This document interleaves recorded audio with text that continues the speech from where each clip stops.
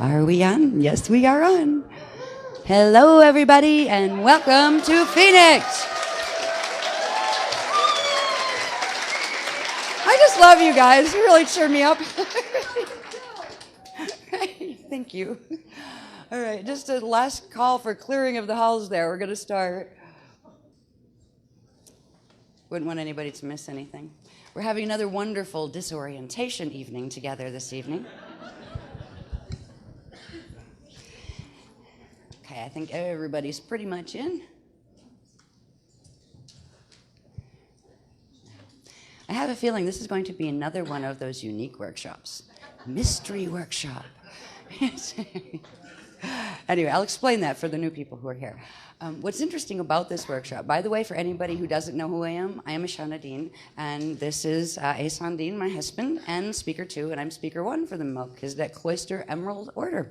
So, just in case you didn't know. I usually forget to even introduce myself anymore because most of the people who come have been coming for a long time. But this workshop, I think, is going to be a bit unique. First of all, we are on sellout, and there's actually still a standby list in case people don't show up. And of that over 300 people that are gathered here this time, I've been told about a quarter of them are newcomers, where it's their first workshop. So, yes, so we'd like to... No. No, I wouldn't ask them to do that. Someone was saying, why just have them stand up or wave their hands? Not necessary, right? Anyway, what's interesting about that, first of all, we would like to welcome all of the people who have never been to a workshop before. I don't know what level of exposure to the freedom teachings you might have. You might have just seen the Project Camelot interview in the last couple months on YouTube, or you may have read Voyager. So everybody that is coming in as their first workshop will have different levels of knowledge pertaining to the information that we teach. That always makes for a very unique experience because people are coming from various different backgrounds and ideas and very often have little idea of the 10 years of highly technical ascension teachings that we have been bringing through progressively. Every workshop, and I think this is either 85 or 86, has brought through a new level of information for the last 10 years. So if you are a newcomer, hey, you're courageous to come in on a Sliders 8 workshop. Now, Sliders 8 means it started at Sliders 1. The Sliders Workshop series were actually the next level of ascension teachings that came after what was the couple years before, what were called the more private 12 tribes classes. So this is, you could call it an entry portal into the work, and the Beloveds, or the Guardian Alliance, will be working the program, this workshop, that we will be doing the Sliders 8 program for the people who have been progressively with this work for a long time now, because we're on a certain level of very high level activations that are taking place. And we will also try to make this where it is an entry portal for information where you can make what's called a beginner's leap, where if you just came in, don't have a lot of familiarity with the work, when I say activations, you go, what might that be, right? Because some people will not even know exactly what an activation might mean, those kind of things. We will work the program for both groups to bring everybody into a common level, at least a decently common level of understanding by the end of the period together. Part of that has to do with what I will do this evening. Now, usually, people that have come for a long time know, the orientations, I often call them disorientations. I usually use that word when I'm still on a security clearance workshop where we're all here and they haven't told me the specific subject matter of the workshop yet, other than the basic title that we've had for 2 years, which is Sliders 8, Advanced Physical Body Training, slide training. All right, so we know that much. Now, usually by now, I would at least have a subtitle. They haven't given me that either. They've played with a few ideas in fun, which may end up in the title eventually, I don't know, that I'll talk about in a little bit. But for those of you who don't know what an orientation/disorientation is, it means I come down and greet you and share some information that I do have about things that have happened since the last workshop, about the work and those kind of things. And I kind of run a live wave, whatever the Guardians feel they would like to talk about with you. They will nudge me, and it will just kind of fall out my head, just like, well, I'll talk about that, okay. For those who do not know, I am not a channel. I could be if I wanted to be, but I am not. We do not use the method of channeling because it is dangerous. Channeling differs from data streaming, and for those who might not know, there is a very big difference. In channeling, you literally do have another entity that is in disembodied form coming into your physical body with you, sometimes knocking you unconscious and taking over your mouth, walking around on stage and talking to you. You will not have that in this workshop. Our teachings aren't against channels. We don't consider channels bad people. We consider people that are engaging in the process of channeling of endangering themselves in ways they probably do not understand yet. That is their choice and their business. Their channels are welcome here too. And hopefully if they do come, they will learn some ways to protect their bioenergetic fields from being harmed. Because the process of channeling, as it is known in, in contemporary New Age speak, is actually a process that can damage your natural DNA template, which can mess up your ability to go on your natural organic path of ascension or toward ascension. So this is one of the reasons that we do not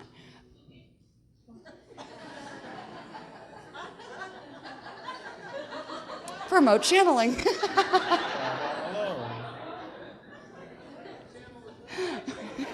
What channel is that exactly? Okay. A little disembodied music from beyond. The process that I work with the Guardians is referred to in their speak is digital data streaming or chelantic transmission. Chelantic has to do with the word called chelan that has to do with some of the core creation structures that we've learned about in the early days in chelantic science as we moved forward with more progressively detailed teachings about ascension and various related things of spirit and science. So chelantic data streaming is what occurs. That means wherever the beings are that are sending information to me, they send it in data packages. And sometimes I can see them, where I close my eyes and I can actually see them in my inner vision coming in and hanging in my field. It's almost like looking at your inbox and on your email. You go, you have 540 new messages. Uh-oh.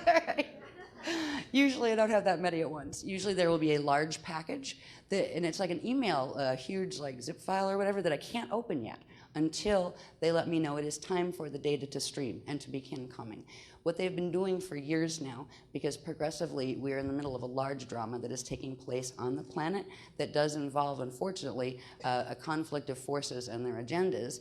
And because of that, the Guardians have gone on what they call security clearance, which means certain types of data they will not release until the SHIELD, we call the groups that come here the SHIELD, is actually together and assembled, because there is just more general data protection in that context. Plus, if there is sensitive information that needs to be released, particularly when it pertains to what we call planetary grid work, and it is given in the workshops live without any notice, once information comes in, there's a certain amount of time, usually about 3 days, before certain, let's say, forces who are not working for ascension on the planet can intercept and translate what that message was to try to interfere with the grid work that's being done. So very often we will have these mystery workshops where we know the activations are going to be there, and usually they're some of the best ones, actually. They usually have wacky hours too. We'll talk about that a little later. But when they have those security clearance ones, I will actually feel and see sometimes the large, it's like just an energy bubble of information. And I know that is the line that will stream. And it will come down into, it's like a DNA activation that comes down, so it comes online with my consciousness. So I can speak it, and I can look at it, and sometimes I'll like, go, wait a minute, and I will actually talk to them independently, because it's like a data file that's already written. Now, they are with me live as well, so sometimes, especially if you're new, you may see me on stage going, hold on a second, what? Right? And I usually look up over my right shoulder, because there are certain conduits that we have consciously, progressively opened in our biofields to allow for secured communication with the Guardian collectives. So if you see me doing things like that, no, I'm not crazy. And I can usually see them when I am talking with them. Once in a great while, you will hear a funny little change in my voice where I start to sound like I have a bit of a Transylvanian accent. Now, this isn't channeling, just so you know. The only thing I'm channeling is a level of my own consciousness that's at a bit higher level of, it's not in the what we call density 1, which is dimension 1, 2, and 3, where our reality field is. It's from a higher level. When I link with that level of my consciousness, which I sometimes need to do, particularly when we're bringing in live journey meditations and things, It just literally just the frequency change comes out sounding like there's this bit of an accent, but it's me, and that level of my identity is referred to as Azara. So if you ever hear the Azara coming through, it's just a different level of my own consciousness. That isn't channeling. You can reach other levels of your own consciousness too that are in the higher dimensional spectrums, and they may sound a little different than you, and they may present themselves, say consciousness wants to give you a face that you can identify it with, even though you know it's one aspect of your own self. You can do this too, if you train yourself to. That means that when it's your own self, your own higher identity that you're bringing in information from, it is very different than channeling something that is not directly a part of you. If it's part of you, it will actually have its coding in your DNA template already. So when that frequency comes through and communicates with you, and it won't knock you out of body, it'll be there with you like a different level of your own perspective, and you kind of like talk with yourself and you feel like it's you. It won't damage your DNA template. It's not crashing in other mathematical coding or encryption that doesn't belong in the DNA template. So if you ever, and I'm not sure if Azara is going to, that level is going to come in with the activations this time. Once in a while that happens. I just want the people who are new to the work to understand what they are seeing or hearing when that occurs. It is still me. I'm still fully embodied. And, so the distinction between channeling and data streaming can appear similar on the outside, but it isn't on the inside. It is not energetically, and I've been taught meticulously, really, the differences between a channel or a data streamer. What we do encourage people to do is learn to make contact with their own higher selves, their own level of their higher awareness, and also with guardian groups that are actually that. They're actually guardian groups, not, let's say, we call them fallen angelics that are pretending to be guardians and trying to mislead you or get into your body and possess you, because there are those things that are occurring on the planet. It's another thing that can happen with unsecured channeling. When people do that, they are opening their own biofields and their bodies for potential possession, where something else could actually come in and decide to stay and take over the personality and almost put the personality itself in a coma and literally take over your life and keep walking it.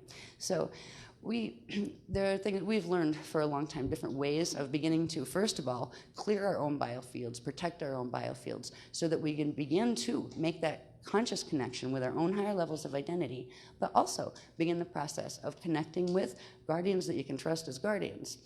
Now, there's a number of questions, especially for people coming in new, and I got a feel for this just by watching what happened after on YouTube after the Project Camelot interviews, which I'd like to thank very much Carrie Cassidy for inviting us to do, and having the courage to put them on the air. Yeah. In that process of I watched the interviews a lot. I just wanted to see if they came out right. I looked at them and I said, I'm happy with that. It may sound different than what people are used to hearing, but this is what I've been living for, since I was a child, and this is the information we've been teaching for 10 years. And I think it was articulated well enough, particularly because it's going out to people who've never heard of any of this. Some of them never even heard of the word ascension before. So it was interesting. And then I reviewed some of the comments that they make. And here we go, the Shoot the Messenger project, right? This happens every time. When we first came out with the Voyagers books in 2000, there's a whole bunch of people that were really excited about them and liked them, and a whole bunch went right for the jugular and tried to do everything from discredit me to whatever. And the fact is they didn't. 10 years later, we're still here because the information that we are carrying is legitimate. The process is legitimate. It's far from what I guess it's perfect, but it's far from ideal. I would love to have a month before, have my programs down, have my pretty Mylars done, know exactly how I was going to use my time, have our evenings free. Wouldn't that be lovely? Oh, yeah. No, what you have now is live data streaming that occurs. I've been doing it for 10 years with the Beloveds on a public level. Before that, it was happening since I was a child and, working with them. So I've had, I've been with this process for a long time. You don't get fresher information than this. It's like hot off the presses before it even hits the presses. It is literally information that is delivered during the process of the workshop itself, the next level of information. Now, for the people who are coming in new, I don't know if you've looked at the Azurite Press website enough to even just look at the product list. The product list is mainly full of programs that have been videoed live or put on DVD live from these workshops, and often there will be handbooks that go with them, which are graphs that the guardians have given me that I have to produce up in the room before I come down for the next workshop, that kind of thing. So if you look at that, you can almost go, oh my God, I'm lost in a sea of workshops. It's overwhelming. I look at it and it's overwhelming. People say, gee, when did you introduce that concept? And I have no idea. I have to go back and dig through like the listing of the workshops. What the Guardians have asked me to do in the last month or so is, particularly because, first of all, the Project Camelot interview did go out where there's a lot of people more people who are interested in perhaps looking at what the work is about, but also because there were so many people coming in new as this being their first workshop. They've asked me to put together or update what is referred to as a condensed chronology of just the work that we've done since 2000 when the work went public. Now, periodically during some of the workshops before, we have rounded up what we did with the activations where we call them MUGs, mission upgrades, as far as, MUG, mission upgrades, as far as what the course of the work we have been doing with the Guardians since 2000 have occurred. Now, I can't even remember the last time we put one of those chronologies out, just so we have and so I have a running total of where we came from, what we're doing, where we're going. This time, they had me take the last one, add to it, and we're building it up to where we're current with the last workshop, which is really good. And this one we couldn't put on until we know what it's about, which we'll do for next workshop, right? But with this condensed chronology, they've asked me for the first time, and this is taking forever, to go back through all of the workshops, and particularly the sliders workshops and the 12 tribe classes before that.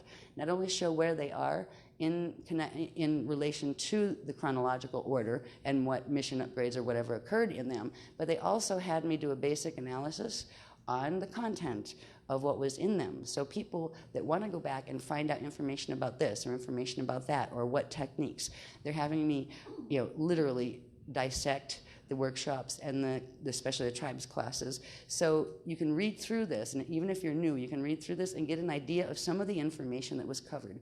By the end of this workshop, I'm hoping to have enough of that finished where we at least will have the 12 tribes classes information covered and also the sliders information covered, because it's from those two sources that what is going to become what's called the Beginner's Leap program is going to come out of. There are certain techniques that have been done, and when I'm talking about techniques, I'm talking about bioenergetic field techniques that affect the DNA template, that enable your body to hold more and more frequency and or to clear certain things that your bioenergetic fields have picked up from the mess in the planetary geomagnetic field, which are actually blocking your ability to have your own incarnational memory and to also activate your own what are called ascension codes in the DNA. Now, I'm still using some big words as far as if you're new, but that's okay. That's just for now. I'll talk, I'll bring it down a little bit later.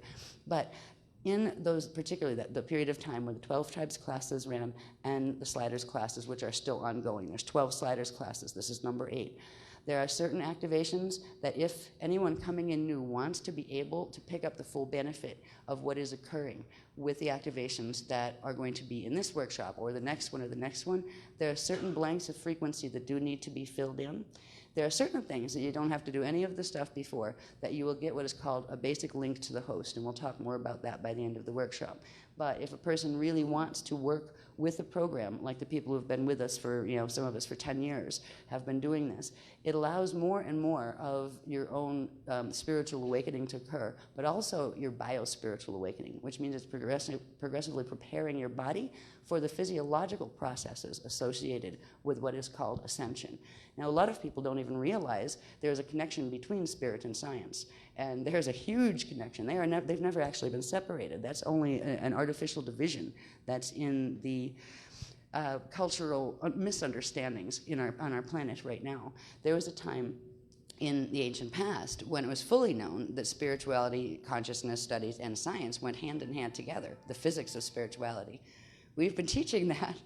I got another channel coming in there. We've been teaching that ever since the beginning, and progressively we are at the point where we are working not only with developing the ability to open your consciousness, your mind, and into spirit, but also to prepare your physical body for the potentiality of what is called slide ascension. Slide ascension, like any ascension, uses what are called stargates, and they are natural configurations on planets and stars and those kind of things. But there's 2 types of ascension one can do. Most people on this planet will still undergo what's considered a natural death transition. Well, death honestly isn't a natural condition. It is on this planet right now because of the DNA mutations that are coming from the environmental distortions in the planetary magnetic fields that has messed up over many, many centuries the natural DNA function of what was once called the angelic human species. And once upon a time, angelic human species did not die. We simply, when we were done being here, would accrete frequency or grow for a while, reach a certain age, usually 33 years old, and then we would undergo what is called transfigurative ascension, where we'd have enough frequencies opened in our bodies through the DNA template and the DNA itself that we could engage a biochemical process of producing certain types of chemicals, hormones, and naturally occurring elements. Now, there are 144 naturally occurring elements. Science here hasn't found them all yet. Once upon a time, the body could actually create those elements under certain conditions. And through these processes, the biochemical processes, the consciousness would literally be able to transmute first, which means turn its atomic structure into a light form, and then transfigure, which means re-spiritualize, or actually bring it back into what is called the spirit body anatomy structure, and move it at the speed of thought and the will of thought to other locations through the gate sets, the ascension gate sets. That is a normal process that humans were supposed to evolve through. When we hear about ascension these days, it's usually coming from some of the religious organizations that teach that such a thing exists. The closest we get, I think, are probably in the Christian teachings that give us the idea of a rapture, where people are all of a sudden going to get yanked by God and pulled up in the sky and go to heaven. And some people really, really believe that that is what that's going to look like. It's probably not going to look like that. Now, but that's okay. People are free to believe that if they want to.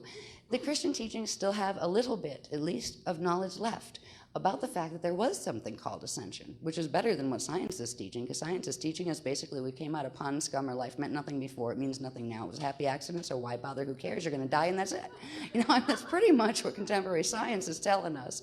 So if you had to pick one, science or religion, if there wasn't a place where they both met, I think you're better off with religion, because at least it gives you hope and a purpose for why bother being and going through all of this down here if there's nothing and it means nothing, right? Because science is really not caught up yet. It's starting to, though. The new sciences are starting to come out where they recognize the link, some kind of link between consciousness and physics, and that perhaps indeed there is more, that maybe we came from somewhere else. Maybe there was life before Earth, and therefore maybe there's life after Earth, and that's why eventually we're going to write a book by that title.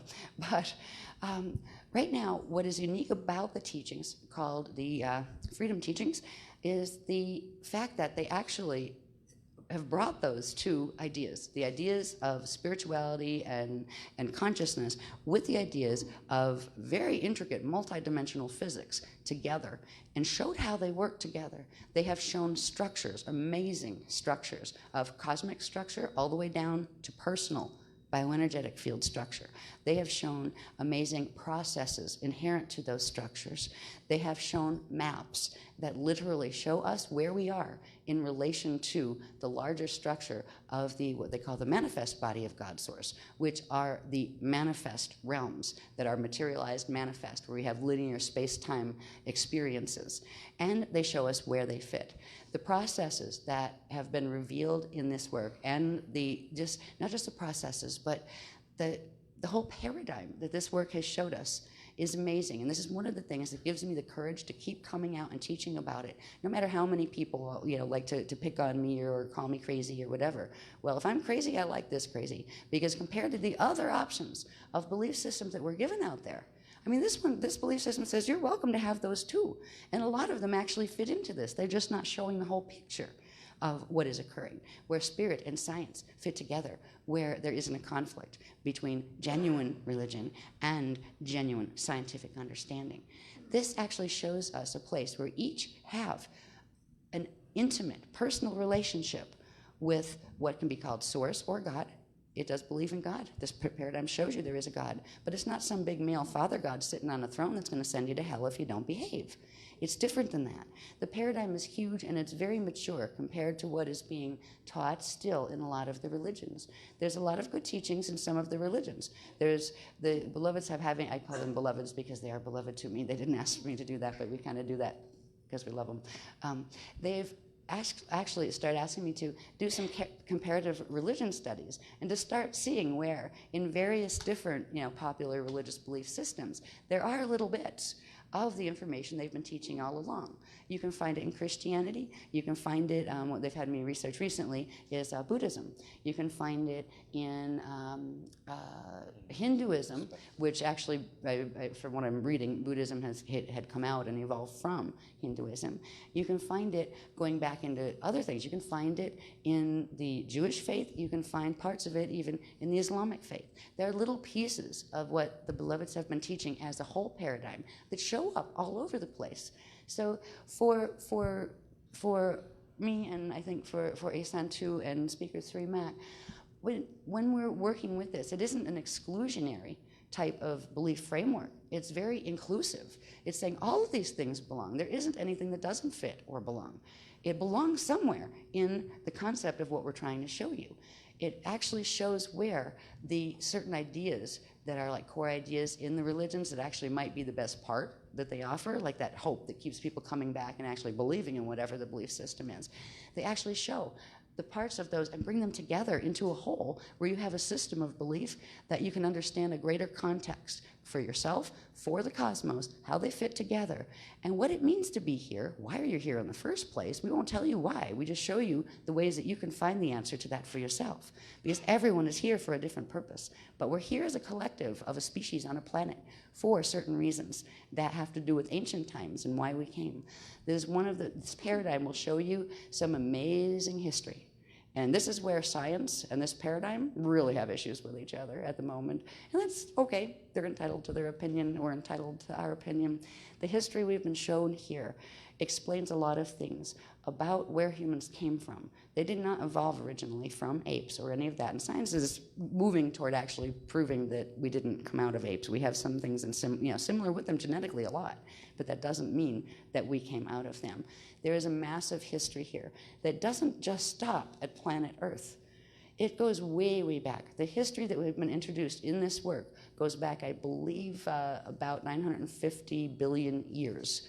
All right? They've showed key events that had to do with not just Earth, not just our solar system, but with the Milky Way galaxy, with the Andromeda galaxy, M31, which they actually have described as the Milky Way a very long time ago, had actually spun off from that. We were actually, this galaxy was actually part of the M31 galaxy. Interestingly, right now I've heard that science is saying that the two galaxies are somehow moving closer together and eventually might merge. Wow, we're going home, sort of. So there is a massive amount of material involved in this work. When you're just coming in as a newcomer, and the reason that I'm addressing, particularly in this orientation, the people who are new to the work, because I care about you and I don't want you to feel overwhelmed by some of the things you may hear or see or what's that about, and there's no time to ask, and we rarely have time for asking questions, like for question and answer things. Usually the pace of the workshops, it rides a wave of frequency that comes in once the Beloveds open the data stream of the data stream for the information that's to come. And sometimes it's kind of funny. You'll find me talking really, really fast, and I'll start talking faster and faster. You start hearing faster and faster. Sometimes this happens when, especially with people like groups that are composed mostly of people who have been here for a long time, and you kind of get used to the hearing picking up with the speed. And when you realize how fast, sometimes I'll be in my head going, wow, like my mouth is speaking really, really quickly. And that is when the data stream line is coming in. Sometimes the guardians will like tap me on the shoulder, literally. I'll feel like a tap or like a twank on the head and go, what? They'll say, excuse me, and go, what? And they'll say, redirect now, we need to go into this or go into that information. The workshops are very valuable for a lot of reasons, but the most important reason is when people that are drawn to this work, let's say there is something that draws people to even look into this work. It has to do with what's encoded in your DNA, and when people that are drawn to this work come together, they come into what is referred to as the shield or the Aquafarian shield, where each member of any one workshop group, even if you're only one you ever went to, you decided you didn't like it, if you were drawn there, even just for one check out, look, let's see, or even let's try to disprove it, there's a reason in your DNA that you actually had a co-resonant encryption or vibration that drew you to this work for a reason for that particular time. So when we have a bunch of people together, we consider them to be what's called in shield. They form a shield of energy. Each person is a large, complex energy unit unto themselves that is unique and different from every other person. And when people come into any group, they're actually bringing their energy signature together. And whatever group that is will have a very, very special energy encryption or mathematical, geometrical, vibrational pattern that is unique from any other group. So each workshop group, even though there's many of the same people coming back and sometimes new people, coming in, it is a magical moment unto itself in energy terms. In that magical moment, there are frequencies that can open up within the data streaming packages that will allow certain types of information to come through that might not have if that particular group didn't assemble. So the fact that you're here, that you showed up, even if you decide you don't like the work, which is fine, there's no obligation to, you're a part of a moment in energetic history of the planet, and you will have the ability to access that moment because it will be stored as a vibration, as memory in your cellular memory. You will be able to, if you ever choose, if you decide, I don't like this right now, but 5 years from now, you say, oh my God, I probably should have and I didn't and it's too late, you can actually activate by intention that piece of you that has the memory that you were sitting here once, and it will allow you to connect back into the shield. Now, the shield itself, just like every single person anywhere, whether they're part of this work or part of any other work or not part of any work consciously at all, the DNA of every person has the ability, and actually its natural process is the process of running interdimensional frequency. We're kind of like radio receivers, television transmitters, those kind of things. Our DNA works in this way. It is basically electronic, to put it simply. So we are always processing frequencies.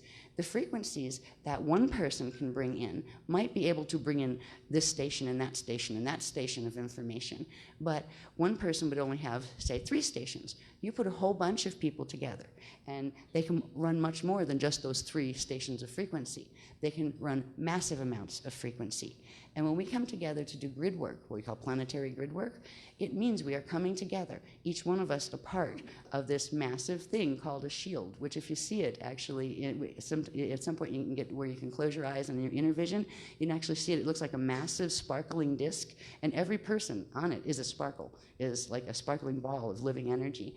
And you can see certain geometrical forms that actually happen, and sometimes we do them consciously with the group, like we sit in certain ways or whatever, to make specific geometrical, mathematical, vibrational patterns that we interact with the planet with in order to assist the planet in healing. Because this planet is in a perilous position. It's not just because the surface resources are running out and we have political chaos on behalf of the planet most of the time. There's a lot of other things that are occurring. We'll talk about some of those. Most of the people that have been with us for a while know what we're talking about because we've been covering this for ages at this point, each step of the way. There's a big drama we've all been a part of, and we haven't really wanted to be. We kind of like the people who come to this work and decide to stay with it. We're not, the group in the work does not teach fighting. They teach standing in the integrity of the truth that you've learned, in peaceful stance, but standing and holding energy in a way that is supportive of what are referred to as the eternal life Christic teachings. Christic doesn't just mean Christian. The word Christic, as I said in the interview, has to do with the first sounds of creation, the first audible sounds of creation. That's where the word Christ, K-R-Y-S-T, it's actually Christalla, came from. So when I say Christ, it's not just about Christian teachings. It's not against them, but it's not just them. It's more. But when we come together and we run frequency in the massive amounts, that large shield that is consciously educated in what they are doing, we can make a difference on what is happening with the planet. What is happening with the planet right now is we are coming to a point in history that is the accumulation of a very long period of history that involved infiltration of the natural organic structure of this planet. We have covered this and covered this and covered this, each piece of it, each piece of the history, what happened to the grids, where it is now, for the last 10 years, we've covered pieces of it. What this is leading us to is there is an event, an energetic event that's going to take place at the end of 2012 that will literally change the course of human evolution. It will create a new humanity, and that is not necessarily a good thing. The things that will take place in the creation of a new humanity that does not anymore have the ability in the DNA to actually go through ascension gates. That is not a new humanity that we could look forward to creating. And it's not a fight, it's not a battle on the outside. It is a standing for holding the ability of ascension still on this planet, within our own bodies, within the human race line, and within the planetary stargates, because the stargates have been severely, severely damaged. And at this point, we are on what is called the Christ Host mission.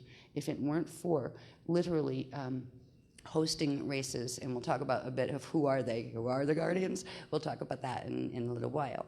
But if we're not for the intervention of these Christ host races that have to do with not only the Andromeda galaxy, but also with the place, they haven't showed us where it is as far as this, like the star maps that science has identified, but it's called the Aquarian matrix. If it weren't for these two other matrices that are not in what is called a fall status, or not going into finite evolutionary or de-evolution, we would not have the chance to do anything in 2012.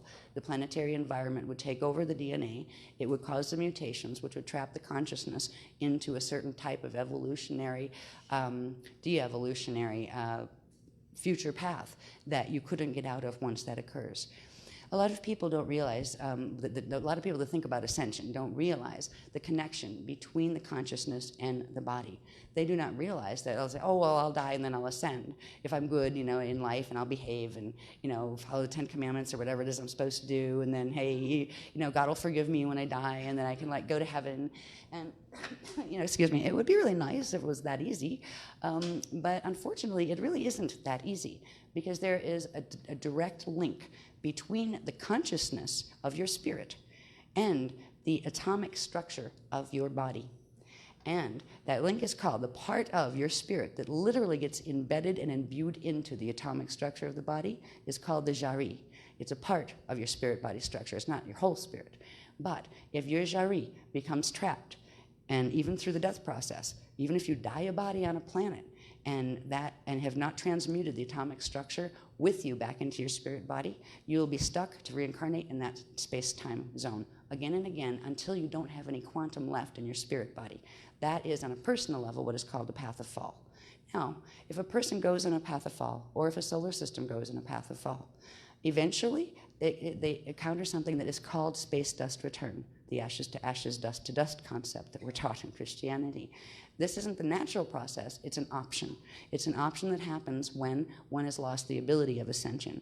When a system or a person goes into that state of fall, lose their ascension codes, and eventually just reincarnates and recycles their energy until they can't hold a form and they fragment. If the consciousness just fragments back into the consciousness field around it, or the energy field around it.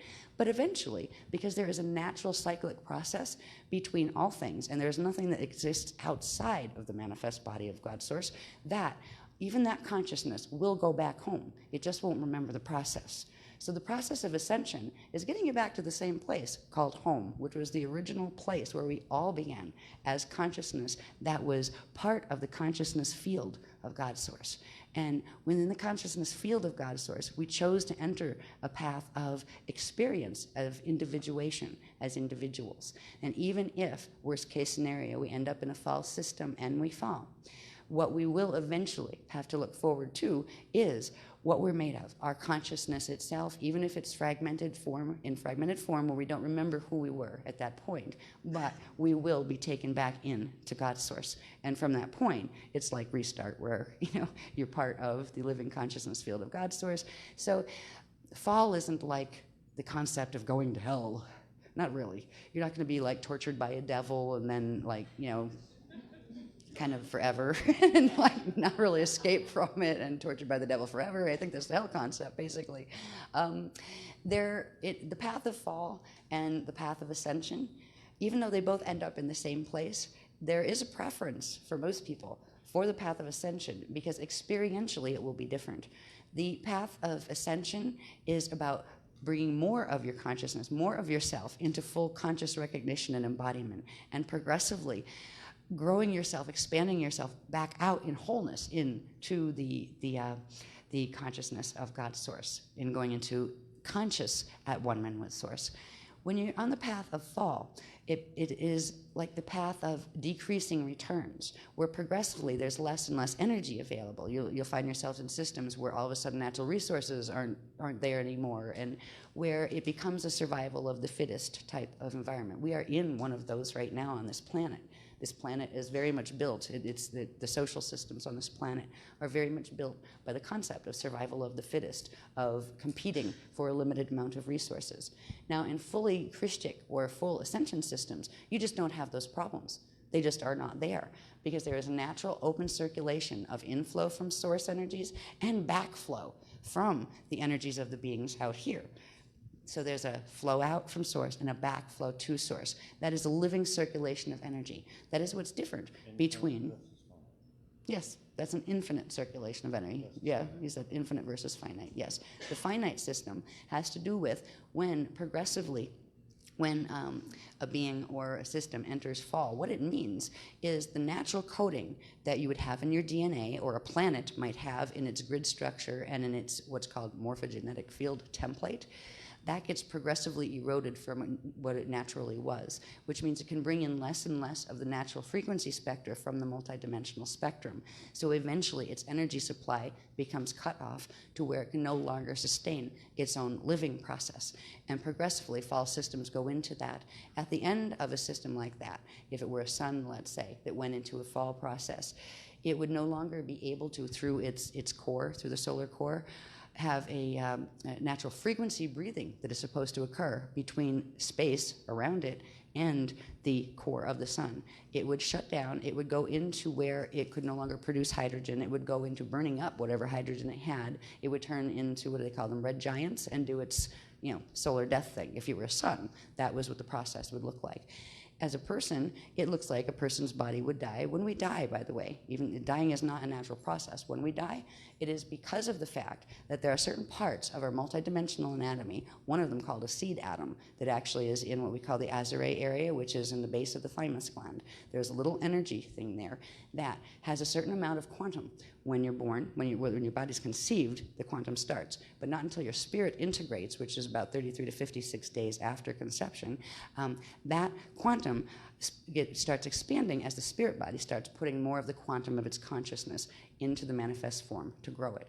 Now, if our bodies were acting normally, by the time we hit age 33, we would have brought in 4 density levels of our consciousness from the spirit body, and we would be able to go through what is called the Kalihara transition, which is where we actually can begin the process of transmuting and then transfiguring the atomic structure into what is called the Christed body, or the eternal life body. The atoms are a bit different. You can take these atoms that have a part of what would be considered, let's see, what do we call it? Let's say mortal matter, that is combined with a part of our own spirit that gives it the immortal potential. We can take that mortal matter and turn it back around and transfigure it into what is called the Pata-Ur atomic structure. Pata-Urs are a specific type of matter that is eternal in life, which means it self-generates quantum, so it doesn't need to feed on anything else in order to sustain its process. This is the type of body forms that Christed beings actually have. We were all created to be Christed beings and to be able to go through these natural processes of evolution. But because of the damage to the planetary Stargate system that is held in place within the planetary geomagnetic field in something that is referred to as the Metatronic nets, or the METNet, as we call it for short, has literally, because electromagnetics will affect the function of DNA, especially through what is called the epigenetic overlay, or EGO for short, which I thought was kind of funny. Epigenetic overlay. Science is just starting to realize it's a sheath, a chemical sheath that's on the DNA that actually seems to have almost as much to do with what the DNA does as the DNA itself. It's like a switching mechanism. It will tell actually what's in the epigenetic overlay, can tell the DNA what to do and what not to do, what genes to fire and what genes not to fire. The reason our angelic human race has de-evolved to the point where it is right now is because of an environmental anomaly that has literally eroded progressively the natural functioning of the angelic human DNA. It's a long story. We've covered most of that story for the last 10 years in bits and pieces. And we still have the ability to resurrect those potentials of ascension in our DNA. It is not just, okay, I want to do this, so I'm going to flip it on and we're all right, good to go. This has been a process. Bless the people who have had the stamina to stay for 10 years and learn piece by piece this information. It hasn't been easy, but somebody needed to do it, because if the people that have stayed with us hadn't been there, there wouldn't have been enough people to actually not only progressively heal the different layers of the mutation within the bioenergetic structure, there wouldn't have been enough people to generate enough quantum to keep the ascension gates open and to anchor the host.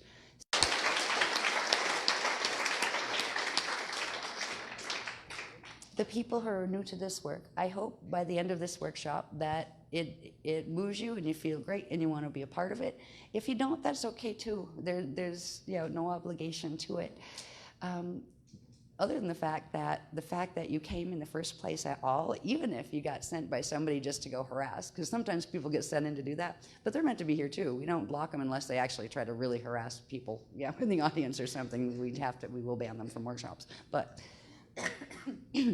but the fact that you showed up just to be inquisitive even shows there was something vibrationally that you're carrying in your template that had some kind of a vibrational similarity here. So even if you decide it's not for you, that's okay.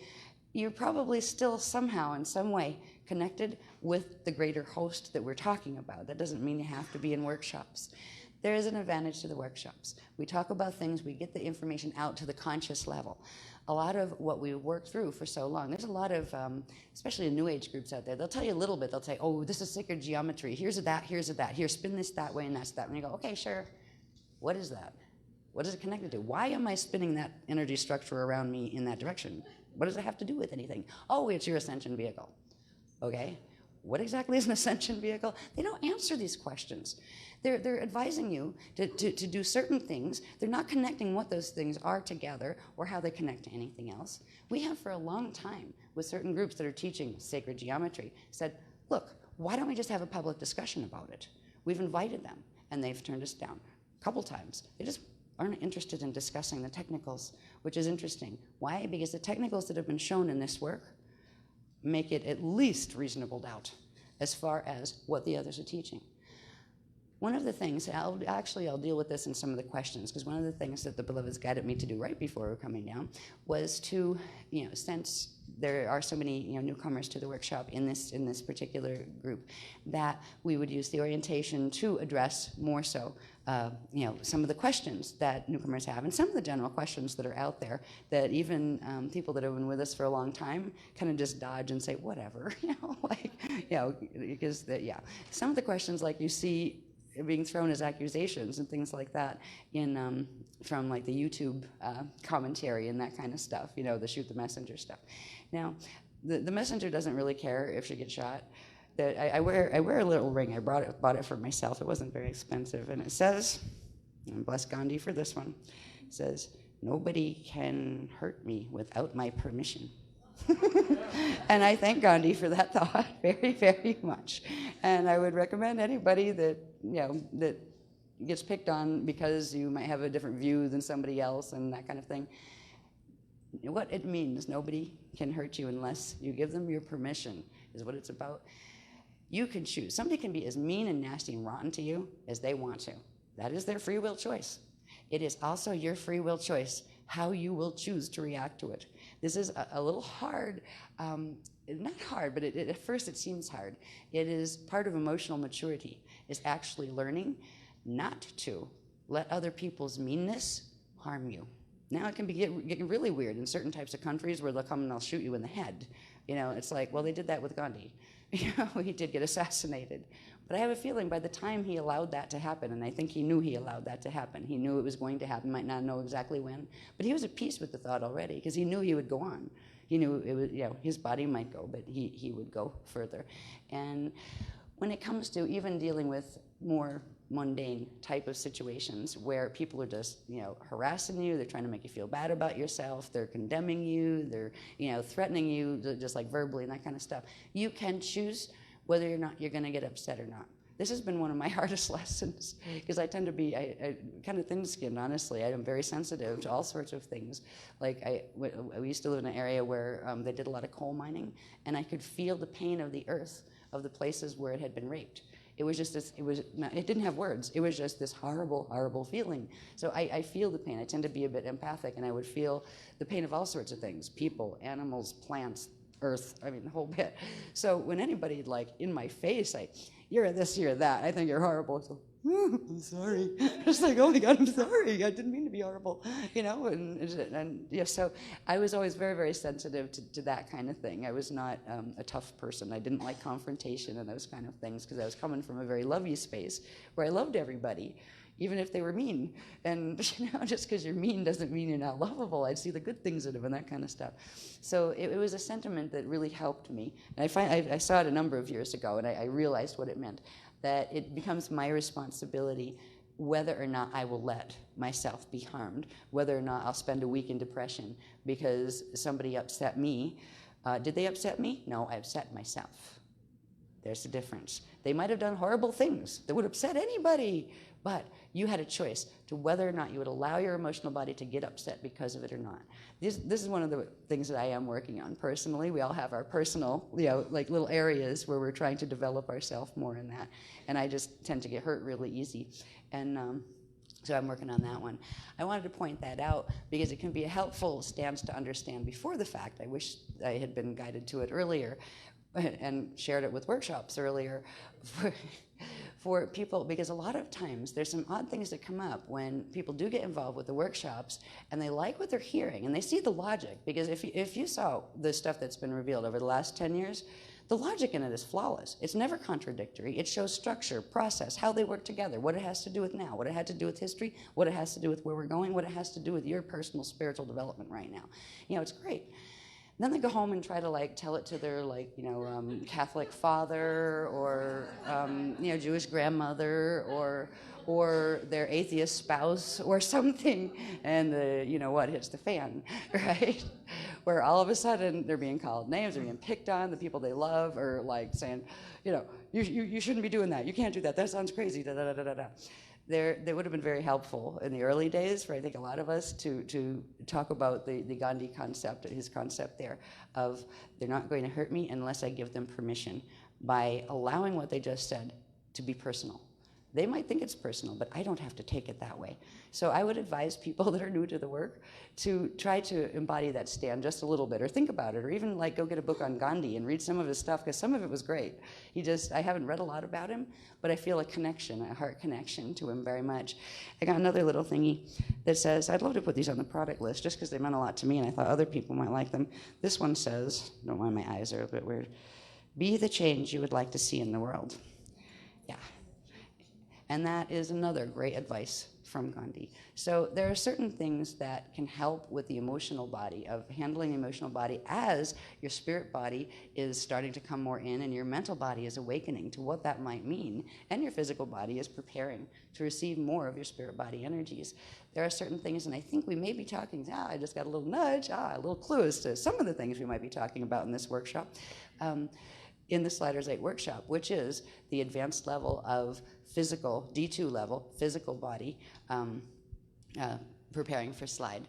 We've always taught for a long time that, D1, you have your etheric body, the D2 level frequency bands, you have your physical, which is called the telluric body, or the elemental body, but it's also a physical/emotional body. That's where the quality of emotion comes from. I do believe this will be the first time, too, in a workshop that we've actually directly went for the emotional body thing, but I have a feeling they're going to talk to us more, teach us some more things about what the emotional body is in connection to the physical body, and how to perhaps move that energy in more effective ways for ourselves, because emotions are tied to the biochemical realities of the body, which at times can go just wacky on their own, where you had just mood swings and all of that kind of thing. And I think they're going to address some of that, and that just came in. So once in a while you'll see this, a little hint. Okay, there we go. What I'd like to do for the rest of this disorientation is not disorient you, but, excuse me, I would like to put a couple of Mylars up that have to do with, and by the way, at the end of this, I will do a bit of catch up on a couple of things, if I can read that small writing, for the people who have been with us through the Slider 7 workshop and stuff. There's a couple of activations that I'm going to try to just take a hand count on to see what, between the last workshop and this one, what life has been like. And yeah, for the people who have been working with certain level activations, there's been a healing cycle that has taken place in the last couple of months that, oh, sometimes things can get a bit intense when you're going through healing purges and things. So what I will do first, though, is I would like to, there's some things that I would like to just it's called a briefing for workshop newcomers, but it's also good to hear it if you've been here for a while. It's like, oh yeah, that's what that was about. It also shows you what you can explain to some people, if they are coming new, or if they're even trying to understand the work. What is that about? Yeah, you can put it up. It's just a little list of things to remind myself of some of the things I wanted to address with you, and this can be for you, and it can also be for anybody else out there that, say, saw the YouTube thing and wants to get the next step. There are things to know about workshops. And I know there's a briefing team that for newcomers, they give a bit of a presentation for you. But the beloveds would like me to address these issues just a little bit in our own way tonight. And it's for you, the people that are newcomers, for the people who've been with us for ages, and for anybody who might decide to, off the product list, get this package, because I have the feeling the words beginner's leap is going to be involved in the title, which means it is a portal that people can go and like pick up there and then see the little bits they need to pick up from behind. Because right now you have like the newcomer section, they have like a million different products and like not enough time or money. I mean, it just gets crazy after a while. So I'm gonna deal with some of these issues that for people who aren't familiar with the work, it will help you understand what you might experience. Doesn't mean you always will experience all of these or any one of them in a workshop, but if you do, please know what it means, because it gets really wacky trying to explain this stuff sometimes. So I'm going to do it with a group instead of like individually trying to say, calm down, it's only about this, right? All right. Yeah. Often found, these are thingies, things that happen, odd things that occur, issues, isms that you might find. That's why I just said often found, whatever they are. They things or the experiences, they're whatever. They're these, right? Guardian time. Now, we will talk about that one briefly first, and I already introduced that a bit already, about guardian time means I have no control over the time frame when the data stream will be given. It will always be given within the confines of the workshop timing. This makes it very, very difficult for me to be able to give a schedule as far as when is session 1, when is session 2, etc. Some workshops, I actually, like 3 days before, the guardians will give me a transmission on like a basic itinerary. Well, they'll say there's 3 parts, and like 1 part's here and 1 part's there, and give it approximate time frame, and they might even give a few titles or subtitles for what's in there. Some workshops, some workshops I just show up, knowing that it will be given. By the time the workshop is done, it's given, and the information is given. But sometimes we are on guardian time, and guardian time is literally, I would call it that, because I have to wait for the guardians to give me the information before I can give you the information. A lot of times they will do guardian time because there is particular activations that are going to take place in the planetary grids that have to do with the planetary Templar, which are the grid systems and the Stargate systems and all of that. And they will time things with our workshops where we will be given a certain block of information and then maybe a technique that taps in with the activations that are going down in the planetary grids. So they time them that way sometimes. Sometimes they are waiting to see how the planetary grids, almost like they're up there watching their watches, which they don't have watches, but they're feeling out the vibrations in the planet to see when a certain level of energy is going to open or pop. And they'll actually have us on call. And and then it's like, it's now, like do this activation technique now to bring those frequencies in, right? So it can get a bit weird with guardian time because I can't post a schedule or give you an itinerary that says, show up at 1 o'clock for session 1 and show up at 4 o'clock for session 2. I wish. Usually what works, particularly in the ones that are going on high guardian time, and this one appears to be, and I was praying it wouldn't, with all the people that are new, I was going, please, beloveds, please, let this be one where you give me the itinerary a week before, and at least, no. It's almost like, beginner's leap indeed. We usually end up with between 14 and 16 hours of on time in the 3-day workshop period, and it often happens at very strange hours.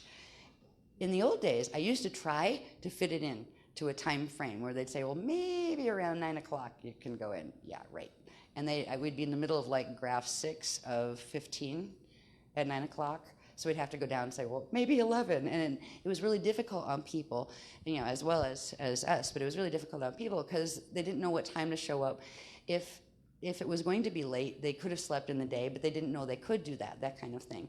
The Beloveds have given us a bit of warning anymore that if it is going on guardian time, we're going to have night shift, which means your day shift is free, and that you might want to sleep sometime during that shift.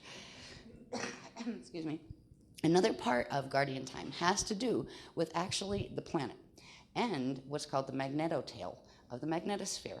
There is, at nighttime, that is when the magnetotail, I usually have a diagram for this one, but there's better reception at nighttime, and that's when the nighttime is when the side of the Earth you're on is not facing the sun. The magnetotail stretches out, and it allows for frequencies to be pulled in from further away than when you have the magnetosphere that is more tight around the sun when it is the side that's facing the sun. So a lot of times the activations and the information or the data streaming will be given at night, because at nighttime you have that magnetotail effect, which increases the ability for transmission. You also have a calmer field in the consciousness field on the planet, because most of the planet, at least the half that you're on, that it would be night or day where you are, right? There's a whole bunch of other people that have their schedules night or day there. When the majority of the planet that is, say, doing their 9-to-5 work jobs and all of that stuff, if they're mostly awake in the daytime, there's this like constant chatter, mental chatter. There's this fly too. It just landed on my nose. There's constant mental chatter, literally in the astral field, but also just in the harmonic field that we're walking through every day, our consciousness field, the energy field of the planet. And when they go to sleep, it quiets down a bit. So you have two factors that improve the quality of transmissions during nighttime. So it is really a better time, unless there are specific activations that need to be done during the daylight hours when that side of the planet is facing the sun. They will try to do the evening hours.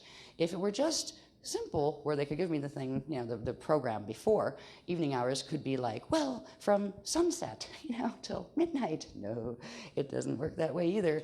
And workshops where they actually would give me a schedule, right? We could do those type. But this one, they're giving us the warning. I think we're starting at 10 p.m. That will probably mean we'll go to 4 to 5 in the morning, all right? Now, I feel bad when I have to have this conversation with people that are just new to the workshops, because I really want you to have a good time, and that can be really disorienting if you're used to sleeping at night and being awake in the day. We don't do this to you on purpose, just so you know. It isn't easy for the speakers either. What I usually do, what I will be doing, I won't be sleeping tomorrow. I will sleep a little bit tonight, and I will wake up early, and then I will go into work, and they will give me the transmission on what in the world are we teaching tomorrow night at 10, right? Starting tomorrow night at 10. There will probably be graphs, new graphs, and those kind of things. They will show me what tomorrow's itinerary is by the time I get there. So while you're being able to go to sleep or go by the pool or do whatever you feel like doing with your daytime hours, I will be up there preparing the material for the evening session. And ASON helps, and now but the people that are called the apprentices that we'll talk a little bit about before the end of this workshop, because the Beloveds have asked us to.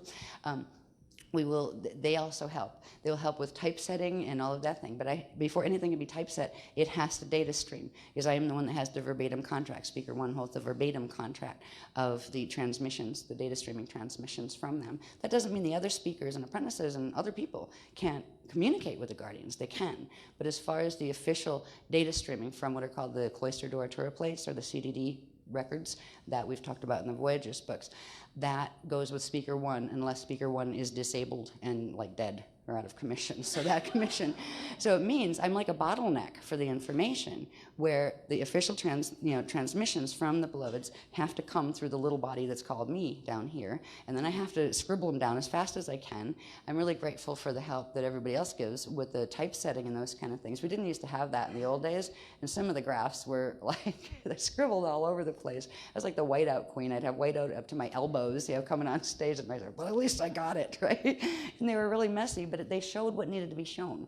And the graph series, if you don't know, if you haven't been with the workshops for a while, the graph series aren't just there to provide illustrations for ideas, though they do that. If the beloveds are explaining something quite difficult in a process, a technical process that the body is going through or the grids are going through, they're doing this not just to keep you occupied or amused. They're doing this because, first of all, the information is important for you to have on a conscious level for whatever activations and the next level of wake up that that the group is moving through and that you may choose to want to do. But the graphs themselves act like what are called codes. Now, in a little bit, we'll talk about codes. You'll see codes at our workshop. What is a code, right? Well, they look like pictures when you look at them. So the graphs actually work like what we'll talk about later, which are codes, and very, very soon later, because it's next on the list. So just know when we have graphs, sometimes we have a few graphs, sometimes we'll have a whole string of them. I'm not sure what way they want to move that this time with this workshop, but they will give some technical information that is very current and timely as far as what is happening now, what activations we are at, also information that will assist the newcomers to catch up with what they need to do to experience the best of this workshop. You may still have a lot of stuff you might not understand from previous workshops, but you can get benefit from this workshop by understanding a certain set of things, and they will show me what that is for each group, and this is a particular big one with a lot of people that are new. And I think it's kind of exciting. It's like, hi, nice to meet you. Hope you don't think I'm nuts, but if you do, oh well. I don't give you permission to hurt me. But you're welcome to think I'm crazy if you want to.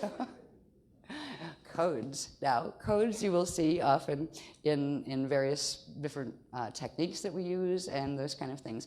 Codes, I don't actually have an example of one. I don't know if everyone has seen the, at least the Camelot interview, the Project Camelot interview, because we did show, there's a code, right? Code, anybody have one I can hold up? Yeah, I forgot, I didn't have one with me. Yeah, anyway, so anybody has not seen one of our codes, like the Alaria Rashatan?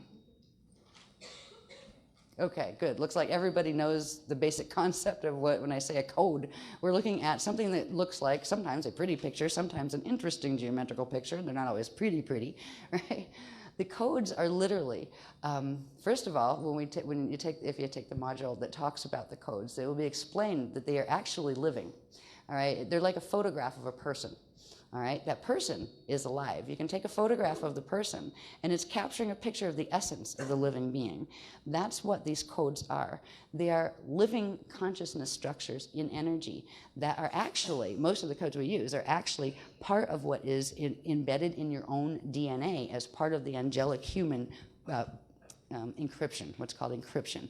That is, an encryption is a simple way to put it, is a core vibration of a radiation pattern that everybody has a little bit different one, but everybody in one species will have that similarity and then little differences within the species encryption. So we have encryptions inside of ourselves, some of which actually, when you enlarge them, it's like taking a little tiny minute piece of your epigenetic overlay or a piece of your DNA template and blowing it up and seeing what it looks like, and you will see the code beings. They're living portions of consciousness that are taking on that geometrical form. That is their body form, all right? But they're a part of you. You're made up of codes. If you could see yourself from a different level of awareness and look down at your body, it wouldn't look like the body you see in the mirror or when we look at each other's bodies. We're actually seeing the illusionary hologram here of solid matter and those kind of things. Beyond that and behind that and within it, there is a living energy system that is your consciousness, the part of it's that imbued within your atoms and the part that's beyond being imbued within your atoms. So everybody looks like codes of various forms when we see ourselves from a certain level of consciousness. Right now, we're just the little like solid part inside of a code. But these code structures, they are used to, specifically when we do various things with codes, and various codes have different purposes. Some are actually that go with the planetary grids, and they're for opening stargates and those kind of things. Others are for opening certain conduits of natural energy within your own body, within your DNA, to allow corresponding levels of higher consciousness, your own, to come into your body and to come live on, to turn on live within your DNA. So when it turns on live in your DNA, that is when you can consciously perceive it while you were awake here. It's kind of funny with some of the early techniques, like beginner's techniques and those kind of things, and this has been happening for years, that if people are like just starting out and they just start with, say, a series of techniques, And, they put the headphones on and lay down at home and, put on the CD and fall asleep after, a minute, right? After a while, it got fun because, oh, wow, I was able to stay awake 4 minutes this time, right? Because the activations, the techniques that we give are meant to very gently and subtly activate the natural coding in your own DNA that progressively allows the sequencing of your higher dimensional consciousness to come in. But the DNA reaches a saturation point, and that's when you just go. We had a snoring workshop here once, whereby it was hilarious. I remember that one. I think we even heard, you could hear it on the DVD and stuff. It was one of those where we had to be up really, really late, because of activations that were coming in. And then the activation techniques, because when there's grid activations coming into the planet, the beloveds will actually give us specific techniques of how to use those to assist us in our own awakening, right? By the end of this one, I think there was like a 12 technique run or something we had to do, where it just took ages, and everybody was tired to begin with. By the end of them, you heard most people were ever in their blankets on the floor, because sometimes like that, we can't do that with a group this big, because there won't be enough room and it's a fire hazard. You can't lay down 300 people on a floor in a room this size, right? But in that one, it was one where we could, have people where they could sit or lay down on the floor if they wanted to, and they're wrapped up in their blankies. And a lot of them just said, oh, forget it, because you will still get the energy activation, even if you lose it halfway through or a minute in. If you just start to going to sleep, it means your biological self needs to stretch itself more. Your DNA, the chemical part, the biochemical part of your body, your atoms, aren't used to holding that level of multidimensional frequency yet. The more you work with a set of techniques, the more you will actually stay awake during them, which means the more of that frequency coding you are turning on in the DNA, so the body is actually becoming more able to hold it. All right? So you actually stay awake more in techniques. As you do them more, you bring in more of that frequency, that whatever the frequency a particular technique is bringing in. And as your body stretches to accommodate it, eventually it doesn't shut off and put you to sleep. The DNA will stay open, and it'll stay on as active memory, which means you're holding the activation. So there's a lot of interesting things that we've gone through in the years, and the beloveds never warned me about that one. But it was funny because people were calling and said, I don't know what it is, but I just fall asleep after I'm not even a minute into the technique. What is wrong with me? And we had so many of those calls, we went, beloveds, what's happening with that? And they explained the process. And then sure enough, once people worked with them for a while, they found that they didn't fall asleep after a while, and actually they could feel certain things coming in, certain frequencies coming in. So they realized it was a part of the growing process.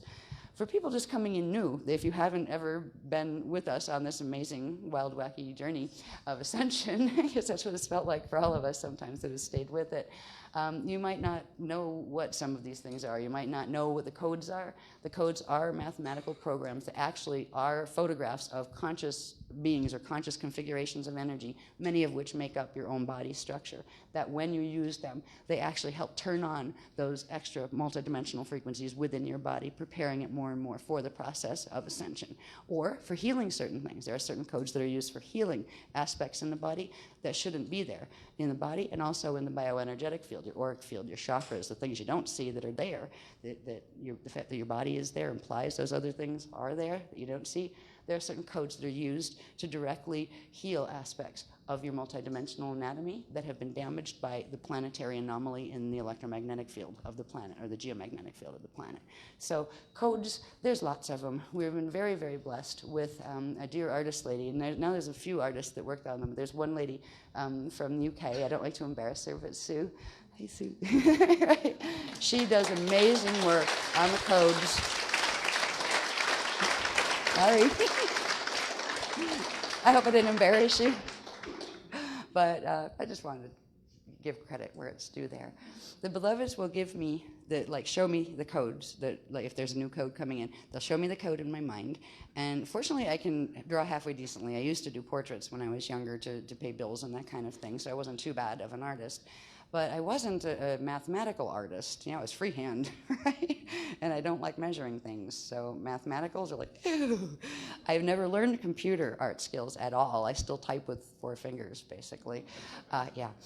And forget art programs, I don't know them. So I will get the basic down using templates and all the old-fashioned stuff, drafting equipment that, when you're doing mathematical things by hand, and I'll get the basics down, and then the colors. We actually, some of them are so intricate, like the Alaria Rashatan code, that we've had to create, working with Sue and Asan, we've actually created using, like, I think it's the Pantone color chart or whatever. If it's a blue or an aqua blue, which one is it? So we can actually, let her know which ones go where. But she will take the rough, sometimes just the black and white drawing, put that in the computer, and then have to follow all the minute little, like, okay, that's this color, that's that color, and she does an amazing job. It's just she just brings them to life, and we're really grateful for that, because the codes will work even if they're just a flat black and white drawing on a page. Sometimes when they're first given, that's actually what we'll use, because there's not been any time to make them fancy and pretty. And that, the code itself, even in black and white and small, will start the activation process. However, when the codes are built up and the frequencies of their colors, which color is frequency, even science knows that every color is a wave band, and that is a band of frequency. So when you see colors in the codes, it implies a very specific set of dimensional frequencies. Red is D1, orange is D2, etc., all the way up the 15-dimensional scale. But when you have those extra layers put in, and especially with some of even if you just like colored in with colored pencils, that would give you a little more. But what Sue does with them is amazing. There's something that computer art does that's hard for artists to do without like doing major oil paintings with shading and stuff, that it just brings them right to life. That gives more and more layers of the activations associated with the code that are speaking to the codes that look like that live in your body as part of your consciousness structure, of your atomic structure and your field structure. So as far as codes, we're not just playing with pictures. Sometimes you'll see us inhale them, which is funny. That doesn't mean we stuff the paper up our nose or anything. No, we recognize them as an energy frequency pattern. And you know what? Photographs are energy frequency patterns too. They're holding the encryption of whatever was in the photo. If you have a photo from 5 years ago from a certain location, you can actually use the encryption, that photograph, to actually travel back to that point in space-time to do stuff and to find out things or whatever. So it's not just that our codes are living encryptions that you can look at on paper. Photographs work in the same way. This is why people can do what's called psychometry, where they actually start finding out things and actually can like do healings through photographs and stuff. It's because there is the energetic link to the point of where a photo was taken or where a piece of artwork was created. That holds very specific encryption frequencies in its template, the part you don't see of it, where it is an energy construct. Because anything that you can see before you, even anything you can smell before you, even if you couldn't see, is an energy construct. And somewhere it is actually visible. Maybe not from this level of perception, but from a different one.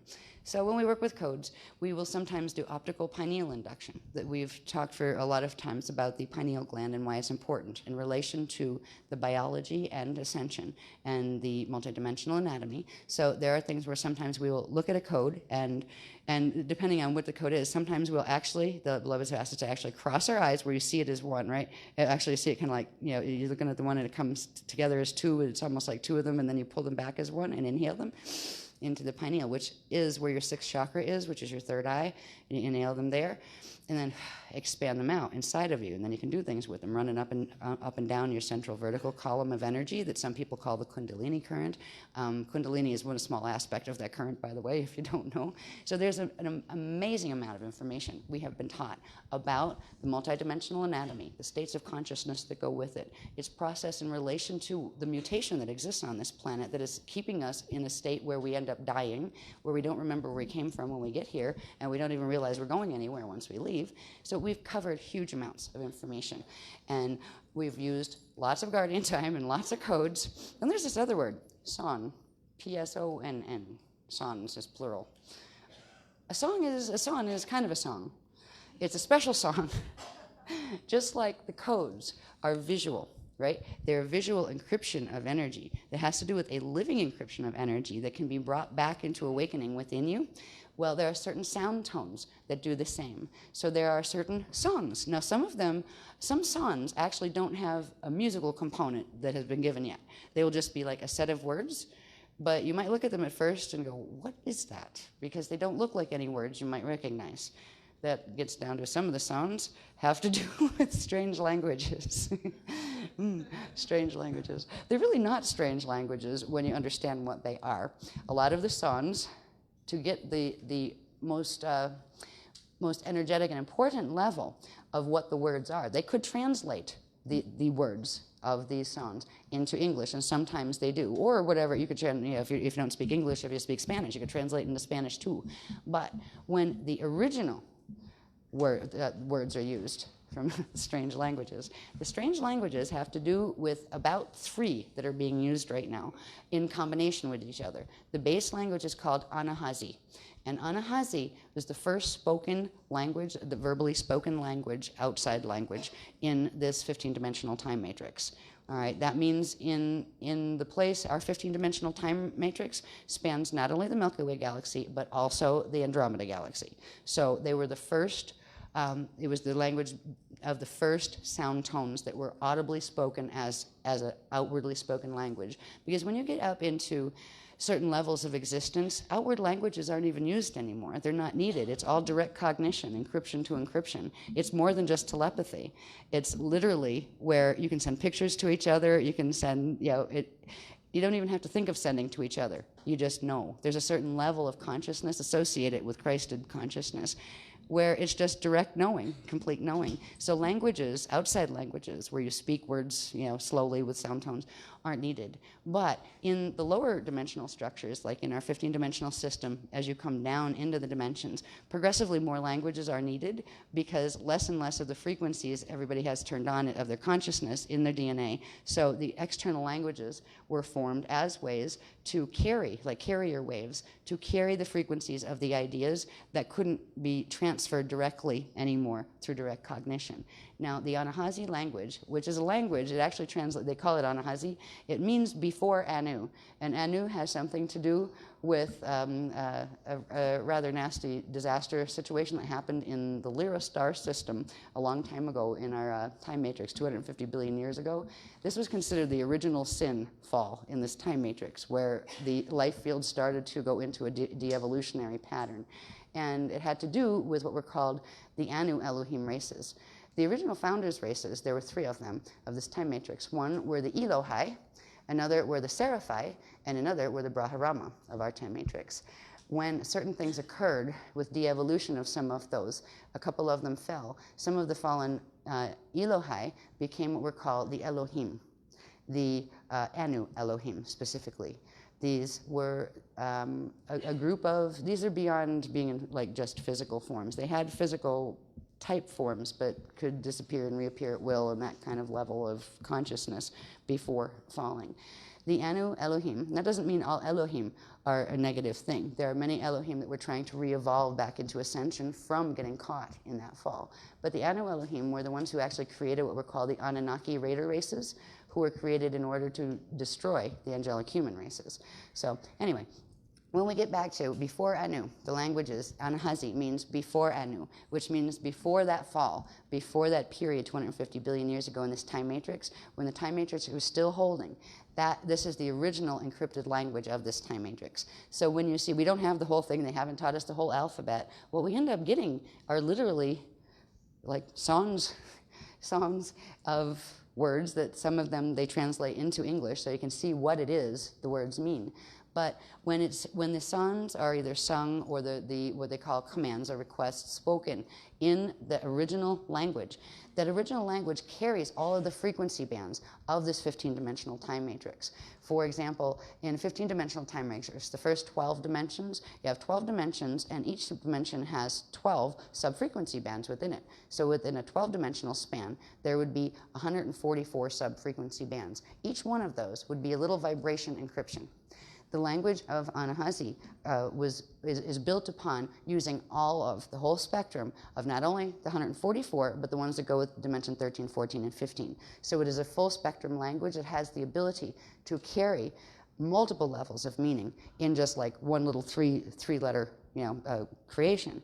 We're taught how to speak them. They'll talk to me and let me hear what they sound like, and then I try to put it. Sometimes you'll see like big A with a line over it, and it's an interesting way of writing it. It's just trying to get down what that sounds like. They're showing me the letters to use, and anyway, you will see these things in songs And you will find them in various other things. Some of the techniques, like the Crystal River Prayer, uses some of that. You will find some in what are some of my favorite things that they've given, techniques they've given, were the orb calls, what they call the orb calls, commands, where you can call the orb beings in to visit you, the good ones, because orbs can go either way.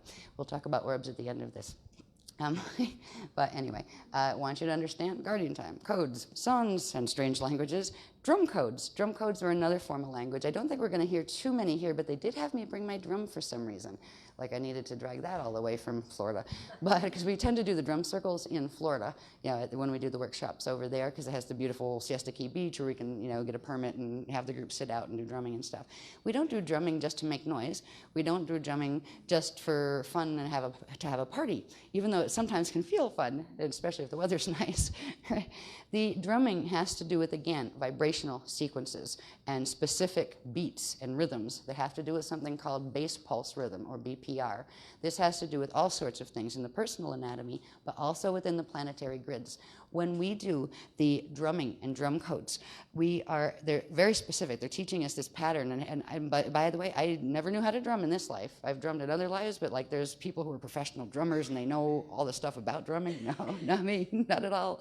What they do is they've given mathematical codes, and they said, and they're very specific. They showed us this whole series of graphs and diagrams that have to do with the structure of probabilities in the cosmic structure and where we are in relation to that, and what numeric sequences go with which probabilities and which one we're trying to line up with so we can move through 2012 without having cataclysmic results that others are trying to have happen on this planet. They've actually helped us learn these drum codes to begin the process of literally beating into the planetary grids, the proper rhythms that will help the BPR of the planetary core, the base pulse rhythm. It will help it to begin picking up the beats that are needed to align with the frequency pulses that are coming with certain future probabilities that we're trying to align with, as opposed to other negative ones. So when you hear drum codes, it is much more than meets the eye. There are some people that fortunately in the group are drummers. They're professional drummers, and thank God they were there, because they were able to, we could do the basic beats, and we taught the group just how to do the basic ones, which sounds kind of interesting. It didn't sound too bad, actually, the first time we did it. But then when you have the people who actually do know how to drum, could move it around a little and still keep the math, it became very, very fascinating. And I don't know if anybody's been drumming. Sometimes at the workshops that, when everybody's like waiting, because I'm upstairs doing diagrams until 10 at night, they'll do like little, drum gatherings and that kind of stuff. They can be really fun. So if you see that occurring, if you're new to workshops, know what it's coming from. It's a lovely way to bring in the frequency, to get the BPR into where it's supposed to be. And there's the ones that combined the songs and the drumming. There's one that actually, I think it's the Song of Freedom it's called. It has its drum code sequences, but it also has the sequences of interesting sounding words that are sung together. These words are not just Anahazi. They use Anahazi as a base, but they also combined the Aquarian language that has to do with the host, the Crystal River host matrix. And there's another one that I think the other language that comes in on that is from Andromeda. So they're starting to blend in the other two languages that are needed to bring in the full spectrum of the Crystal River host into some of the songs they're giving us and some of the word things. In the Song of Freedom, you have the words being sung, and the words are actually the words for numbers, where you're not only drumming the numbers in, but you're actually using the vibrational sequencing with the voice for the numbers. Just like we have, if you say, there's number 1, 2, 3, you can write it in numerals, or you can say it 1, O-N-E, 2, T-W-O, 3, T-H-R-E-E, right? Well, it was the same thing. They gave us the basic translation code for using the numbers, so that's where the Song of Freedom came from. I know people that have been with us for a while know all of these things, but the people who are new, you could probably think we're just a bunch of crazies. Like, what are these people doing? They're drumming and singing weird songs and strange languages and inhaling codes, and they do everything at weird hours at night. I mean, you may still leave feeling that, and if you do, that's okay. If you don't feel that you're comfortable with the information you learn here, or this isn't a place for you, there's no hard feelings. I'm glad you gave it a shot. But please understand that before your conscious rational mind that has never experienced a thing like this before goes jumping to conclusions and thinking like, oh, it might be that or it might be that. Know what it is, what you're seeing. So when you see guardian time, when you see codes, when you see songs, when you see drum codes and strange languages, know that there is a logical explanation for these. You might not have heard that logical explanation yet in the world out there, but they're not working with multidimensional physics techniques that have to do with spirituality and consciousness and ascension. So there is a reason for it, and the people who have been around for a while know that that's there, because piece by piece we've learned those things too. So I just wanted to kind of catch you up with it so you don't think we're all a bunch of nuts. Right? Now, Pause there a second. sure, They're I going have to to reset the pause. sound. Okay. They're Going gonna- to take a minute. Okay, I have to pause here for a second because they're going to reset the sound. What does that mean? Reset the sound. Speaker's not coming through. We're just trying to clear the channels for you. Okay, just clearing the channels there, huh? I don't know. You're just as worried about Huh? that. Try it. Ooh, hello? Is that all right? You want me to keep speaking? Keep speaking about nothing. Right. Can I shoo bop? Shoo bop, shoo bop, bop, shoo bop, bop. Yeah, sound check. Open. Are we all right yet? Open.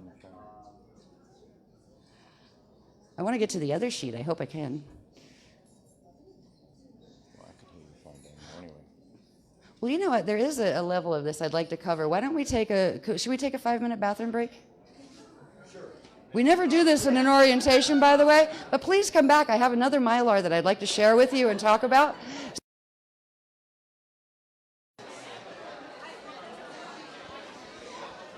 Hello, we're going to try to come back and see if the sound works better. Hey, Jared, are we all right with the sound? Well, I would like to. Can I continue yet? Yeah, why don't you give him the call to come back in, and whatever it's doing, I'll just work with that. Okay. Whatever the sound is doing, I will just work with that unless there's people who really can't hear me. Can you hear me over there? Okay, because that's the side they were worried about. It was like the speaker was kicking out or something. Okay.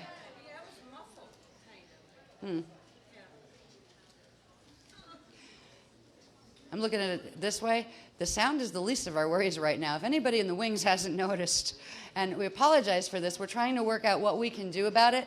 This workshop is a bit bigger than what we usually have. We usually stop at 300 people, and we've fit that in this room before. There are fire codes that specify how we can lay out the seats in a room this size, and we'll get in trouble if we violate them, not to mention, not just get in trouble, but it would be dangerous to people. But right now we're seeing that the wings are having a hard time seeing anything that's on the screen. We're going to try to work with this and see what we can do to fix this by tomorrow night. We'll do our best and work with the situation that we have. We don't have the big fancy expensive equipment that does that, you know how they use in big colleges and stuff where you have a little tiny professor down there that nobody can really see, and they beam him up on screens all over so like 1,000 people can see him and his diagrams. We don't have that set up yet. That's bigger and more expensive than our organization is right now. So we will do our best with what we have here and try to accommodate the people on the wings that are having a hard time seeing the screen. Right now there's not a lot to see. I'm reading, it's just words really to keep me focused on the things I wanted to address as far as the people that are new to the workshop. So you're not missing anything that hasn't been said. I read the topic and then I go verbatim on it myself with the wave and with the beloveds. So for now, you're not going to miss anything, but we will work with this to see the best case scenario that we can do by the time where we get into major program with diagrams and all of that. So we're not ignoring you, and we realize there's an issue with that, and we will do our best to work with that. As far as sound, I guess it's okay now. They tell me they think it's okay, and it seems like nobody's having a problem hearing, so we can go back on. We've never done a break in an orientation before, to my remembrance. Did we ever? No, that's a first. Uh-oh. Does that mean it's going to be a long one? Usually, by the way, for people that are new, usually orientations are quite short. They're about an hour long, where we just come in and we say hello, we welcome you, we give you a bit of a rundown and have a little bit of a chat about some of the things that are happening with the beloveds that we know about, and especially on workshops where they haven't given us an itinerary or a direct subject matter, there's not a lot to talk about. So we just convene for the next session. The sessions aren't like orientations. That's where we actually cover material and do graphs and learn the next dispensation of the information. But tonight, because there are so many new, first workshop persons, that it's a good time to create this little discussion that I would just like you to understand what you might experience in workshops, and not just for the people who are here, for people who might see one of the interviews or whatever and decide, oh, I want to get a package, but I'd like to get the more current stuff as well as the beginner's techniques and things, that they can come in here and those questions will be addressed, and so will the next sheet. Has to do with there are 12 frequently asked questions that just kind of clarify some things, and that would, I think, be helpful to everyone. So I would like to get through these, and it's a good use actually of an orientation, where you actually get more of an orientation than usual, the usual groups that just have the people who've been repeatedly coming. So we've got through explaining some of these things, so if you see them, you know what you're doing. You know what the people are doing who are doing it. They're just not wacky, strung out on something people. They're doing things for a purpose. There's a logical reason for what they are doing, and it has been covered in many other workshops. So it's just the fact that you haven't had the training to understand what is going on, that the people who are doing some of the things you might see, like if they're inhaling codes or doing songs or doing drum beats or running around stomping on the floor and dancing, if you don't have a drum that your hands are playing, you've got feet. And sometimes when we do the big drum circles in Sarasota on the beach, we'll have the drummer contingent. We'll also have the stompers and the clappers, right? Because they're putting the beats in, just like the Native American tribes would do when they were doing their sacred dances and those kind of things. There are certain ways to bring the BPR rhythms, specific ones, right into the planetary grids. And when we work with planetary grids, as we assist frequencies to come in or to stabilize that are coming into the planet, we get a back return of frequency from the planet itself that assists us in our next level of awakening and healing. So it's almost like a love affair with the planet when you begin to work with the planetary grids in this way, where you realize the planet is a living conscious being just like you are, and you realize that both you and the planet share a similar anatomy. Even though your matter form on the outside looks different, the planet is big and round, and you are small and not round. And, so you're obviously different, right? But beyond that, some things come out funny some way. They sometimes come out funny and sound funnier after. Actually, you are big and round, but not in your physical body form.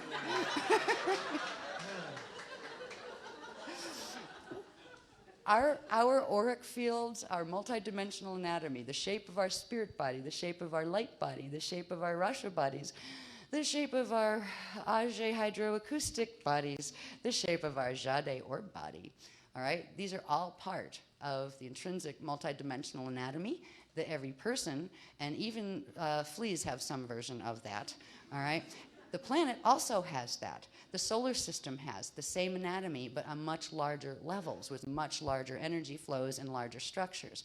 But the base structure of planets, solar systems, galaxies, universes, and cosmoses, plural, is the same shape that we have as our light body, spirit body, anatomy structure. And we are just like the little atom in the middle of that, the little atom made of many, many little atoms that we see when we look in the mirror, or we see when we look down at ourselves. But this is just a tiny portion of ourselves and our consciousness and our body. So the planetary body and our bodies have a similar anatomy structure, even though you can't see it from the outside.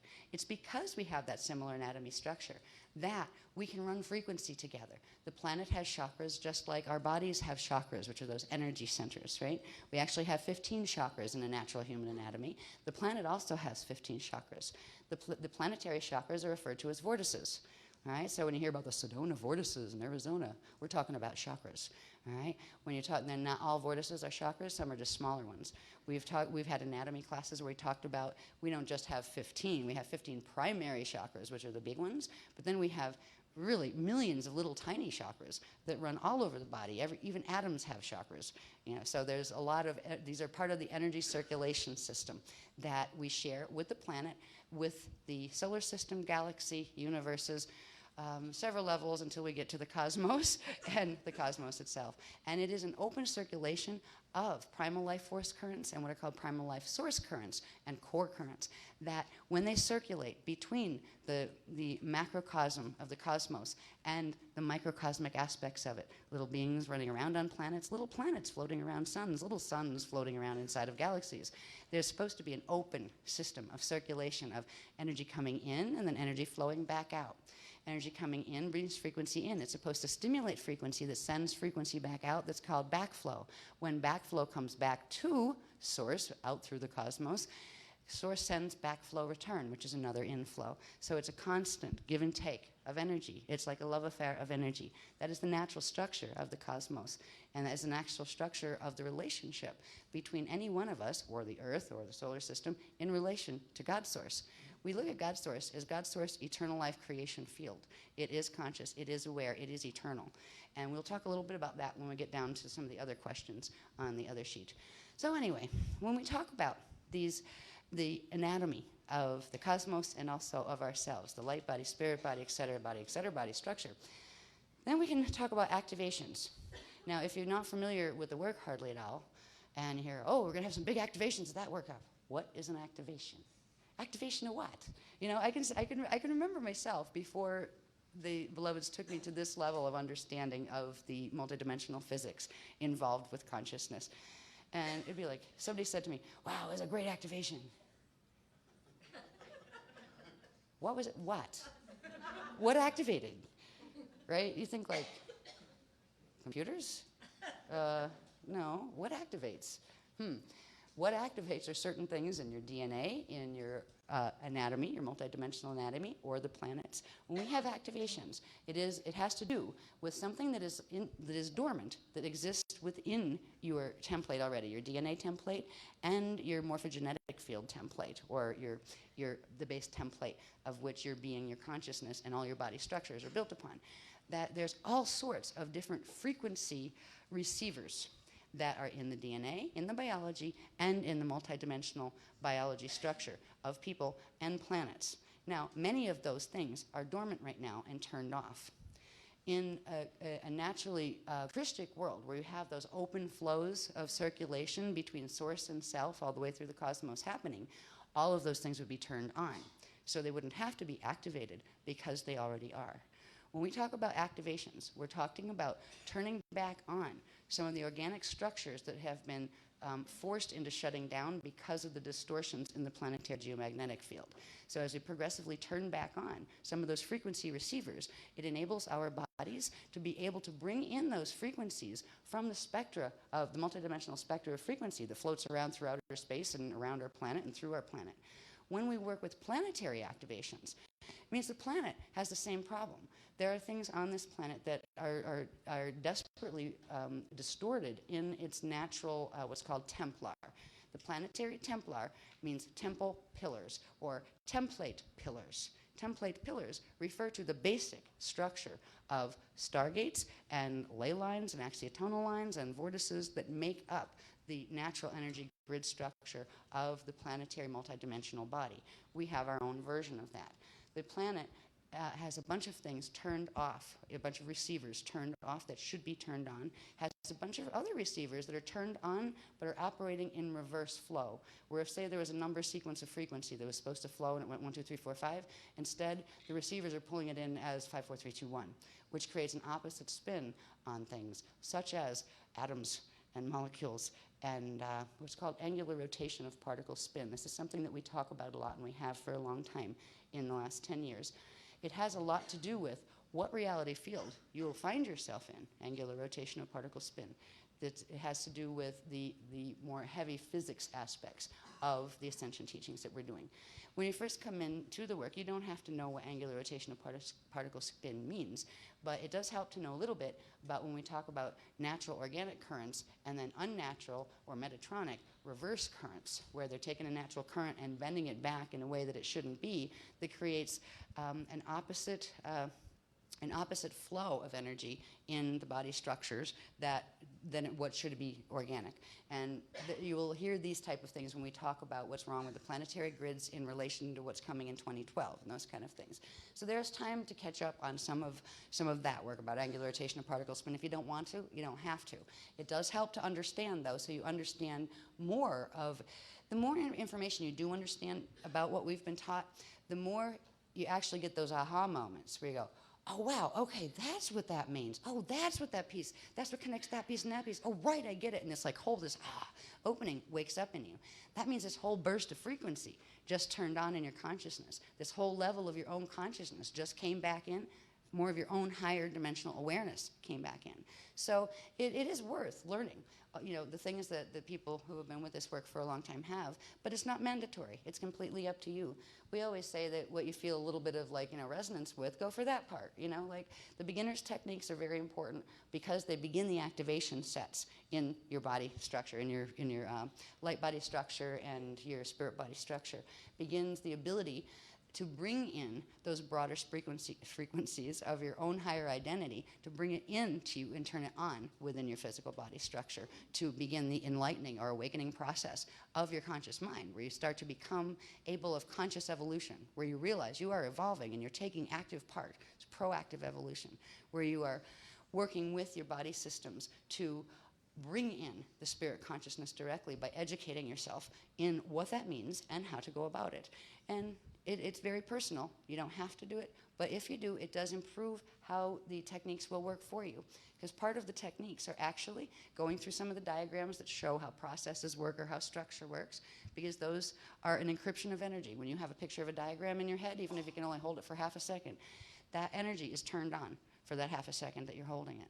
That's why even doing meditations on some of the codes, just, like I think it's the Buddhists that like to do some of the mandala meditations, and they'll draw them and they'll meditate on parts of them. You can do that with the codes too, and they will bring awareness to you, your own awareness. They'll turn more and more of the body of information that goes with the mathematical codes of those codes that are in your field organically. It'll progressively turn them on. So working with the codes is a fast way actually to begin bringing in the frequencies more and more.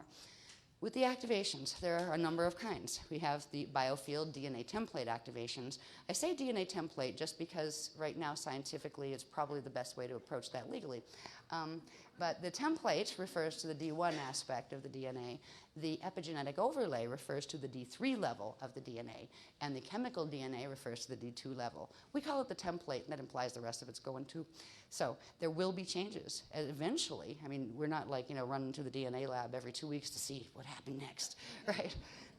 In fact, I wouldn't advise that, because you never know what would happen if the changes were becoming clinically provable. I wonder where they would place that work and what they would do with us and what lab we'd end up kidnapped and put in forever, right? So we use the word DNA template. Biofield, referring to that great structure of multidimensional anatomy that you have, your biofield, your bioenergetic field. Biofield is a quick way to say that. And DNA template activations. And simply the activations are turning back on the receivers for the natural organic flows of multidimensional frequency, so you can turn those levels of consciousness back on in your own conscious self and get your body physically able progressively to bring in the frequencies that you will need if you ever are going to biologically walk through a stargate. Because stargates are interesting. They are energy structures. Stargates are, I don't know if any of you have taken any of the modules that talked about the Cathara grid, the core template. Well, the planet has a core template too. And on the Cathara grid that we've talked about in some of those modules and classes, and if you haven't seen them, they're all right. You can ask just anybody that looks like they've been here for a while. They know what a Cathara grid is, because we started that in 2000. So Cathara grid's basic, simple stuff.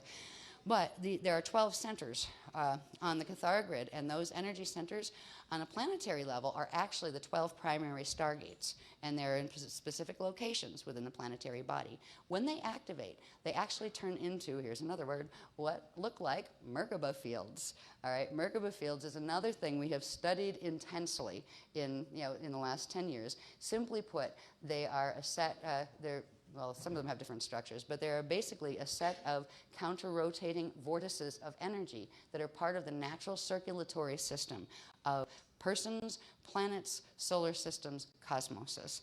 When Merkaba fields are working correctly, they spiral energy in and out in a natural way through the bodies, be it a planetary body, a universal body, or your own body. So we've talked about Merkaba fields. We've talked, excuse me a minute, they're interrupting me. Here we go. You're getting your first, oh, there she goes, yeah. What? All right. They're saying they don't want to keep you here till midnight. When they want to get on, we can talk about the Merkaba fields later. Don't get into it. Okay. I have a feeling that most of the chuckling on that one is coming from the people who have been here for a while and who know why this is probably not a good time to get into Merkaba fields. But if you're coming here as a newcomer and just like from the Camelot interviews or something, you got a good introduction to that, kind of like the hardcore aspect of it really fast, where we talked about Merkaba fields and how they should work and how they shouldn't work. And I'm just going to leave that at that for this discussion and move on. But anyway, activations, can I say that? All right. Activations not only affect the biofields in the DNA, they also affect the functioning of the Merkaba fields and related parts of the multidimensional anatomy. Okay, they just said, okay, now stop with the Merkaba fields. Yeah, they're doing it lovingly. They don't order me to do stuff. I mean, when I have telepathic communication with them, which is different than the data streaming. The data streaming is, like I said, it's kind of like an email, but it's a bit interactive. I can send a question back, and it'll actually answer it back, but it's different than talking with a person, right? Like live. Just like, getting an email where the person's not there anymore, but they might have sent a few things, like if they ask this question, send that answer back, that kind of thing. It's more automated. Where when I do the workshops, when I'm up on stage, there is at least a cluster of the guardians with me, and they usually hang out right around here, and that's when you will see me dialoguing with them, and that's a telepathic conversation, where it's just like, and do I hear them in my head? No. I feel them. I feel the conversation. It's not about hearing. The ears don't hear it. The only time they will turn on a bit of hearing with any of that is when they need me to hear specific sound tones when they're giving some of the music. Then they will, like, literally, it's like, whoa, hearing chorus in my head. And sometimes they'll actually put it outside where they'll hear it through the electricals, like the bathroom fan or the refrigerator hum. They'll actually ride the electrical current with certain songs, and you can actually hear choruses sometimes come out of them. If you ever get this effect, it's not your imagination. The beloveds are using the electrical systems of the planet sometimes, even a motor hum sometimes. And they will sometimes play music for you. Sometimes it's like activation music. Other times it's just to let you know they're there, so you feel comforted or so you feel like you're not alone.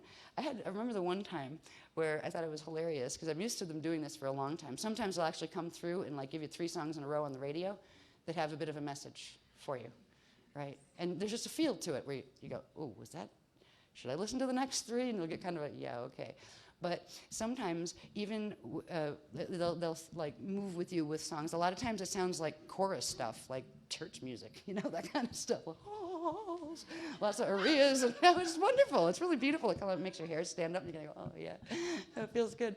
But every once in a while, they'll do something funny, just to let you know they're there and hanging out, and nothing big's happening. They're not like trying to help you with any big activation, and they'll like turn on like the country music channel.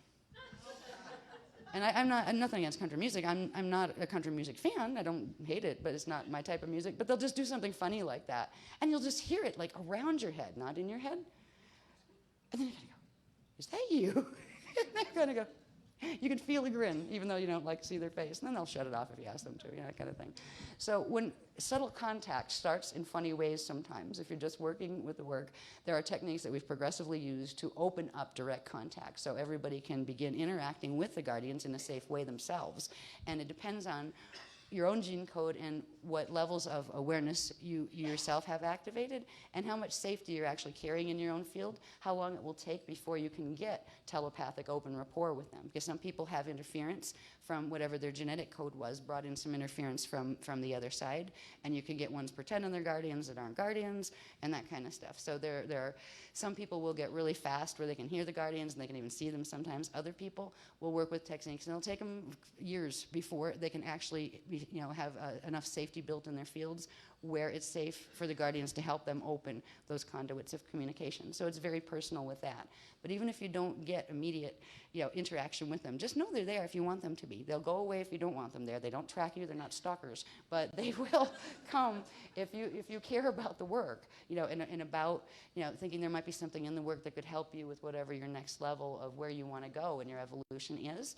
They will listen to your request. They're not judgmental. They're not like, the old priests and nuns that are going to like smack you over the hand for using the wrong hand to draw a picture. They're not coming from that space at all. It is a very loving and gentle type of relationship. They are there. If you would like assistance, they will back off, and you do need to ask them to come. Like, ask and you shall receive, because they won't impose themselves on you, that kind of thing. In the last workshop, we did some interesting things where we upscaled the contact potential a bit by beginning to work with mirrors, which we'll talk about as we move through the workshop things. But for the new people, like, I wouldn't play with mirrors yet if you're just coming into the workshops, because you need to create a safety field in them before it's safe at all to even go there to contact anything, even yourself in the mirror, right? Mirrors are okay to look at and check out your outfit, but as far as like going through them and projecting and things, there are certain ways to do it, and certain ways it's really not advisable, because you can end up entangled in some very bad experiences. So anyway, contact with the guardians comes through, again, progressive activations in your own biofield and Merkaba field, and planetary activations. Now, planetary shield activations, what we refer to as the planetary shield, and this was stuff that we talked about very early on in the Templar manual when they were teaching us the basics of planetary stewardship and what grids were and what vortices were and what stargates were and all of that. And part of the anatomy of the planetary Templar is the planetary shield. That information can be found in the Templar course. Is that what it's just called? They just refer to it on the product list as the Templar course.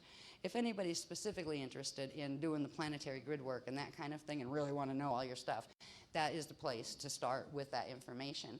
But in simple terms, just like I described a shield here, that when a group assembles, every being in that shield is a unique energy signature of living energy. And when they come together, they form a shield of living energy made of all of the individuals. And that shield actually holds a specific geometric configuration even before you start to work with that consciously.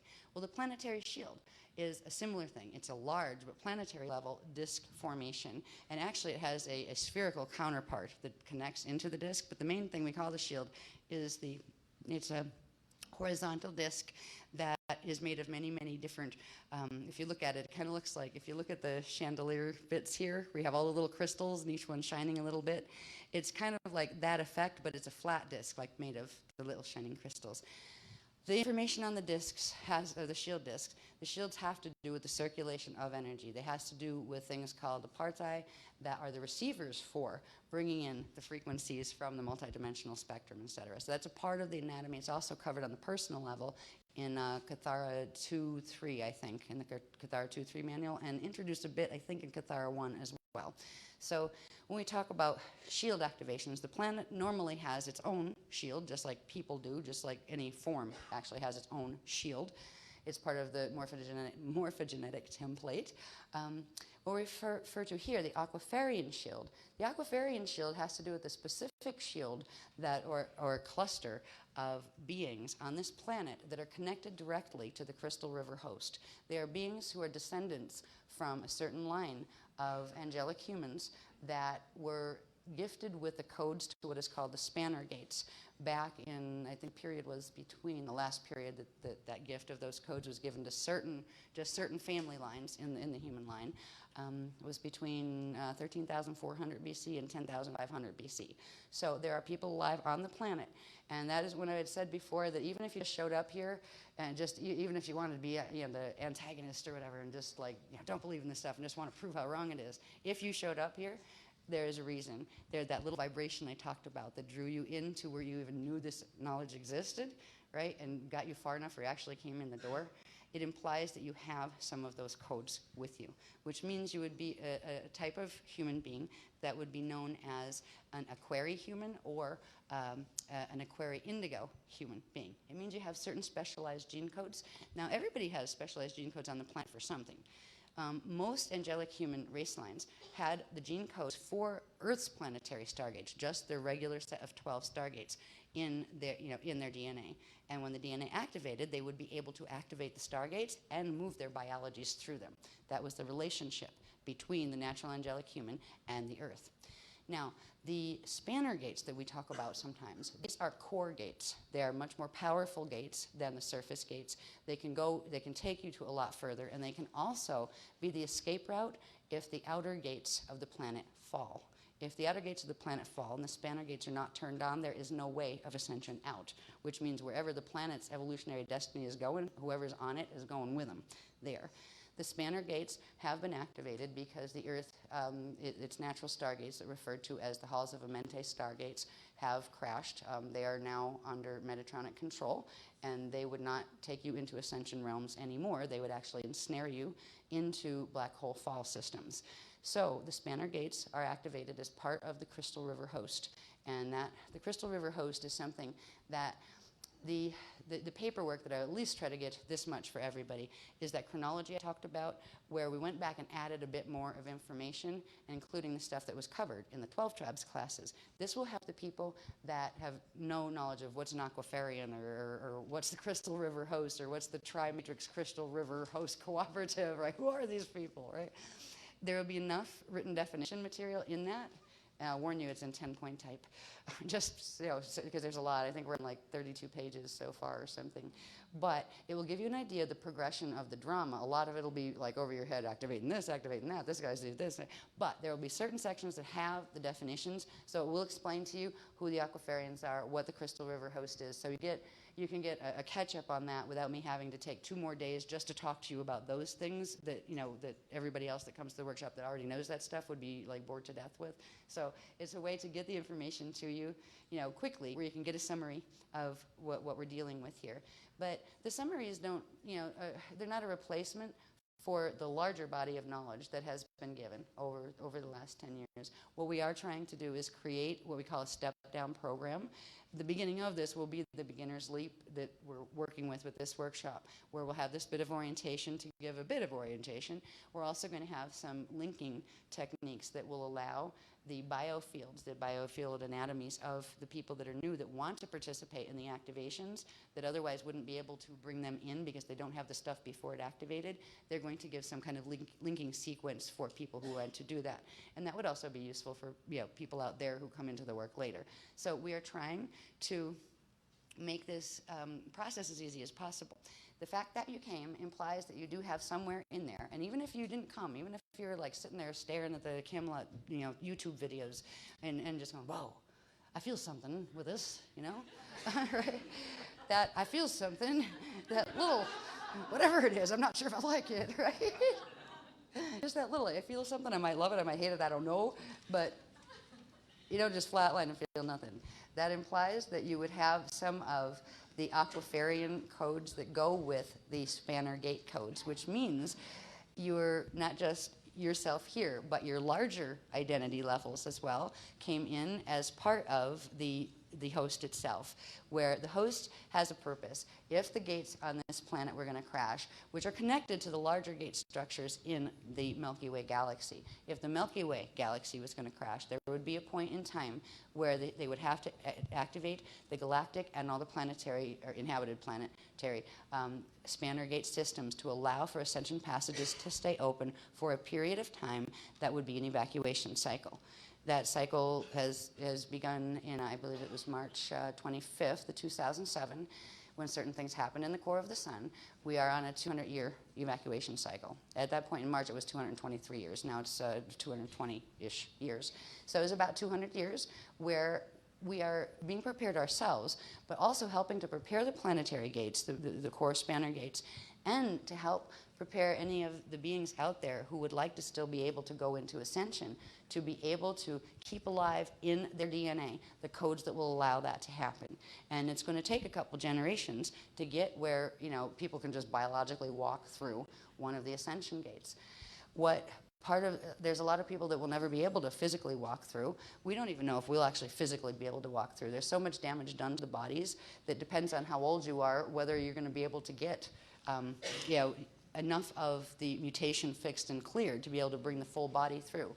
But that's all right as long as if your body was going to go through its death transition. There is a way to do it and there is a way not to do it. There's a way to do it that's called a natural Bardo transition that will allow you to go right into the ascension host once you go through whatever natural process it would be at whatever your organic time of leaving would be. You know, it's not into suicide at all, just so you know. That actually messes up your process, so it's best to don't go there, you know, if you possibly can not. But if you end up as, you know, a person that realizes that either it's just going to be too much work to get all that turned on back in the body and all that healed, that you'd rather just, when the natural time comes, know that you can get out safely. The part of the programs that we have are teaching that as well. It's called Natural Bardo, and there is a process of it. And the one thing you do not want to do is leave a body behind, because that will link you to the space-time location and drag you back into incarnation here. This is some of the things that there's so much trickery going on for the last number of thousands of years about death rites and what you're supposed to do with bodies and things. You know how many people are buried because they think that's going to get them to heaven? There's one of the things that probably would not make us very popular, you know, like me and Jason, very popular with Christians, because they're definitely into burying. The Egyptians wouldn't have liked this either, because they like to mummify. Their cremation was the natural way, actually the natural way of a death transition that is supposed to occur if you have enough of your biology turned on to its natural organic state. You would be able to, once you pulled your spirit up and out of the body, once the body had died, its chakra system would then shut down, and there's a little spark that you as spirit would throw, and it would throw it into that seed atom, and it would actually cause vaporization of the body. You'd take its energy quantum back with you, and it'd leave a little bit of dust behind called Vibhati dust. The Vibhati dust is the little bit of quantum that was actually donated from each parent when the biological conception occurred. The Vibhati cell has to be released from a body for that body to be released from the space-time location in which it was incarnate. So there's a lot of little things that become very important things that we've learned by learning the technicals of the ascension processes. Just simple things like, you know, if your body dies, it's best to cremate it if you can't instantly vaporize it, because at least that turns it back to ash and it releases the Vibhati dust, where the spirit can pull itself back out from that spirit part that's called the Jari that I talked about before. It can release itself from the atoms, and you can go up and out. And if you know how to go up and out, you can aim yourself for ascension and not get caught in the other negative things that are there. So there's a huge amount of information that becomes very, very practical once you see what it's implying, you know, as far as just daily living and those kind of things. We're hoping to eventually do a step-down course that just teaches people the basics. You don't have to be a grid worker to have benefit from this belief system.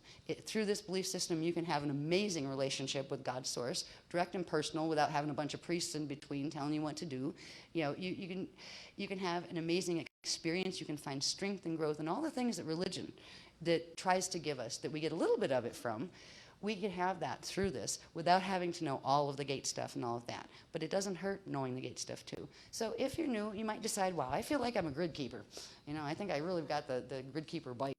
Well, that's always the more intensive course where you do need to learn a lot of the details and that kind of stuff. But you can say, I just feel like, wow, maybe I can make a better connection with myself and my higher self and with source and that kind of stuff. And that's good enough for me. You can do that here too. The activations, there's the word again, that we do with the biofields and the consciousness will work either way. If you participate in a grid activation, even if you don't really know all of what it's doing because you didn't study the Templar manual and all of that, those frequencies that are coming in to assist the planet are also coming in to assist you and turn those levels of frequency and consciousness back on in yourself. So your path of personal spiritual development opens up, whether or not you're, you know, consciously fully schooled in what grid mechanics are and those kind of things. Whenever we do have activations that are about the grid mechanics, you're always welcome to participate, but never obliged to. You know, any techniques that we ever do in the classes, you never ever have to use them. If you don't feel good about it, don't do it. If you feel, well, maybe I'm just not ready, maybe I'll do it another time and, like, you know, get it on a CD or something, you can do that too. There's no pressure to perform or to be one with the techniques or whatever.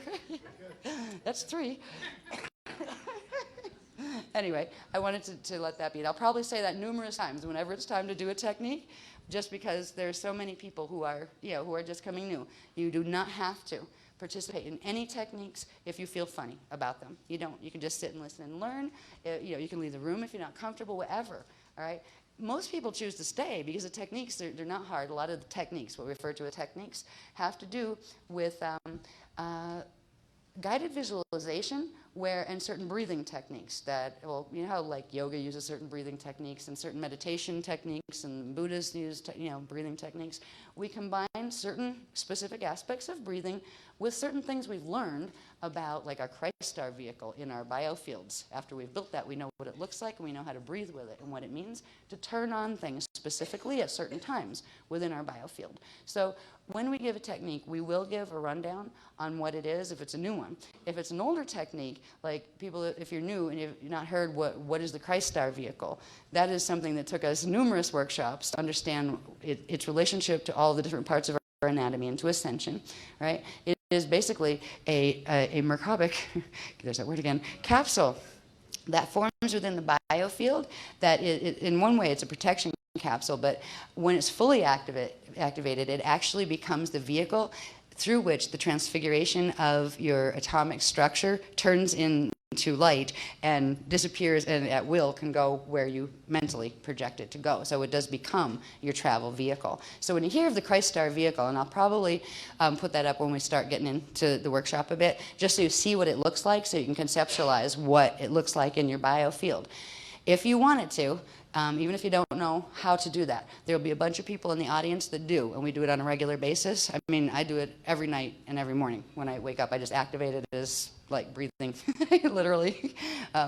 Because there are so many people in the group that do this regularly and know what it is. Even if you don't know what it is, you can just kind of say to yourself or to the guardians, yeah, I'd like to try that. And just listen to the breathing rhythm that they're using, right? And just try to link in with the breathing. Because you're sitting in shield, which means with a bunch of other people who already have those frequencies turned on, at least temporarily, those frequencies will turn on for you if you ask that they do. They will not if you don't say, yes, I want this. They will not activate in you if the permission from you isn't given. But it's kind of like an easy way to pick up the activations, and then later you can learn a bit about what was that, when my Christ-Star vehicle activated and those kind of things. So we have techniques that work like that have to do with specific structures that we learned about and processes and certain types of breathing. There's like lotus breathing with the arcs and all sorts of different types. All of them are important at some point. You don't have to learn all of them. You don't have to know all of them. Usually we get at least one more technique, like something like that, in each workshop because it takes us to the next level of activation. Each workshop brought in the next level of frequency because the frequencies have to be brought back in and turned on in the body in a sequence, in a proper sequence, or they just create disharmonics in the body. That's why some people might have heard of people that like go to India and do some stuff with the chakras and Kundalini activations and have a really bad Kundalini trip and a crash because certain sequences were out of sequence and the body reacts to it badly physically. You don't have those experiences with the frequencies here because each layer of frequency is brought in its natural Christic structure, which means in the structure that the natural universe is created on. So it doesn't assault the body and freak the body out. So you'll have those techniques and the projection journeys, which I absolutely love. A lot of times these come through live, where I will just sit down and the beloveds are with me and they show me, actually. And sometimes I'll run outside first and scribble down because it's almost like getting a really quick roadmap. I'll say, go up here, project over there, turn right over there, do this over there. And they write it down on a napkin really quick, right? And then I'll come back. And I have to kind of like just go into a relaxed state and I will over the mic just literally narrate it, and I'm seeing it as we're going, and they'll take us on journeys, literally. Some of the journeys in the 12 tribes classes were wonderful. They took us to journeys to the Adashi crystal temples, which are on a planet that's similar and connected to Earth, but that is in the M31 Andromeda galaxy. These were some amazing journeys. I think, are we releasing the transcripts in this workshop? Is that the first? Have we released them yet, the transcripts? Huh? No? Okay. We're coming close. I remember asking if we could get them to have them on tables, but I think it was just there's too many pages to get them on for this workshop. But if they're not on the product tables in this workshop, finally, after a couple of years, we're getting ready to release the 12 Tribes transcripts, there's been no time to put this into book form. These are literal verbatim transcripts off of the verbal. These classes were not filmed, but the techniques were recorded. So the 12 tribes transcripts, there's 3 massive binders of them, just so you know. There were 12 classes over a period of like a year and a little bit. And there was 24 people in most of the classes, and we did some serious grid work and learned some amazing things. The activations that are in there, that's where the 12 Tribes journeys will be. Where we started, they started to take us on what are called glide journeys. Glide refers to a specific thing in the bioenergetic fields that is different from slide. Glide is a projection where the body itself, the atoms of the body, are not yet ready to be able to go through transfiguration so they could do a full disappearing and projecting elsewhere. So there's a portion of the consciousness in the body that is ready, that can be taken out in what's called a glide. It's much more, the range of it is much broader than astral projection and any of those things, remote viewing that you might hear about, on the street. So there, we begin the process of gliding, and we use what is called the Rasha body. That's the dark matter template that is behind our matter. So there's a bunch of things that when we get into techniques and the projection journeys, I find it's really worth getting the journeys that were offered in that course, even if you never get through the, I don't know, there must be 1,000 pages in that. There's 3 huge binders. Yeah, and I was amazed when I saw it, and bless the people who translated it for us, like transcribed my audio. I really appreciate that. I don't know if they're in the room, but if you are, thank you, my God. Anyway, so we'll have some projection journeys. Now, not just the journeys that we did in the tribes classes. We've been doing projections ever since. Excuse me. And the glide projections, again, are using a portion of the consciousness that has been transmuted enough, or the light quotient that has been transmuted enough to ride with the Rasha body, dark matter template, and literally move out while you're staying conscious in this body, but traveling to various areas. It wouldn't have helped us very much to be able to do that if all along the beloveds hadn't given us maps as well. We have maps. Oh boy, do we have maps. Maps have to do with the structures, first of all. That's why they heavily taught us structure. What is the cosmic structure? What is a light body structure? What is this? What is that? So we knew the structures we were working with. Once you know the structures, you can start understanding where the Stargate maps are in relation to those. And when you bring it down, we have not only the maps of way up there that science doesn't even know exist, where you have multiple universes all embedded within each other in specific relationships to each other, but coming down toward Earth and toward where we are. We have the maps of the stargates that are on the planet, literally, and we've got the maps, and these are the most precious ones to me, the maps of the planes. All right, just because we're in a 3-dimensional Earth system, there's a multitude of planes running through just this system alone. And there are certain planes that you do not want to get trapped in, and certain planes that are safe planes that can take you up to the next levels in ascension. And this is what we hear the word aurora field floating around a lot with our work. It has to do with these safe zone planes. So we have the maps of the planes. These are used in projection journeys, so we know where we're going to project to, where we're going, what we're trying to not get entangled in for whatever purposes we are having a projection for. So there's a lot to this work. These are some of the things that you may come across in a workshop. You may come across all of those things in any one workshop, or just a few of them, or just one of them. And I'm not sure, we will have these this time. There are activations coming in. There's probably going to be some of those. And I think probably in the off times when we're not doing anything, there's going to be some of the people brought their drums that are going to, and when they do their drumming, even when we're not doing it like as part of a stage thing, it is bringing those frequencies back in, opening the biofields, getting the bass pulse rhythm moving, and starting that symbiotic relationship with the planetary grids, for ascension. So if you see people, hanging out and drumming, you can probably assume they're with our group. And I don't think there's any other drummers hanging out at the hotel. Just ask them if you can just sit in and hang out and just listen, and that kind of thing. So I hope that at least now any of the strange things you might encounter, you have some idea of why they're there, and that there is a logical reason for them, and an explanation for what they're about. We're just not wacky people that do really strange things that make no sense to you. All right, next one, can we do that? Who's changing? Are you changing? Oh yeah, I'll do ordinations. The word ordination. We call them ordinations. They are activations. The ordinations, would you change that? The ordinations they're offered by other ministers, and we call them ministers because in the early days, this was called the Azurite Temple of the Melchizedek Cloister. That was before we had to change the structure from a nonprofit into a regular corporation when we moved to England. The Beloveds asked us to move to England because, what is it? It's 12. It's one of the 12s. It's not Q-Site. Oh, Arc Gate 12. They asked us, we lived in Sarasota before, my husband and I, and and they asked us to move to England, where he is from, in an area that has to do with a place that's called Arkgate 12. And we had moved over there, and we had to change the structure of the corporation because of that move, because there was something to do with the laws, in Europe, or at least in England, that under certain circumstances, if a nonprofit was set up around the work itself, and if for some reason a board of directors tried to push us off, they could actually gain title to the work and take it out from under our control. Yeah, the members could have hijacked literally the right to use the teachings, and they could have changed them and distorted them. And one of the commissions that I have when I first started, and that when Asan got on as speaker 2 in MAC 2, is we have a protection agreement to protect this work as much as possible in the 3D arena from being manipulated and destroyed in ways that it could hurt other people. Where if you took some of the techniques and changed them too severely, they could actually do something else. If somebody got control of the work, they could put right into our Merkaba stuff, like right into, and here, and then just go do this with it, and plug right in the Daisy of Death Merkaba twisted stuff right into it. So the reasons why we do uphold copyrights, we will let people know if they're violating them. We are trying to protect people from what could happen if this work were taken and misused, by forces who are not interested in ascension at all.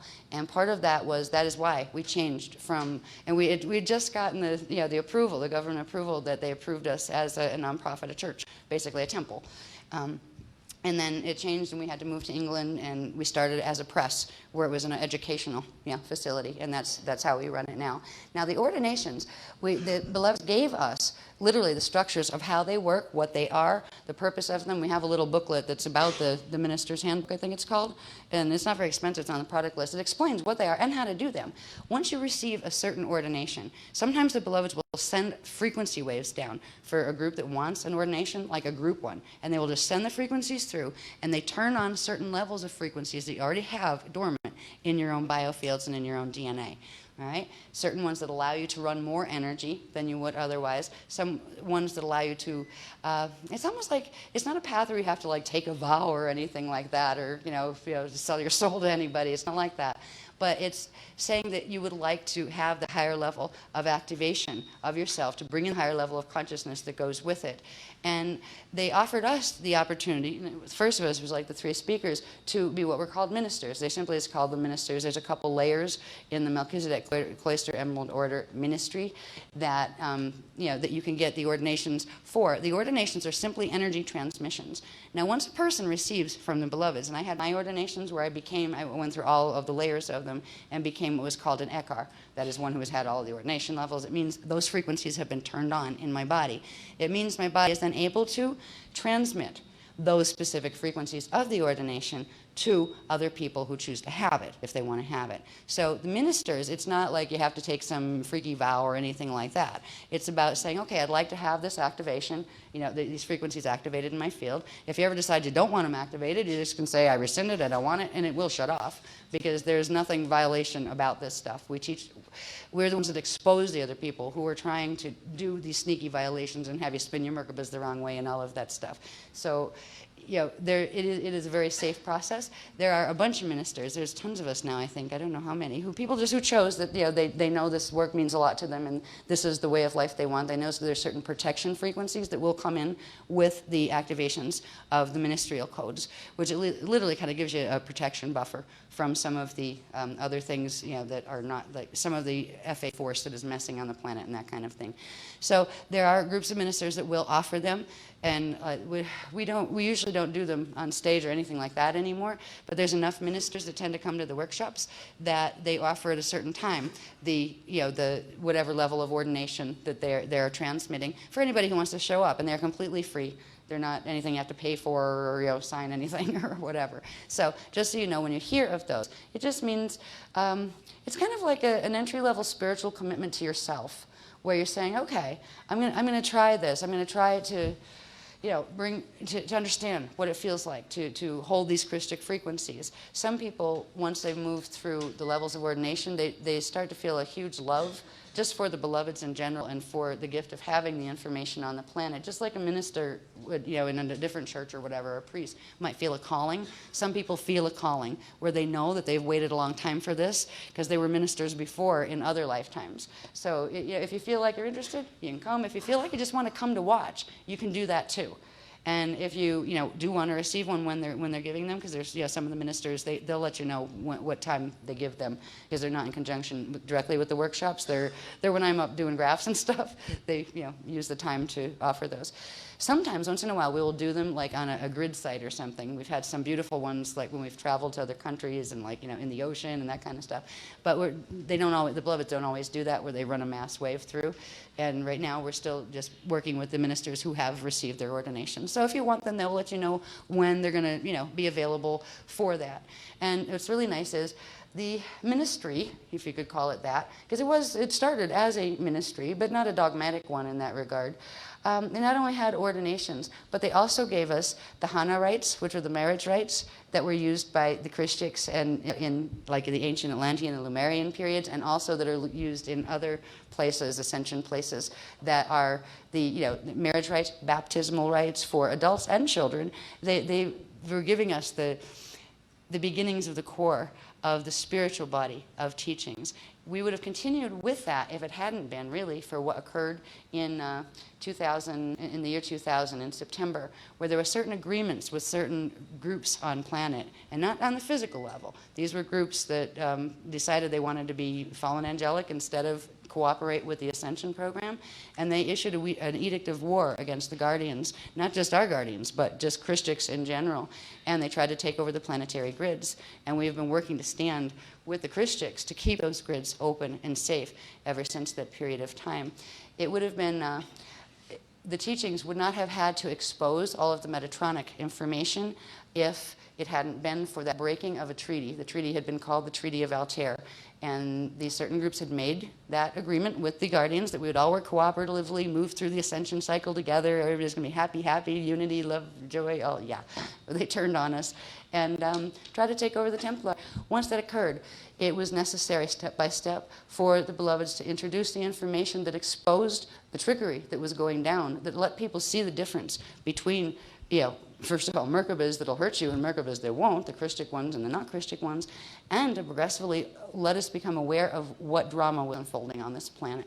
So at that point, there wasn't as much time left to go develop the light, love, joy, happy, fun stuff of, bringing the presence. It's not creating a new spiritual system on the earth. It's reawakening one that used to be the main one in the Atlantean and Lemurian periods. This is just bringing back what was taken away here. So when you hear about ministers and things and the ordinations are frequency transmissions that accelerate the process of your own biofield activations. You're free to take them, you're free not to take them, whatever you want to do with it.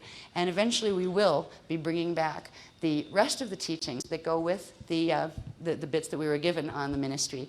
And there's a book that is called the Book of Calais, that before I'm allowed to leave this planet, they tell me, I have an obligation to translate that. That's not going to be yet. First I've got to get through the book that was supposed to be written by the end of summer. That was before, by the way, they told me that we had to move house again. Right? They tell us when we need to move, because we've been progressively moving houses and in order to secure certain grid sites, and then we do stuff that the beloveds asked us to do to change frequency, so we end up renovating stuff, like change the door and move it over there on that grid instead of this one, etc., to change the energy signature of the house or whatever that they had us get. By the time we're done renovating it, it's time to move again. That's what we've been doing this for 6 years now, and it's crazy. You just never the dust never settles and that kind of thing. Anyway, I want to get through these as quick as I can. I will probably come back to these, I think, and answer them in more detail, but because we're going to be here forever, if I go this long on the sheet before, we're going to be here till 3 in the morning. I think I will do this way. These are some very good questions, and they're worth everybody taking a look at and hearing the answers the way the beloveds would like it to be understood. I think I'll just read the questions now, and we will address them when we come in first in the main session tomorrow. We've already been warned that the main session tomorrow, please, yes, will start at 10 p.m. because I have no idea what the program is yet. They're going to give it to me when I wake up in the morning, and that will probably run till 4 or 5 in the morning. Now we do have, there's the grid work day that's on Monday, when some of us, not everybody chose to go because it was an option. Most did though? All right, so we do have like a bus trip on Monday, most of us. So I will try not to keep you up all night on Sunday, so you get some sleep before you have to go on the buses on Monday down to Tucson to see the Biosphere 2. That is a grid work project, by the way, if you haven't figured that out. Yes, we're bringing light, love, and joy to the grids of the Biosphere 2. We'll learn more about that before we go. So I'll just read these questions really quick this time. And then I will answer these in a way that the beloveds would like those answers to be heard as the start of the next session. Now, some frequently asked questions about the MCEO Freedom Teachings. One are, who are the guardians? And these are my little notes to myself. It has to do with the Christ, our eternal life creation cycles and the Yuga charts. All right, that's, if I go back there, I know how to answer that, like how to start that. That is a huge answer. It'll probably, I don't know if I'll have time to do the chart that actually tracks it from the time when the Voyagers books were given to all the mission upgrades and the up steps. They call them council up steps. We've been progressively going through up steps in councils, where if we started at councils that say we're working with just the first 15-dimensional matrix, we've gone way up above in councils that are working in all sorts of larger aspects of cosmic level of creation. So that is best, that's a question I can answer best by going to a particular diagram and those kind of things. So we'll do that. Where did the Freedom Teachings come from? I'll cover that basically, but that's also covered very extensively in the Voyagers books. So you can, if you really want to know the detail on that, the best place to do is read that there. What is the purpose of the teachings? This we will look at, and some of us know some of what that is, but to put it in a nutshell, what is the purpose of these teachings? Now, what are the priorities of them? What is the personal level, what's the planetary level, and what are the priorities? So we'll deal with that. Is this work fear-based? I love this one because that's one of the things they like to throw at us when we put anything out in public. Oh, it's just fear-based. Actually, no, it isn't. We'll talk about that. Why do some people say this work is fear-based? Right, because they're not floating around with pansies up in the sky, that's why. No, joking. So we'll talk about these questions a little bit more. And why should I care about planetary grids, the big picture drama in 2012? Like, why should I give a hoot, right? Well, if there's certain things that if you care about, you probably might want to look at it. So we'll talk about these things a little. If this work is so important to humanity, and this is what I love, and if these teachings are humanity's birthright, which we have said they are, why does your organization charge money for the workshops and products? We will deal with that one. We will explain why we do that one. And by the way, just for short answer, is the work is the birthright of humanity. Right now, they're paying a translator. You're free to pull it out of the ethers if you want to. Good luck with that. And if you do, I suggest buying a lot of whiteout and black pens and paper first, right? For the graphs, all right? But anyway, we'll get into that because that's another thing that, and usually when you have rabble-rousers that like to go try to slander, me, they go after me in order to get people to not look at the work. Because the work, they can't actually touch it. It makes enough sense that whatever they're trying to throw to discredit it, it's very difficult to discredit the work itself. So they go after me. They try to make up stuff about me. They try to make up stuff about the organization. They try to say it's just about money, la-di-da-di-da, just so you don't look at the work and compare it to what else is out there. So anyway, it would be really nice if we could go in and say, hi, Doubletree, we want to bring 300 people in, and we're grid workers, and of course that'll be free, right? And you'll feed us, and they'll give us all rooms to sleep in. Sure, right. Yeah. Or, gee, there's a house over there that's on the grids. The beloveds want to secure those grids. We got to go buy it now. We're going to knock on the door, ask the owners, do you mind moving? God said we need to live here. Yeah, right.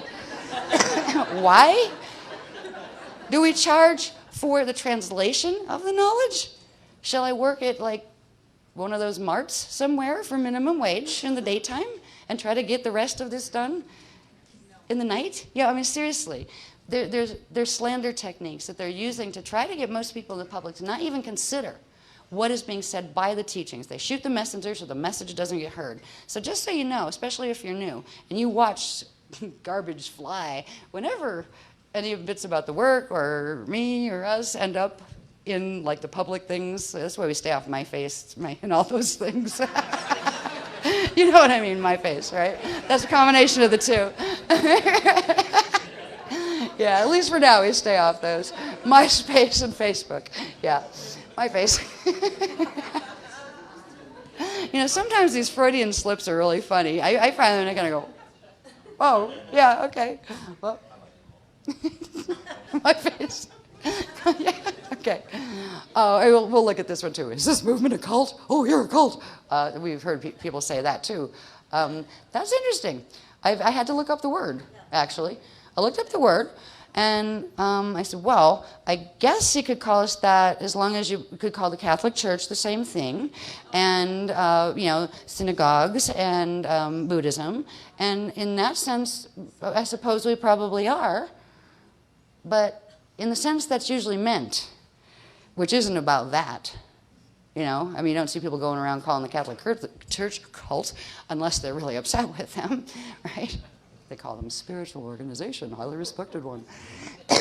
We are a spiritual organization, right? Yes. However, the cult stuff has to do with mind control stuff. It has to do with disempowering people, taking their power away from them, taking money. Sometimes they have to like sign over all their worldly goods and the whole bit and they'll be saved and that kind of stuff. No, we do not fit that at all. In fact, we do the opposite of what cults do. Cults try to disempower people by taking their power away from them and having them project it onto a figure outside of themselves. What we do is give you the teachings back that teach you how to never have to do that again, where you can go directly to source through your own relationship with it at the rate that you want to in the way you want to. So as far as that, I don't believe we qualify. But people still throw slander, whatever. Does it support a belief in science or God? Yes, in both. If God, what God? We'll talk about that because that gets into some of the subject matter that I only know one little word about that has to do with the new information that's going to be brought in with this workshop. And there's one word. I asked them, please, just give me a clue, a hint, just like a little bit about what exactly is the subject matter. And they said a word, Aya. And I went, Aya what?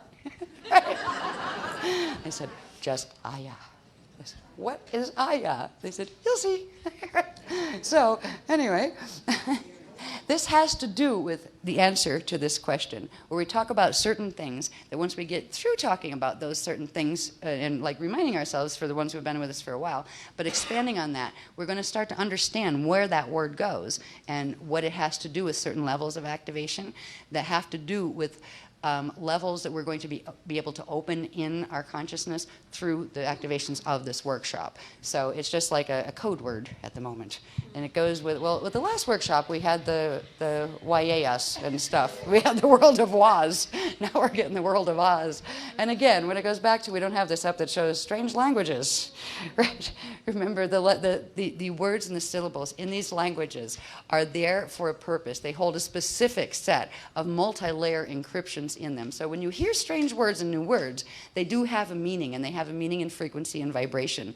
So after a while, if you decide you want to hang out and stay with us and come to workshops and stuff, it gets to be funny because there's this like off in Wah-Wah land, right? And that actually means something once you know what the Land of Wah workshop was about and how we were actually able to project into mirrors and things like that. So anyway, when you hear strange words, just realize there will be an explanation for them. There might already be one out there, and some people might know it and you just don't know it yet, or there might be new ones like the word Aya. So, Aya, tomorrow. Do the GMCO Freedom, I can't talk anymore, I'm getting tired. Do the GAMCO Freedom Teachings break up relationships? This is an interesting one because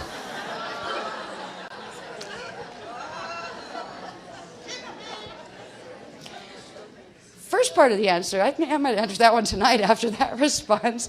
First part of the answer is not intentionally.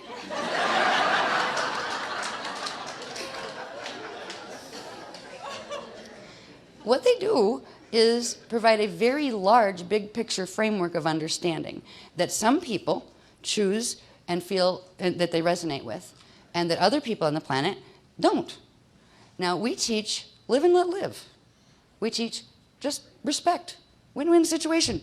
You respect me, I respect you. You believe what you want, I'll believe what I want. If you happen to be in a relationship with a person, it could be your mother, your father, your sister, your brother, your child, your spouse, whatever. Your doctor, your lawyer, your employer, I mean, keep going, right? Your priest, your uncle, whatever. if other people, now what we teach in these workshops is we teach the things that we teach, and then we teach people to, look, you have a right to believe that if you want to, and don't let other people talk you out of it, but you don't go shoving it down their throats either. They don't have to believe this either. They might not have the little thingy in the DNA template that vibrates with the information like yours does, and that's okay. So we basically teach very open-ended with that. If you feel you want to share something with someone, then feel free to. But if you don't, they don't want to hear it, then don't. Just carry on as you were before and focus on the things you have in common, right? Now, if certain people that have a vested interest in controlling whoever they're related to, be it their sister, their brother, their spouse, or whatever, if they are controlling toward that person and they are actually trying to violate that person's right to spiritual choice by forcing their spiritual choices on them, that can interfere with the relationship. But whose fault is that? Is that the work doing it? No. Is it the person in the work doing it? No. Because they're actually being taught to let them be who they are. They don't have to accept this information. Respect them and love them for the parts that you get along with, right? It's the other sides that are saying, no, you can't, no, you shouldn't, no, you have to change, you have to be the way I want you to. Who's forcing what on who here? So if relationships do get a bit strained, it has to do with a control issue that actually a person deciding to stand in the Christic work is saying, I have the right to stand in this work, and I will, and I don't even have to talk to you about it at all, but if they're still getting flack, it's not the work that is separating. The work is exposing a power problem. An imbalance in a relationship where somebody's actually trying to violate the rights of free will choice and spiritual choice of another person by dragging them back into what they thought they were before. Now, sometimes it's because the other persons just feel threatened by it. The person they loved and were part of and they're dependent on is changing. And that can be scary. If they change, they might go away, right? But maybe they won't. If you change with them, if people, just in the general world who don't think about these things much, they just get clingy or demanding and that kind of stuff, which pushes the other person away. They can just realize that if you let a person grow spiritually, let them be who they are. If they want to go to workshops, let them. Don't give them a hard time. Just, if you don't get along with workshop stuff, you don't have to do it. They're not trying to make you do it. If you can, the relationships that can do that, where there's mutual respect, this work gives no problem to that, even if the other party does not want to be a part of the work. It's only relationships that have a hidden power imbalance, where one person is actually trying to control another in a way that is inappropriate, Christically, that it will start just to show that that is happening. So, to answer the question, does it break up relationships? No, the work doesn't. People who try to control other people's spirituality break up relationships. And that is something that it doesn't matter if you decided to be this. If you were Catholic, raised Catholic, your whole family's Catholic, you decide you want to be a Buddhist. Does Buddhism break up relationships? Or did you, because you decided to be one? What if you felt like you were one? It's this kind of thing. So that's why I put that question there, because there's a lot sometimes. If you are in relationships that have this undercurrent of somebody actually trying to control you and often move you around through guilt and that kind of stuff, not overtly controlling you, but quietly controlling you, right, where you have to be what they are. And as soon as you start to be you, they start giving you a hard time, whining, crying, threatening heart attacks, or running away, or whatever. I mean, I have people in my family that kind of go there. Oh, I'm gonna die. Look what you're doing to me. I said, no, I'm not doing that. You're doing that actually right now. So the work will help just in the persons who choose to grow with the ideas here. It will help you find a sense of personal self-sovereignty in yourself that will make you be able to see sometimes the ways you've been manipulated in the past by other beings or organizations, and realize that you have a choice that you don't have to be manipulated that way. So as you find more of your own personal freedom, these are the freedom teachings. They're meant to help you set yourself free. And you decide you want to be free, and you're starting to see, wow, that relationship's manipulating me, isn't it? Maybe I don't want to be in it anymore, right? This is the stuff that the people are actually trying to, even if it's subconscious, because sometimes it's subconscious. The people love you to bits, but they're still playing these games because they actually don't know how to do any better. In your own sovereignty, it could be this, it could be, what if you could go buy your sovereignty down at the nickel and dime store for 15 cents, you came home with it, now you're self-sovereign. Do you think that you have the token, you're self-sovereign? Now that's going to give, even if it was a token that you bought for 15 cents, but if it gave you that power to say, I think I'm going to choose differently because I'm honoring my feelings, and I feel this, and now I'm thinking about it, and I love you very much, but I really don't choose to do what you're asking me to do. Now, is it the 15-cent token that breaks up relationships? No. So the answer to that one is no. And I think it's important because there's a lot of people, one of the things that most people do not see when they're going through this stuff, and we try not to talk about it too much because we don't like to talk too much about the issues of everybody is influenced by invisible things on this planet. You can have the best of persons, but if they haven't worked to protect their biofield and they don't happen to be fortunate enough to come in with a good degree of biofield protection, they are susceptible to being influenced by other things. There are tons of things floating around in the astral that would love to harass you. There are tons of things floating around in the astral that are FAs that do not want the ascension to continue. What they want is to shut down the gates and take control of the Templar. Now, if you're a person who just is getting into the work and you realize, wow, there's freedom here, and this feels right, and I'm going to do this, if you have people in your family that aren't interested, they're like, into other things or whatever, religions or science or whatever. But if they're not doing anything to protect their fields, you don't know what level of susceptibility or vulnerability they have to be messed with. And sometimes, because of the closest thing to you, who's now going on the ascension path and going to help keep gates open, they will actually try to, harass the emotional bodies and the mental bodies of the people closest to you to try to create conflict. Does this work do that? No.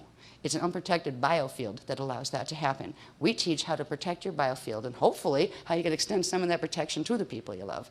So anyway, I shouldn't have to talk about that question too much tomorrow. I figured I'd answer that one tonight. I'll deal with this one tomorrow, though. This is the one that I've heard this with a whiny nasal tone ever since the books first came out, right? Where's the love? But where's the love? It's bloody everywhere in the work. It's everywhere. The whole fact that the work exists on the planet is about love. It's about loving enough to face fears and move past them. It's about loving enough to tell the truth, even if it ticks people off sometimes. It's about loving enough that even if you realize somebody's really, really not going to be nice to you, and you have a whole movement of people out there who would really like to stomp you off the planet, and they're pretending they love you when they don't, right? Really loving them back anyway. There's the love. There's lots more answers to that questions, but this one has been coming through. People who have been with the work for a while, that was like, oh, but where's the love? Or what are we supposed to do? What do they teach in those other New Age things? Oh, let's go off and dance with the fairies. Let's hug and dance with flowers on the ground. What do they bloody teach? Why can they not see and feel the love that is in these teachings? The love is so big that there are people that have the guts to stand up and talk about stuff that nobody wants to hear because they realize how important it is for those people if they want to be free. Where is the love? It's in the ability to bring teachings through, even if it makes you like, well, I'm kind of like the pariah of the New Age movement, just so you know. And whatever, we just became another movement. They don't have a label for it. Because the love is there. All the values the New Age movement was supposed to teach, all the values that the Old Age movements of the traditional religions are supposed to teach, they come together in this work. Where is the love from those other people who keep saying they got the love? I really wonder. But we've been working to actually embody the frequency of the love more and more. I think some of the techniques have something to do with that this time too, where we can become transmitters, just like the Gandhi necklace said, become the changes, be the changes you'd like to see in the world. There's a lot of people whining about where is the love because they see the technicals and they can't deal with it. They see the fact that science and spirituality go together. They know that love and spirituality go together. But they look at science as below them and mental thinking below them. Well, the mental body actually dimensionally is positioned between the physical, emotional, mental body, then the spirit body structures. So if you want to integrate your spirit into your emotional and your physical body, you need to incorporate your mind as well. And you can still have the love. So the love is very much there in a way that is much broader than usually people who do that whiny little thing, there's the love. And it's a particular whine, and I actually know what the whine is. The people who say it that way are actually being influenced by a certain soul group. Oh, you do want me to bring that? Oh, no. Okay. Really quick, the certain soul group that tends to give that encryption behind it that makes it sound nasally and whiny no matter who it's coming from, if they say it. The people who've been with the work a while know who this group is, and they've been causing active harassment since about 2006 or 7. The Thetans.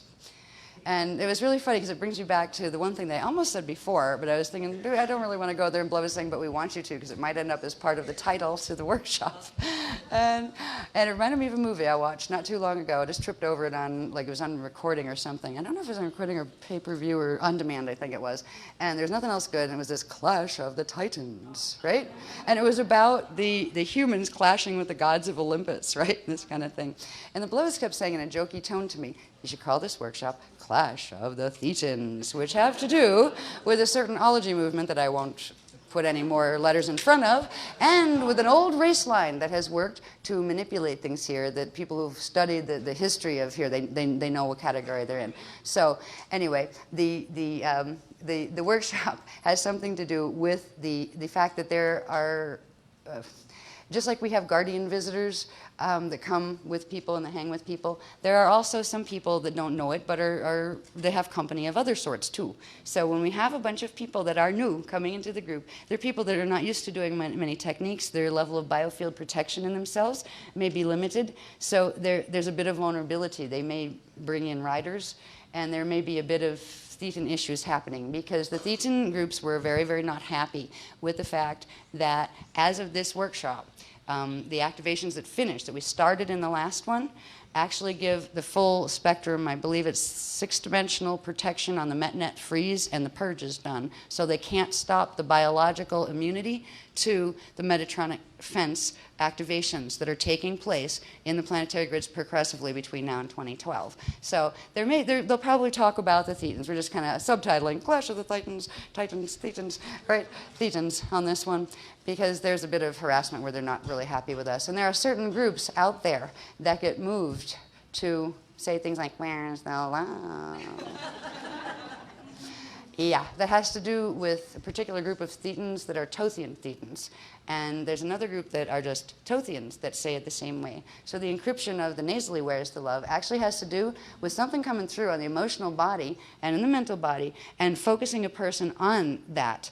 If you really ask them, like it would be a perfectly normal person, but if they're getting moved to be an element of harassment, like to, and shoot the speaker mode or whatever, will get impulses, emotional impulses or mental impulses, to look at things a certain way, even though it has nothing to do with what is actually being done. That's been one of the battle cries of the Thetan and the Tothian groups, is the where is the love, and it's here, and so are they, and we love them too, because we all came from the same place originally, and we are all going back to the same place eventually, which is God's source consciousness field. So, we are taking the path of ascension. That is what these teachings are about. Anybody's absolutely free. We're all given free will choice. You're perfectly willing to take the path of opposite to free will expression, which is the path of opposite to the expression of source will, which was loving kindness cooperation. Source is a loving consciousness field. Gave free will choice across the board. How we use it, Source doesn't judge us.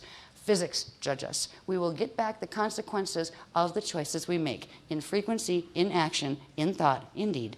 And that is what we teach in these teachings. So the people who are just new, I hope you enjoy this and survive this without going, oi, there's just too much, and God, she talks fast.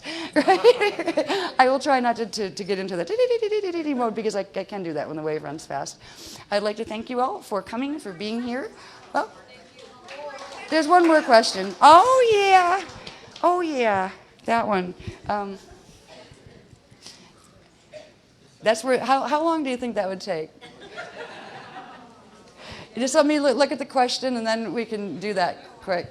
Yeah, can you just, yeah, thank you. What does orb phenomenon have to do with the teachings? That's a very good question. I will answer the question tomorrow, but I will give just a little visual demonstration about what we're referring to as far as orb phenomena. Do what?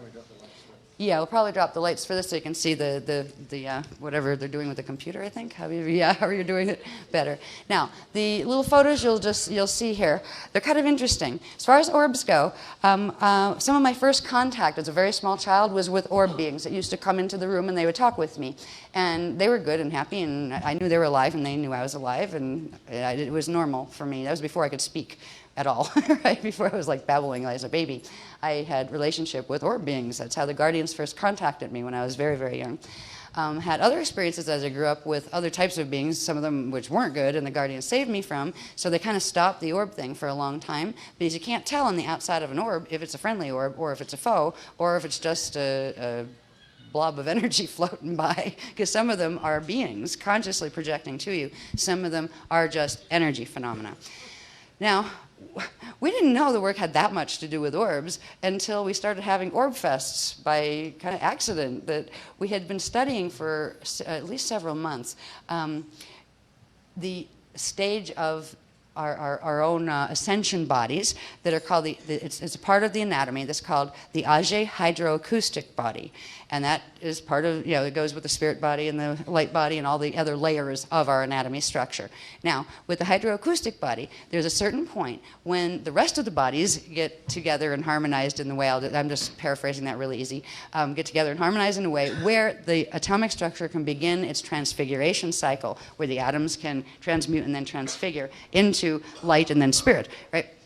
The Ajay hydroacoustic body activates and becomes what is called a Jade body. A Jade body is an orb body, where we literally turn ourselves into orbs of light and move ourselves back and forth and elsewhere. We can also do this before we can fully slide or transfigure in a glide, where you can literally pull a part of your consciousness and a part of your atomic imprint into an orb structure and use the orb body to travel. Now, we were taught how to do these things. We've been going into orb and that kind of stuff. Didn't even think about there's a lot of people that have had experiences with orbs and photos of orbs and all of that kind of thing for years in the New Age movement. Never really thought much about it. I knew that I had contact with orbs when I was, very young, but it was never like we were not orb hunters. Gotta find the orbs. No, we were just not into that. We were taught about what this orbing was about by actually learning about our anatomy and learning how this was a part of our ascension structure. And then they gave us this very interesting set of strange language words that was called the Elemental Orb Command Call. And I'm trying to remember that one. I don't use it a lot because they're there anyway. Yeah. I'm getting it in stereo and syncopation. It's the first syllable that I always... Oh no, we're going way too far. Anyway, the story of the orbs was they gave us this new little technique to use out on the beach, and the first one was at St. Kitts, when we went to the St. Kitts British Virgin Islands to do a certain site work at a gate site there. And we used the technique, which we will play with that tomorrow too, if you'd like. As I haven't remembered, I actually had, there's a lot of things I don't have memorized. I only have memorized the sequence that I use at night and in the morning, just to keep my fields where I need to, because I'm supposed to memorize so much other datum when it comes in to give these workshops. Anything else I can read from a book or like a songbook, I just keep it there, because I honestly don't feel like I have any brain cells left when it comes to memory storage. So there's a lot of people in the group who have that extra memory storage because they're not trying to remember all the facts, and they actually have memorized some of these and they can use them and build quantum with them. Well, we were really surprised because in Kitts, when we first used them, it was like right around sunset, I think, we started it was a Chandra shield, which is a group geometric shield where we're running energy, and we used the new orb call, and had a nice time, a nice meditation. I think we had a journey that was part of that. And then people started just taking pictures when we got up, not because we asked them to bring cameras. Some people had brought their cameras, and they were noticing they were getting orbs in it.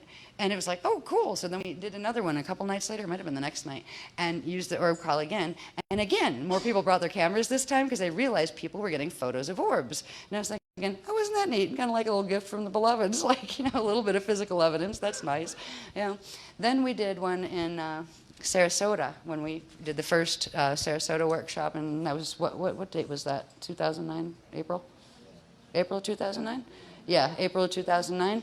And we called that one Orb Fest 3. We had Orb Fest 1 and 2, where what we got were a bunch of photographs. I didn't even take any at St. Kitts. I didn't have my camera with me, and I was too busy doing other stuff like running the meditations live and things.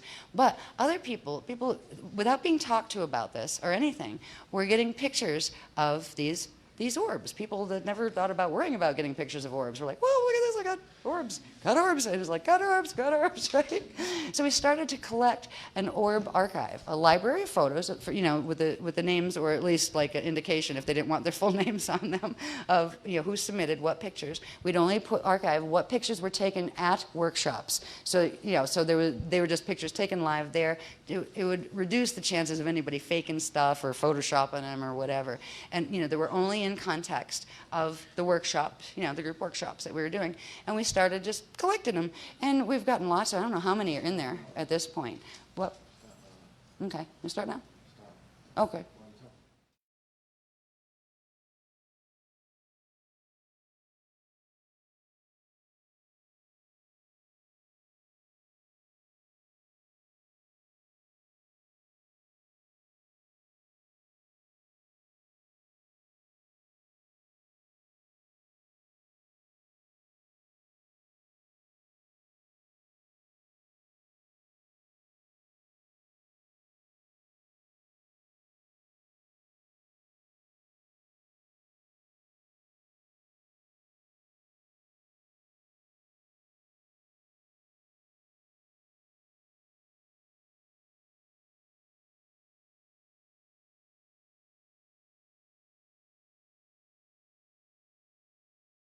The group workshops that we were doing.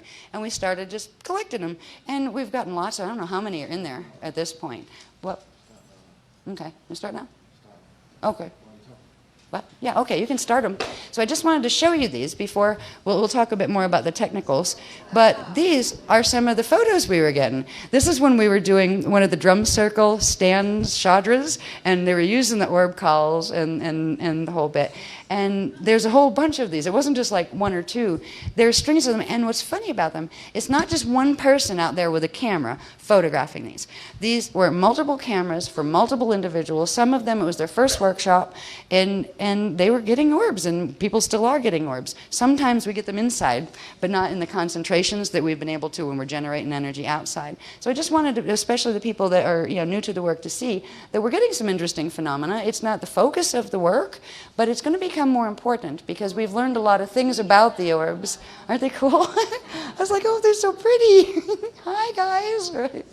And the funny thing is, some people, you can get a little feel that they're present, but you usually can't see them with your eyes. They only show up on the film, which is interesting. And they only show up on certain film. You can have three people standing next to each other pointing in the exact same space. Depending on what's activated and in which person's field, it will depend on whether they get the photos of the orbs or not. Yeah. But we've got, quite a lot of them. This was the biggest one. We just had orb blizzard. We've learned to refer to them as, they're the blizzard kind. The blizzard ones have to do with elemental command. They're actually elemental orb flows, where the larger ones are more likely to be visiting. Like, somebody going into Jade body from another place, projecting down and visiting, where the ones that look like snow, they're conscious too, but they have to do with literally the elemental kingdom and like elements, like you see on your periodic table of elements, the consciousness of them coming in flow. And we're working with orb flows, the elemental orb flows, for healing on the planetary level. But I just wanted to let you see some of these. We haven't published them or anything yet. And they're from, a bunch of different people that were at the workshops. That was in St. Kitts, that one. St. Kitts. I hope you guys can see. Can you see it all over there? I'm hoping you can, because these are worth seeing. Even if you wanted to come and stand in the back, you're welcome to do that. But at some point, this I know is going to have to do. Yeah, there's another one. And so you can see the people. So you have background and stuff that shows you, context. And I was amazed. I was really thrilled because it was at this one that I did bring my camera. And finally, after I was done with the job part, where I'm, doing the meditation, running the meditation on the, on the headsets, I decided, okay, I'll take some. And I was so excited. I got my first orb pictures ever. And there were a lot of the elemental ones with the snow orbs. Yeah. But everybody's been getting tons of pictures, except Ash. So I finally got I got a whole series of them. Where's the one in there? Yeah, there's there. See, the ones inside tend to be more localized, like individuals with somebody hanging with them, kind of thing. Try to get out of the way if I'm on the way over there for people.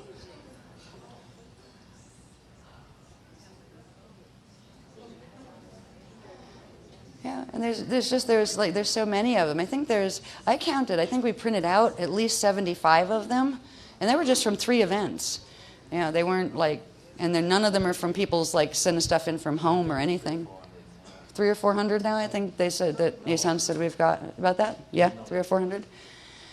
There was one I remember. It was an indoor one that, and this was like after they talked to us about the Christ Star vehicle that is shaped kind of like diamond-like. There's actually a photo inside of an orb, a colored orb that was shaped like a Christ Star vehicle, which was really cool. I don't know if that's in this series or not. I have a printout copy of it somewhere. I don't think I've seen all of these. I've seen some. Ooh, I've got somebody up over our heads there.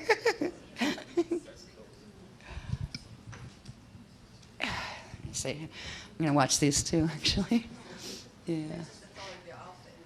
Yeah, it does. Yeah. So is that the end of them? No? Or we still have more? Oh, that's the sequence? Yeah. Yeah.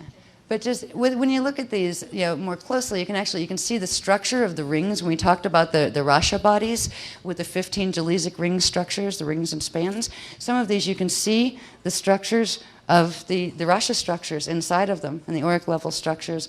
So it was quite an amazing demonstration for us of the things that we had been being taught for quite a while about anatomy, about our own ability to go into orb. All of a sudden we were getting demonstrations by using the specific tones that would actually call them in.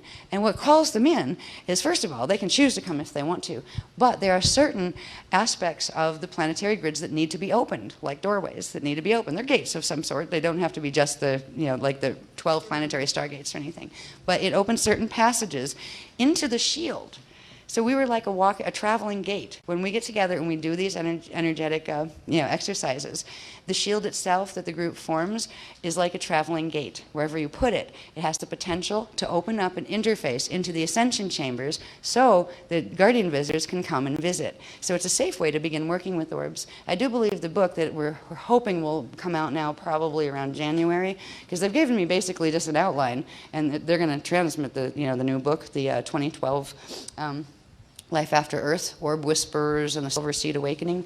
Orbs are going to become, I think, more significant in contact, and I'm not sure what they mean with that yet, but this was just like a little sampling of some of the things we have to look forward to. Because sometimes when orbs fully come in, they could actually expand out, get as big as you are, or bigger, and then they kind of rotate, and I've seen them do this, and turn into a pillar.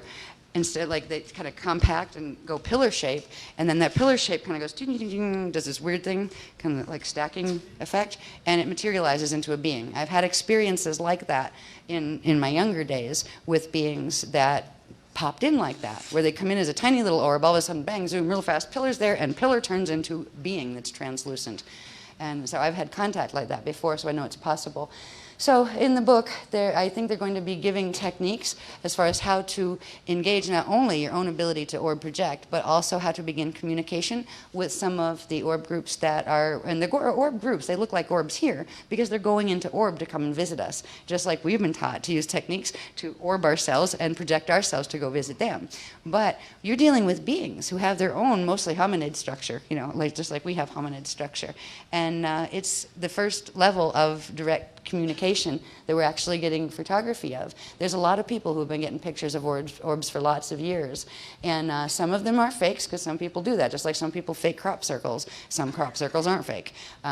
These we had no reason to fake. It was just a surprise, and anybody at these workshops can tell you that's what was happening. It's like, whoa, all of a sudden people are running around with cameras going, look, I got orbs. Right? So just wanted to share that with you, especially with the people. I don't think we've ever put them up this way, have we? For the main group? Only once? Once before. Yeah, so it's nice for everybody to see them. I know, I've always wondered that too. Why can't we see them with our eyes, but the camera can see them? I haven't got the answer fully to that. There's a bit of technicals, and it has to do with light bending and the frequency of the eyes themselves and what they're able to pick up. But anyway, so I just wanted to share with you some of the things that it means to be part of our workshops. I'm glad that everybody that's been coming for a long time is still here, and we're very glad to have the people who it's your first workshop. We hope you enjoy it and decide you found a bit of spiritual family. So see you tomorrow, 10 p.m.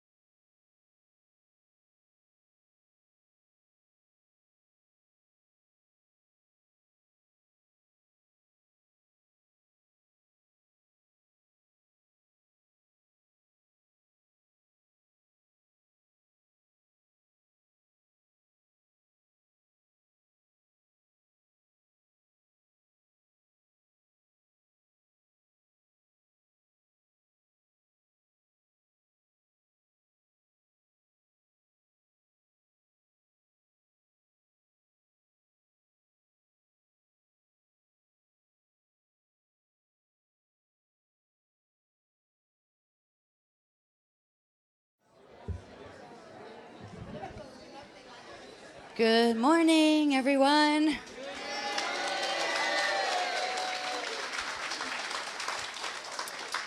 Thank you for your patience, and for people who it's your first workshop, thank you doubly for your patience because you haven't got used to this yet. I'm glad it looks like most people survived and are still here because, well, we just have a few graphs to go through tonight. I think like 49, and one of the things that they wanted me to do before they even gave me sequence was to, let me see if I can find the paper copy of it. Because we have to have things, especially when there's this many people, that's huge printing runs at Kinko's. We had to get this 36-page thing done. So that will be in your handbook, and that has to go out early in the morning. And this little thingy is the Contemporary Drama, GAMCO, Mission Upgrades, and Freedom Teachings Chronology, 1998 to 2010, with the density accretion cycles, leap years, etc. Now, it also has definitions for all of the things that are the most important things in the 12 tribes classes, and also in the sliders classes to date. So it doesn't have the full analysis going all the way back to 1999 of workshop content, but I think I have only missed 2 up to the beginning of 2007, which is pretty good. By tomorrow, they're probably going to show me which sets of techniques are going to be needed for the beginner's leap linking host. So that's why they wanted this, and they also wanted, it's a very good, really quick primer for people who have forgotten because they've been with us so long, and also for people who are just coming on board. Some of the terms that are used, what they refer to, what they mean, especially when we get into things like the Aquiline Sun Buffer Field. What is that? You know, those kind of things. So there's enough definition in there where it'll give you the idea of what we're talking about. Then once we got finished with that, they wanted us to go on to program for tonight. Now it's really funny because I was thinking when they had said that they wanted to let Sliders 8 be open to, to newcomers if they wanted to come in, like even from the Camelot project, or Project Camelot interviews and things. And I was thinking, oh boy, okay, but how are we going to do this? Because you're going to have one group of people that knows hardly anything at all about the work or the words or anything. Then you're going to have another group of people that are really, really up on what it means, so they know what the information is, why it's important, and the significance of it. What's really interesting is when they've showed me what we are going to be doing through this workshop period, it's an amazing blend wave, and we've talked about blend wave before, the CRIST blend wave, where the way they want to work the program is it will bring the people that are just coming in right up into the level where they can take the activations with us and understand enough about what that means so they can perhaps get the significance. Because the significance, I think, will probably be mostly understood and most felt by the people who have been with us for quite a while. So it's not like just everything's catered to the beginners, program here. There's something amazing that is happening with this particular program. It's something we've been waiting for, actually working toward all along, and that's why they had it on a security clearance. So it's a celebration for the old timers that have been around for a long time and have been working really hard with the activations and all of that and with the grid work. And it's also nice that the newcomers can come in and join us in that celebration with at least a rudimentary understanding of the potential significance of what it means. And even if you don't fully grasp the whole thing of what it means, you will be able to participate in the techniques and the activations if you choose. And that will allow you to have a level of protection in your field that will be very, very new to you. And what's nice about the way they are working this program is before, as we progressively worked with the Christic frequencies going higher, higher, and higher in the dimensional spectra, if people would come in new at certain levels, it could give them a bit of a problem if they had field problems. If they had, say if they had something hanging in their fields that was on the FA team and they didn't know it, then they'd start running Christic techniques, and there would be a clash, or literally a clash of interest between the thing in the field that was trying to control the person and that they didn't know was there, and the Christic frequencies the person was consciously choosing to bring in. What is really nice about the frequency spectra that we are able to finally open now is that won't happen. If there are people that have come in that might not realize they have things in their field that they would prefer not there if they were given a choice, there won't be the clash of frequencies in regard to those, because there is a certain level of the Christic frequency spectra that goes beyond just the Christic, and it accompanies, it includes everything. So it can harmonize with the worst of an FA frequency just as much as it can harmonize with the highest of a Christic frequency. And this is a new place, a new space that we've been progressively, pardon me, I'm just a little bit tired, progressively working up the dimensional spectrum until we could get to. And I'll start with the Mylars first, because there's a whole bunch of new words again. And just remember, the people that are new, when you see funny words, and we've been working with words all along, we need a dictionary. Seriously, we have one, thanks to a person in the group that actually made a dictionary, and we need to keep adding to it.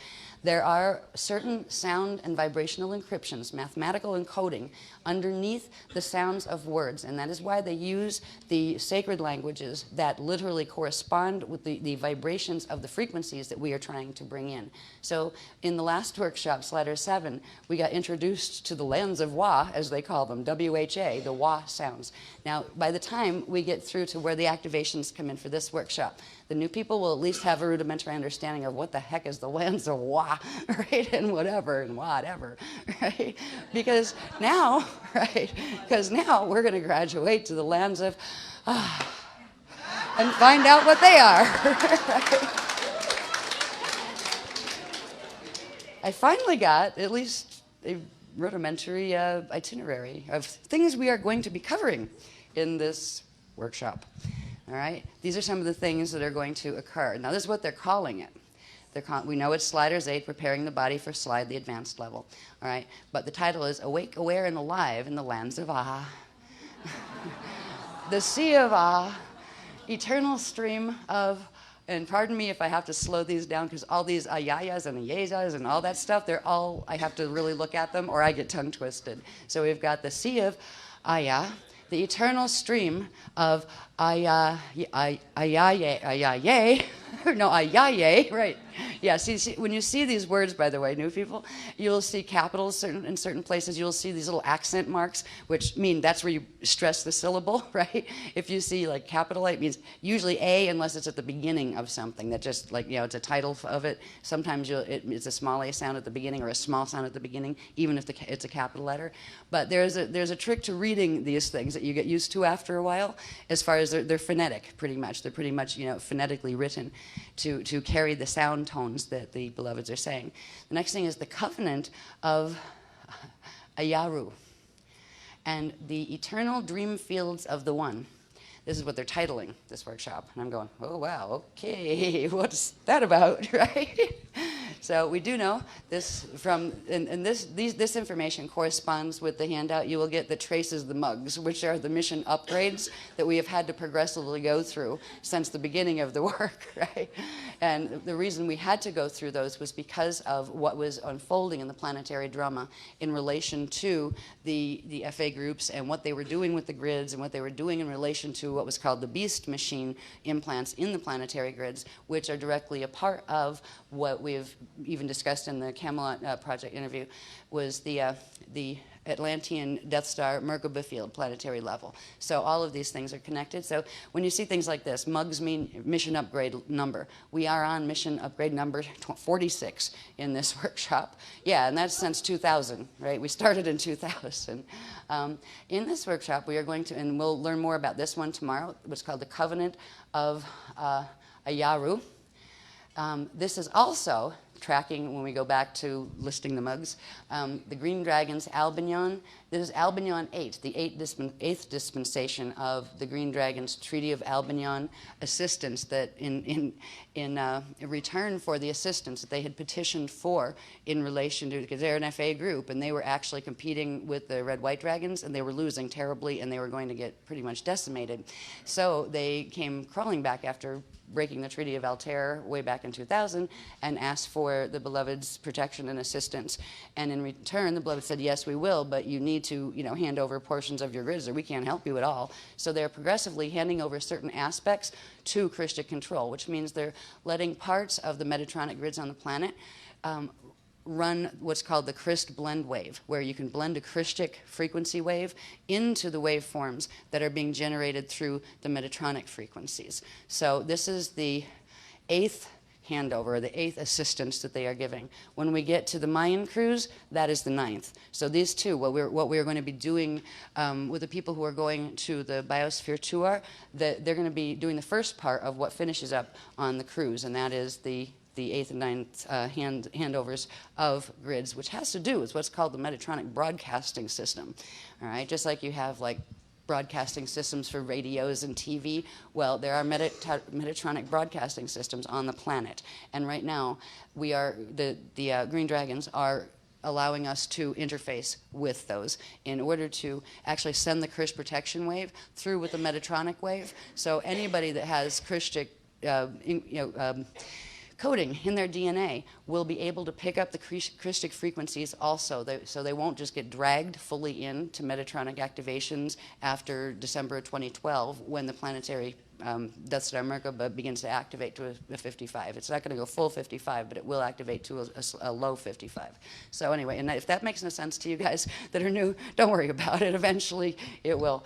But I'm kind of like talking to the people who know all this stuff and the people who don't simultaneously. So there'll be parts when I'm talking directly more so to the people who are not familiar, and the people who are will realize I'm doing that, and vice versa. So if you feel like you're getting totally lost, people that are new, just let that be okay. Know I'm basically aiming that at the other part of the audience that knows all the technicals, so don't worry about it. If you ever want to find out, the technicals are there in amazing detail, actually. The detail that this work has been progressively given to us in just amazes me. And if it wasn't for that, I might have doubted myself in relation to it or any of that. But when you see the detail in this paradigm and how amazingly huge it is, it's just a no-brainer. There is nothing like it on the planet.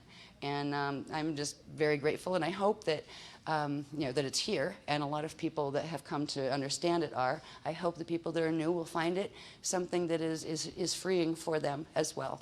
So anyway, we'll get back to this. Now, what is occurring now, because of the activations that have been going on before, and this is something that the new people will be able to have a benefit from, but it's something that the people who've been with us for a while have been progressively working toward.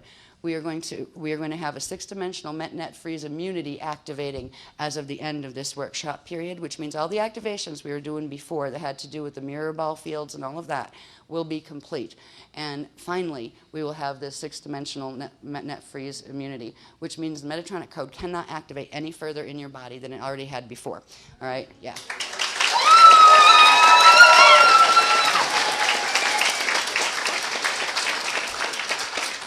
And it also means that 4-month purge cycle is done. Yeah. I don't know what it was like for any of you, but I know what it was like for us, and I wouldn't want to go there again. Okay, so we'll be talking more about those technical things more in tomorrow's session, or tomorrow, whenever, today's session, this evening's session, because it's already Sunday, right? So the next session, we will be dealing more with just covering that. It's also explained more, quite clearly in the, especially for people who know the terminology in the handout. As long as Kinko's cooperates, that you will get those 36 pages. It does explain what they were and all of that. So I might not have to go over it, verbally in the workshop. It's there for the reading. But what this allows for is something new that is called enabling initiation of building the dream fields of the One. And it was really fun. When they started to just give me pieces of the transmission, they started to say to me, "If you build it, they will come." Right? Like the Field of Dreams, right, movie. And I'm thinking, what, baseball fields? And they're saying, not exactly. So we're going to find out more about that. We'll probably touch on it a bit tonight. We'll probably learn more specifics about the dream fields of the One, and when we go into the next session's information. This is GA Upstep 11. All right, now upsteps, for the people who might not know, are when we have a council upstep, where, say, if you're working with a council from, I'll just use simple analogy. These aren't the dimensional numbers, but just say if you were working before with a council from D2, you'd upstep to the next council that knows more and has more frequency, et cetera, that would be, say, on D3, et cetera, et cetera, et cetera, all the way up the scale. But the scale is much more than just 15 dimensions. It goes into Vekas, Ekas, Vekas, Akashas, Akasha Ayas, et cetera, et cetera. And those are something you probably have no idea what they are unless you maybe had taken the module that was offered, which I hope you did, because it will make it easier to understand. But we'll cover that briefly as we move through to get to the end place where we need to get to tonight, which is all of us together having an understanding of what is the Aya exactly, right? And the other words that go with it. So we will find that out by the end of the graph sequence. Now, the upstep here is we're going to the Crystal River Eternal Councils of Ayaru Cosmea, of the Cosmic Christ Star Master Councils. Now, this is going to have something to do with graphs that we're going to get tomorrow that have to do with showing, we've already, the people who've worked with us for a long time, already understand the basics of cosmic structure and what a cosmic matrix looks like.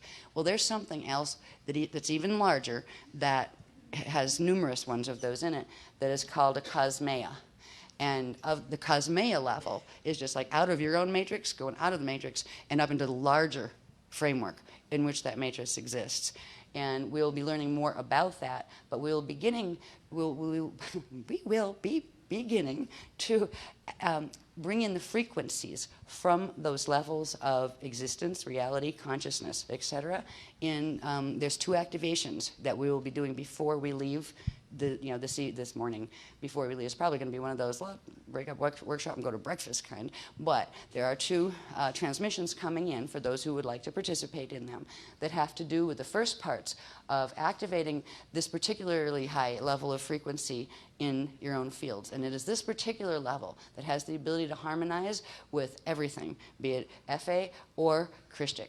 So we will learn a bit more about what is that, what does it have to do with the ayahs and all of that. Let's see. We are going to get Aquafarian Shield, that's our shield, another upgrade from what we had the last time. In Slider 7 we got an upgrade on Shield 2, which means for the people who aren't familiar with this, when we get an Aquafarian Shield upgrade, it means the group shield actually gets an infusion of frequencies from the beloveds, from the next level, whatever the next level up is, that begins the activation in the shield and in your personal shields and biofields of those next level of frequencies. And it has to do with also what councils will start coming online with you or guiding you and working with you. And whenever we do an upstep or upgrade, it's not as if we get rid of the councils that were below. It's we add one above them, and we have the whole stream of frequency open between all of the councils. So every council from the ones we started with, which were like Elohai Elohim, when we first started getting the information, progressively the councils that are above them came online, and the ones above them came online. So this is what it means when we get a shield upgrade. They're turning on the codes in the Aquafarian Shield, which means the persons attached to the Aquafarian Shield will begin the process of getting those codes turned on in their DNA and their biofields. So they will be able to start a communicative relationship, or at least a subtle relationship. If you don't have the communication open yet, you will know that they are there and they can hear you and assist you if you require, if you desire that assistance. Now, what we did last time was we did an upgrade to the Tri-Universal, and that means 3 Akasha matrices, Tri-Universal Mashayahana Master Councils of the Crystal River Host, which were the Wayas Adashi Adept Councils. Now, Adashi Adepts are the ones who have also already gone through the Christ Star transition into full eternal life Christed bodies, where they don't die anymore or any of that kind of thing. They don't bardo. They're in those cycles that we refer to as the Adashi return cycles. And we are still in the end cycle, the Kali Yuga cycle of the expansion going out from source cycles. And at the end of the Kali Yuga cycle, there is a turnaround that is supposed to happen to bring you back into the Adashi return cycles, where you progressively still expand, but expand back inward to source. So you go back into where you came from, which is the God source consciousness field. So anyway, this was our last shield upgrade, where these codes were turned on so we could open communicative relationships with these councils. And now we are going to be invited And this is funny because I have to talk with the 3 apprentices who have been identified since 2006 and have been working with us quietly. They have reached a point of what you could call graduation, because there's a period of life tests that they need to go through that they don't know they're going through, that just are part of the contracts. And when they've reached a certain level of where the beloveds feel that they have sufficiently, passed those tests where they can hold the next level of frequency, then there's supposed to be a little kind of swearing in ceremony where they're, asked again if they want to hold it. I have to talk to them personally first to see if they want to do that privately or if they would prefer to have their identities known, to the group. That's up to them. But we're all being invited to become apprentices, to have apprenticeship commissions. Now, whatever level of minister you have already, that is still yours. As far as our membership in the Mashayahana councils, that is still ours. We're being invited as apprentices to these councils, which are the councils of the Ayaru Cosmea. I have to pronounce these things, Ayaru Cosmea, and they are the ones of the cosmic Christ our Master councils that are beyond and out of the matrix. So that is a huge honor, and just the gratitude level that I felt when that came through. I was very excited for us all. And what's really nice is that isn't something that the people that are new are being excluded from. If they would like to be a part of that, they are welcome to be a part of that, even though they haven't gone through yet the other layers of activation in the biofields and the other clearing layers. It will assist in that process and expediting that process if they choose to. If the people who are new don't want to because they're not sure about it yet or anything, that's fine too. You don't have to, and the activations will only come to you and activate within you if you give conscious permission. So it's nothing that you have to worry about. But for us, for the people who've been working really, really hard for a lot of years with this is really exciting. It's like finally crossing the finish line, where there has to be an end to the race somewhere, where you just kind of go, I'm home, yeah, yeah. Excuse me. Okay, so these are the basic things. Probably by the time this workshop is over, this whole page could be filled with things that are going to occur and that we're going to learn. But this is the basics for now that they'd like to understand that we're going to move through. Next one, please. And this is just a little teaser, because this is going to actually is page 41 in the graph series. But I just want for the people, especially for the people who are sliders 8, they've already done the other sliders bit before. These are some of the things we're going to learn about, which is, okay, they're calling them the infinite eternal lands of Ah. Right? All right. One, we're going to learn about something called the Aya, equals the Sea of Dreams. The living, infinite, eternal, God source consciousness field equals the unutterable one. It actually, there is no word for it. There is not a name of God. God has many names and no names. It is a place that's beyond even vibration. And you would need vibration to have a name imprint, right? So this is what is called the Aya, all right? The Aya, actually, yeah, Aya. So when we heard that, and that's the word they were saying to me, that one clue they gave me for the last week or so, what the workshop was about, Aya. Aya, aha, okay, right.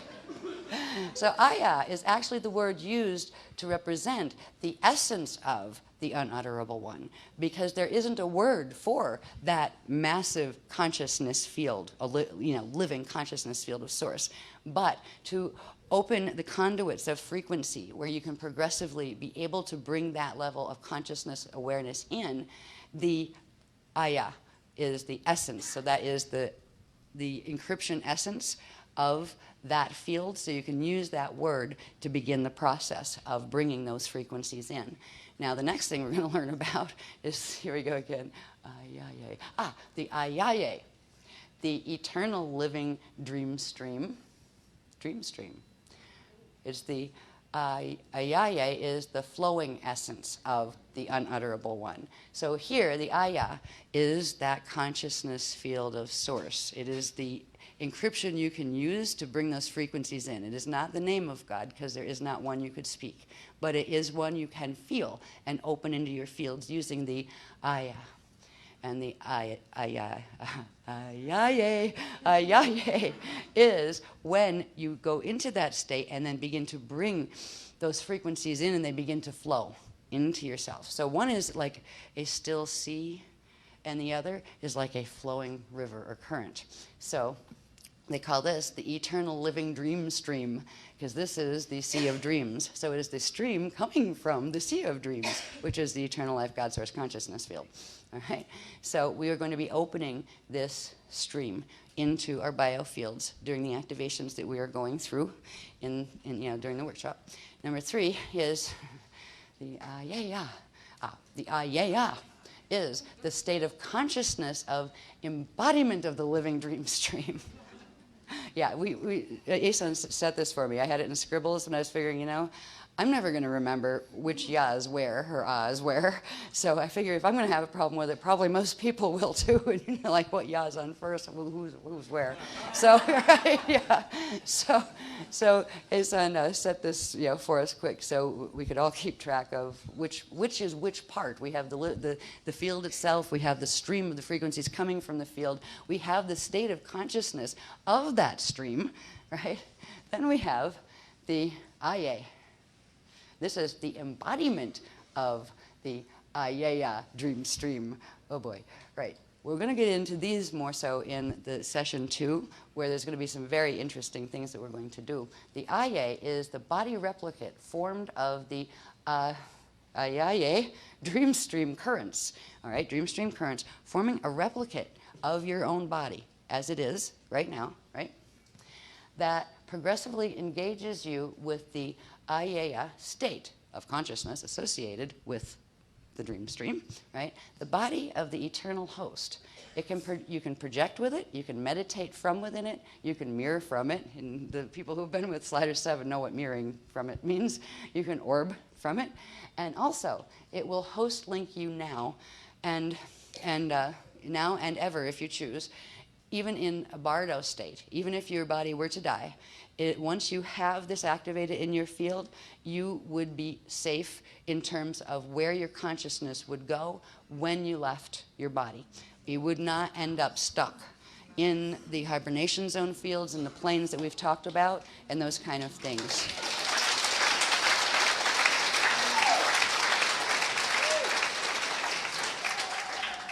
And this is why that even though there's a lot of biofield activations that the people that are new to the work would need to catch up on if they wanted to fully walk a body through a gate, they can still, with this particular activation set, catch the host where, even if they never get to the point or they couldn't be bothered with learning all the stuff that it takes to, get the light body cleared and the spirit body cleared and all of that. They would still have the security and the safety of knowing that whenever they left, whenever their body was done being alive here, they would not have their consciousness trapped within it. And they would be able to go out to the natural God state consciousness fields through host, through the Crystal River host, but they would not become trapped. And that is huge for people who really understand what it means to get trapped in some of those fields. If you haven't had the teachings that we've done before, talking about the hibernation zone planes that are just surrounding Earth and how miserable they can be, where when a being passes out of its body, it gets stuck in those planes and it can't ascend. And it ends up either burning out its quantum of spirit energy while it is there, or it is forced into reincarnation back down in the earthly cycles until each time it has to incarnate backwards because it has less and less quantum until it burns out. So it's a huge thing to have protection, to have immunity from that occurring.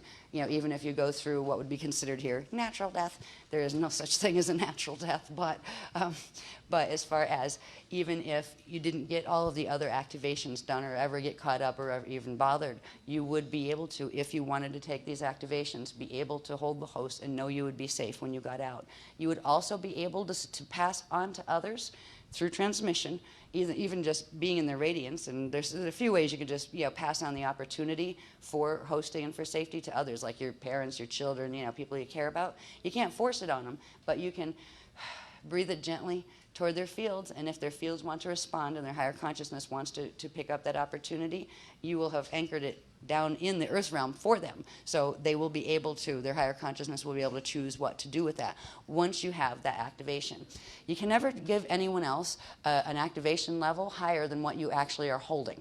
So you won't be able to help clear people's light bodies until you've cleared your own. But if you get this, even coming in as a newcomer, and you pick up these frequencies, you will be able to pass on that protection to others. You'll also be able to pass it on to plants, animals, minerals, those kind of things. So it is a gift that there is a lot of work to do, a lot of people have been doing for 10 years of clearing various aspects of their anatomy so they still have the potential to physically walk through a stargate.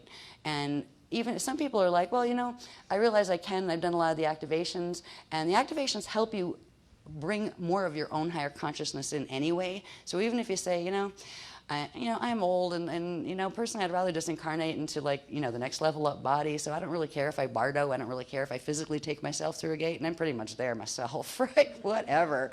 If I get my sorry butt through, fine. If I don't, at least my consciousness will go and my spirit will go. So anyway, but there is still the potential for a lot of us that do the light body clearing and all of the things that we've been working with for 10 years. Once those things are done, you still do have the potentiality of being able to go through physical transmigration through transfiguration of the atomic structure. So it is worth working for, because boy, would it be cool. I would so love to say, come on guys, let's go, leap, right? There's the portal, leap, right? And come out the other side and go, wow, whoa, we did it, check it out. Am I solid? Right? Am I solid yet? Those kind of things. Because it would be kind of like that. The experience would be something like that. But anyway. Okay, so we're on, where are we? Yeah, we're on the IA. The IA is that body replicate. This is where you begin to take the atoms as they are right now, your structure as it is right now, and bring that dream stream into it and literally form an imprint of it with the dream stream. And this body, you can do all sorts of things with. You can sit there. Once you have it activated, you can start learn to put your consciousness more in it, and say go walk across the room, or go fly on the ceiling, or you can do all sorts of things, or go visit the beloveds in various places once you know how to get there with the Eka maps and those kind of things and the vertical maps. So it is the beginning of a fun thing. They gave me a concept to compare the IA to. I don't know if everybody's seen it, but that movie that came out not too long ago is called Avatar, right? Well, it's kind of like an organic process of, it would be like your avatar body, where you could switch your consciousness, but you don't have to be put in this chamber, and you didn't have to genetically engineer your avatar body like they did in the movie.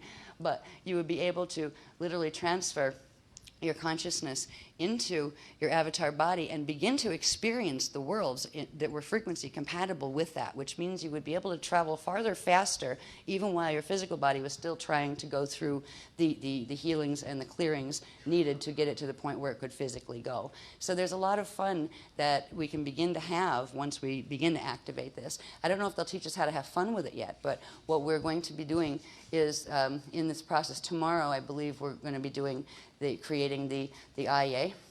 And then there's another other thing they said. They said it's called the orbs of IA, orbs of the embodied IA dream state, right? So orbs of this, which is the embodiment of that, right? They haven't told me about what the orbs of this are. We've already been going into Jade body orb for projection and those kind of things. The people have been working with this for a while. So this is another level of orbing that also involves this body replicate of you in the size, I think in the size that you are. Maybe it's bigger, I don't know, they didn't tell me yet. But anyway, we're going to be learning about this. And this has to do with, we're going to learn about something. We're actually going to assist the beloveds in anchoring it and opening it. It's called the womb of creation in the sphere of Amenti in Earth's core, to allow them to incarnate here. And there's been a lot of problems with the sphere of Amenti, and in, what was it, last year's, 2009's, yeah, Ireland workshop. It became, a part of it became what was called the sphere of destiny, which was a part that was healed and protected from the Metatronic activations. They're going to have us do something, create a womb of creation within it, because this has to do with something that the covenant, I forget the name of it, I don't have it on this list, but it was on the first page. There's a covenant that has to do with people who are interested in assisting. There's a very big project coming in that has to do with the dream fields, Field of Dreams. If you build it, they will come. There is a host of the Messiah that are going to birth in between, over the next 200 years. And they're asking us to, first of all, create the womb, because we have to anchor it. It needs to be anchored in the frequencies down here, to create the womb within the sphere of Amenti, so that they can do that.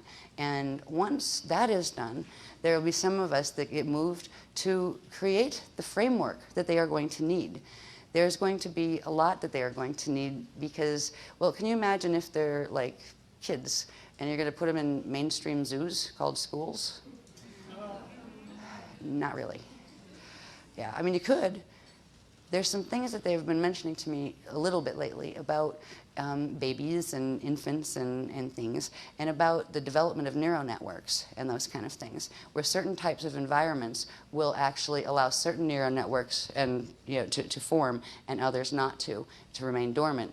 And sometimes the dormant ones can be woken back up in adulthood, but very often they can't, all of them. The Messiahs that are going to come in at a certain point are hoping that we would be able to create for them a community structure. It can be even small ones, but where we'd have maybe like charter schools or those kind of things where their needs could be attended to as well. They could learn the stuff of reading, writing, arithmetic, all that stuff, sure, computers, etc. And they'll probably be computer whizzes, by the way. The next generation of technos, oh boy, right? They'll be like, yeah, my generation didn't get that coding. It's still like four-finger typing, But they have a big vision for this. Not everybody has to participate. It's just, if you feel love, it's something that we're being asked to co-create with the beloveds to host these children, because these children will, and their children's children will, there'll be enough where they have a couple generations. They will build a portion of the angelic human genetic code back up and activate it to the point where there will be enough of them when the time comes, when the gates are going to close here in 200 years, that the beloveds will be able to physically have them come off planet, which means the angelic human gene code will not go extinct. It will be able to come in physical form off the planet before the gates close. Now, some of us might make that trip too.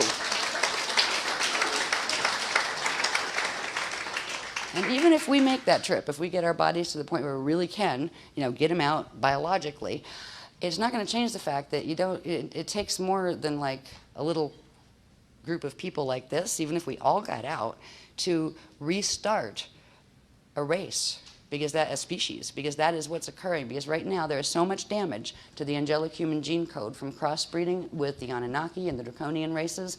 And for people who don't know about this, a bit of that history is in Voyagers Volume 2, 2nd edition. It talks about the Leviathan races and how they were created. They look human too. But they're not inside. Well, some of them are. Many of us are just mixed coding right now. But this is a resurrection of the full angelic human gene code that will be coming in progressively. The first level of the Messiahs that come in will be able to fix part of that coding and get it back to a more pure strain of angelic human. And then their children will be able to do the same and just get to the point where, because right now when we go through, even if we go through, we're going through as kind of like potluck. We're the melting pot, because we've got all sorts of codes in this version of human, and that's okay. That can go forth too. But to allow the original, literally the original DNA configuration of angelic human that none of us fully possess anymore. We have its potentials, but we have a lot of other stuff in with it too, which gives us abilities to help a lot of other races. But the beloveds would like to have the angelic human race not go extinct as a gene code, the Earth angelic human race. So they are asking us to assist in the process of bringing the Messiahs in so they can progressively bring the code back. And I imagine by the time there's 200 years from now, when the gates are going to close, you're going to have some very tall people walking around. Because I think they're at least 12 feet tall when they get, when the full code is activated, when the full angelic human code is activated.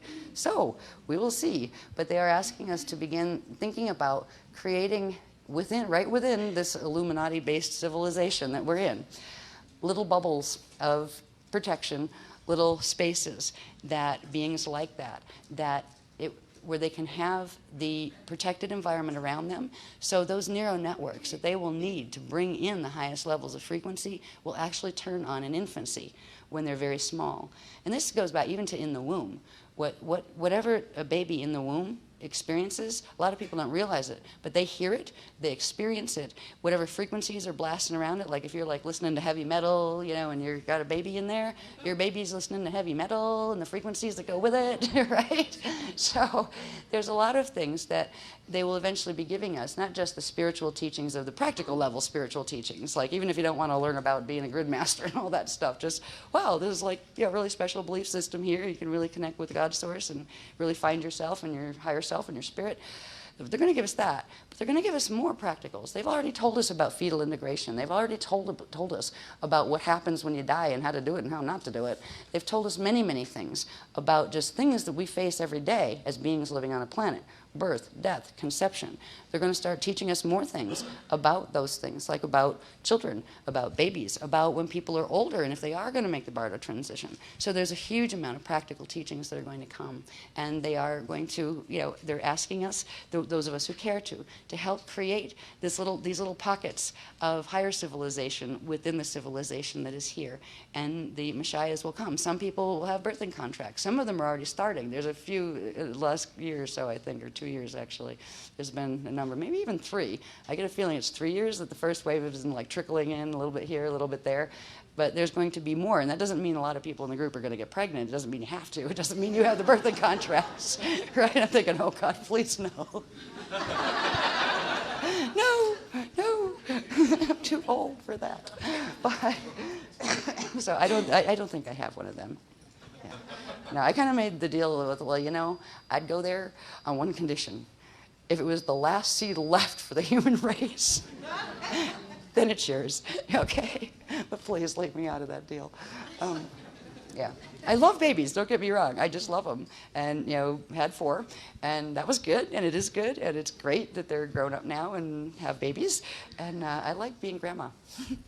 So anyway, this is the larger picture of what they're showing us. And it begins with, this is the first time we have had the protection field, the 6-dimensional protection field. If things had gone well in 2000 and the planetary Maharic seal, the D12 seal went up, we would have had that protection. That didn't happen. We ended up in grid wars from September of 2000 onward. So we have worked very hard to get to this point where this protection actually is taking root in the grids. And it allows for the continuation of the next levels of the angelic human races being brought back to their gene code integrity, so that race does not go extinct. Because right now, a lot of the human race is going to go into a new humanity called the Metatronic humanity, where their DNA will be coded to the black hole fall systems. They won't know it. They'll have a good time going for a while. You know, it just seems the same, whatever, right? Until you realize you're living on a planet that's dying and everybody's killing each other, and survival of the fittest gets worse and worse and worse, because that is what happens in fall systems. It may take, you know, many generations for that to occur. But anyway, we're not aiming for that part. We are aiming to bring not only ourselves out with the kind of like mutt codes that we have, where we have angelic human codes, and we got Aquarian indigo codes, and we got all sorts of codes, Anunnaki ones, we got draconian ones, we got reptilian codes. Humanity now is a mishmash of all of those different codes because of what happened in our history. And this is the history that certain forces on the planet, ever since the Atlantean period, which they tried to tell you didn't exist either, are trying to create a false history because they do not want it recognized. They do not want humans to know who and what they are, because we're being run around like little puppets, and we have been since the Atlantean period.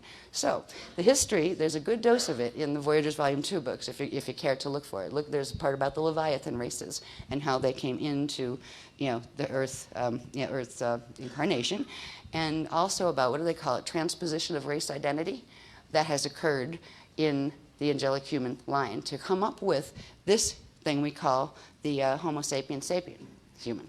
So anyway, that's in the Voyagers Volume 2 if you want to go that far and look at it. So we're going to be learning about these things, and then this implies, and this is probably why they had me bring the drum all the way from Florida. And I was thinking, well, we're not even going to do a drum circle. It's like, because, we can't go to a beach or anything. We can't exactly go to the biosphere and do a drum circle. They're not going to let us do that, right? I don't think they'd appreciate it. Not 300 people with drums or whatever. But this implies the call of call of the Aya.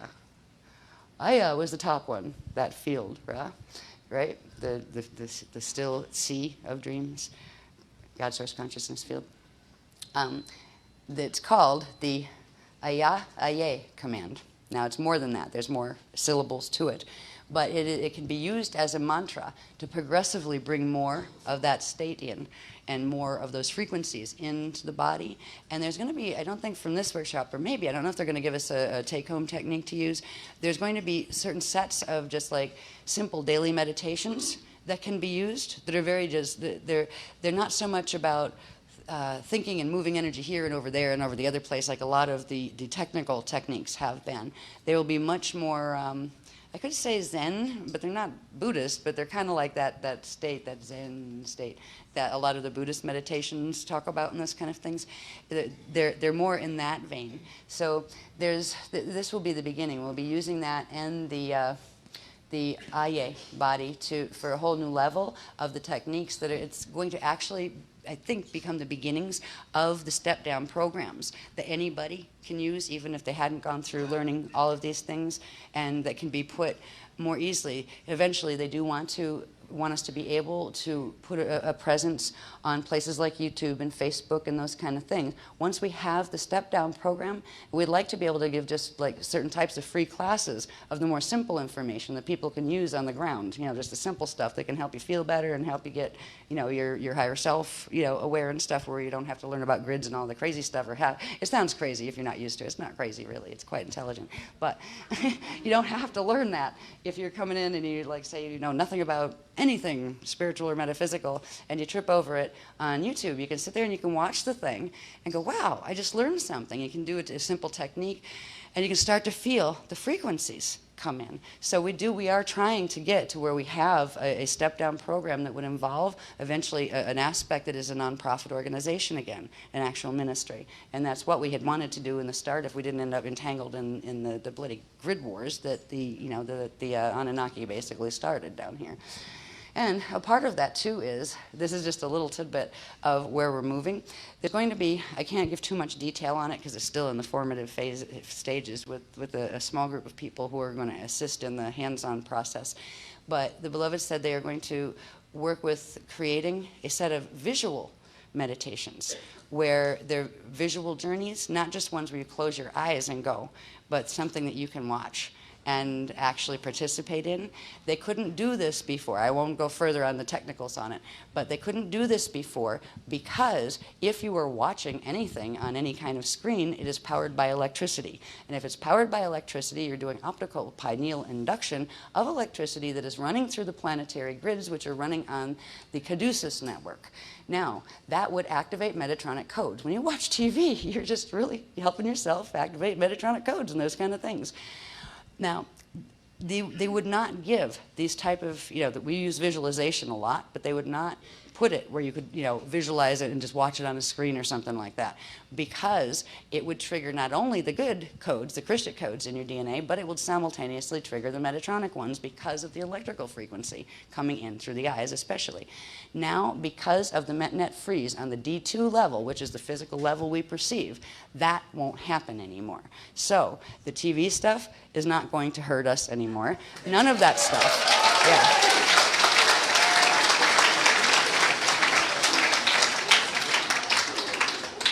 It's still good to not oversaturate, though, I know a lot of us do the electronic detox thing where you only allow so many hours a week, and then you just get off it, because actually it's meant to drag you in where you live more through what you're seeing on the screen go by than you actually live in your life. And it's progressively bringing people into the holoband experience of that, I forget what it's called, begins with C. Caprica, that's it. The Caprica series that had the holoband technology where they were doing virtual reality where you'd project into and you're running around. There's all sorts of worlds in there where you just kind of vegetate on your couch with your holoband on and your life goes to Hades while you're floating around in virtual reality form, right? That is where certain forces are trying to take the technologies. Well, now that the frequencies, the electrical frequencies, won't, when you apply it to using codes, won't anymore trigger trigger the Metatronics because of the MetNet freeze that we've worked with, and we can also now spread to literally through the angelic human shield and through the human shield. So the protection is available for anyone who anchors the base techniques that we're being given now. It means that we can enjoy that same type of getting drawn in, but we can get drawn in into the worlds that we're actually trying to create.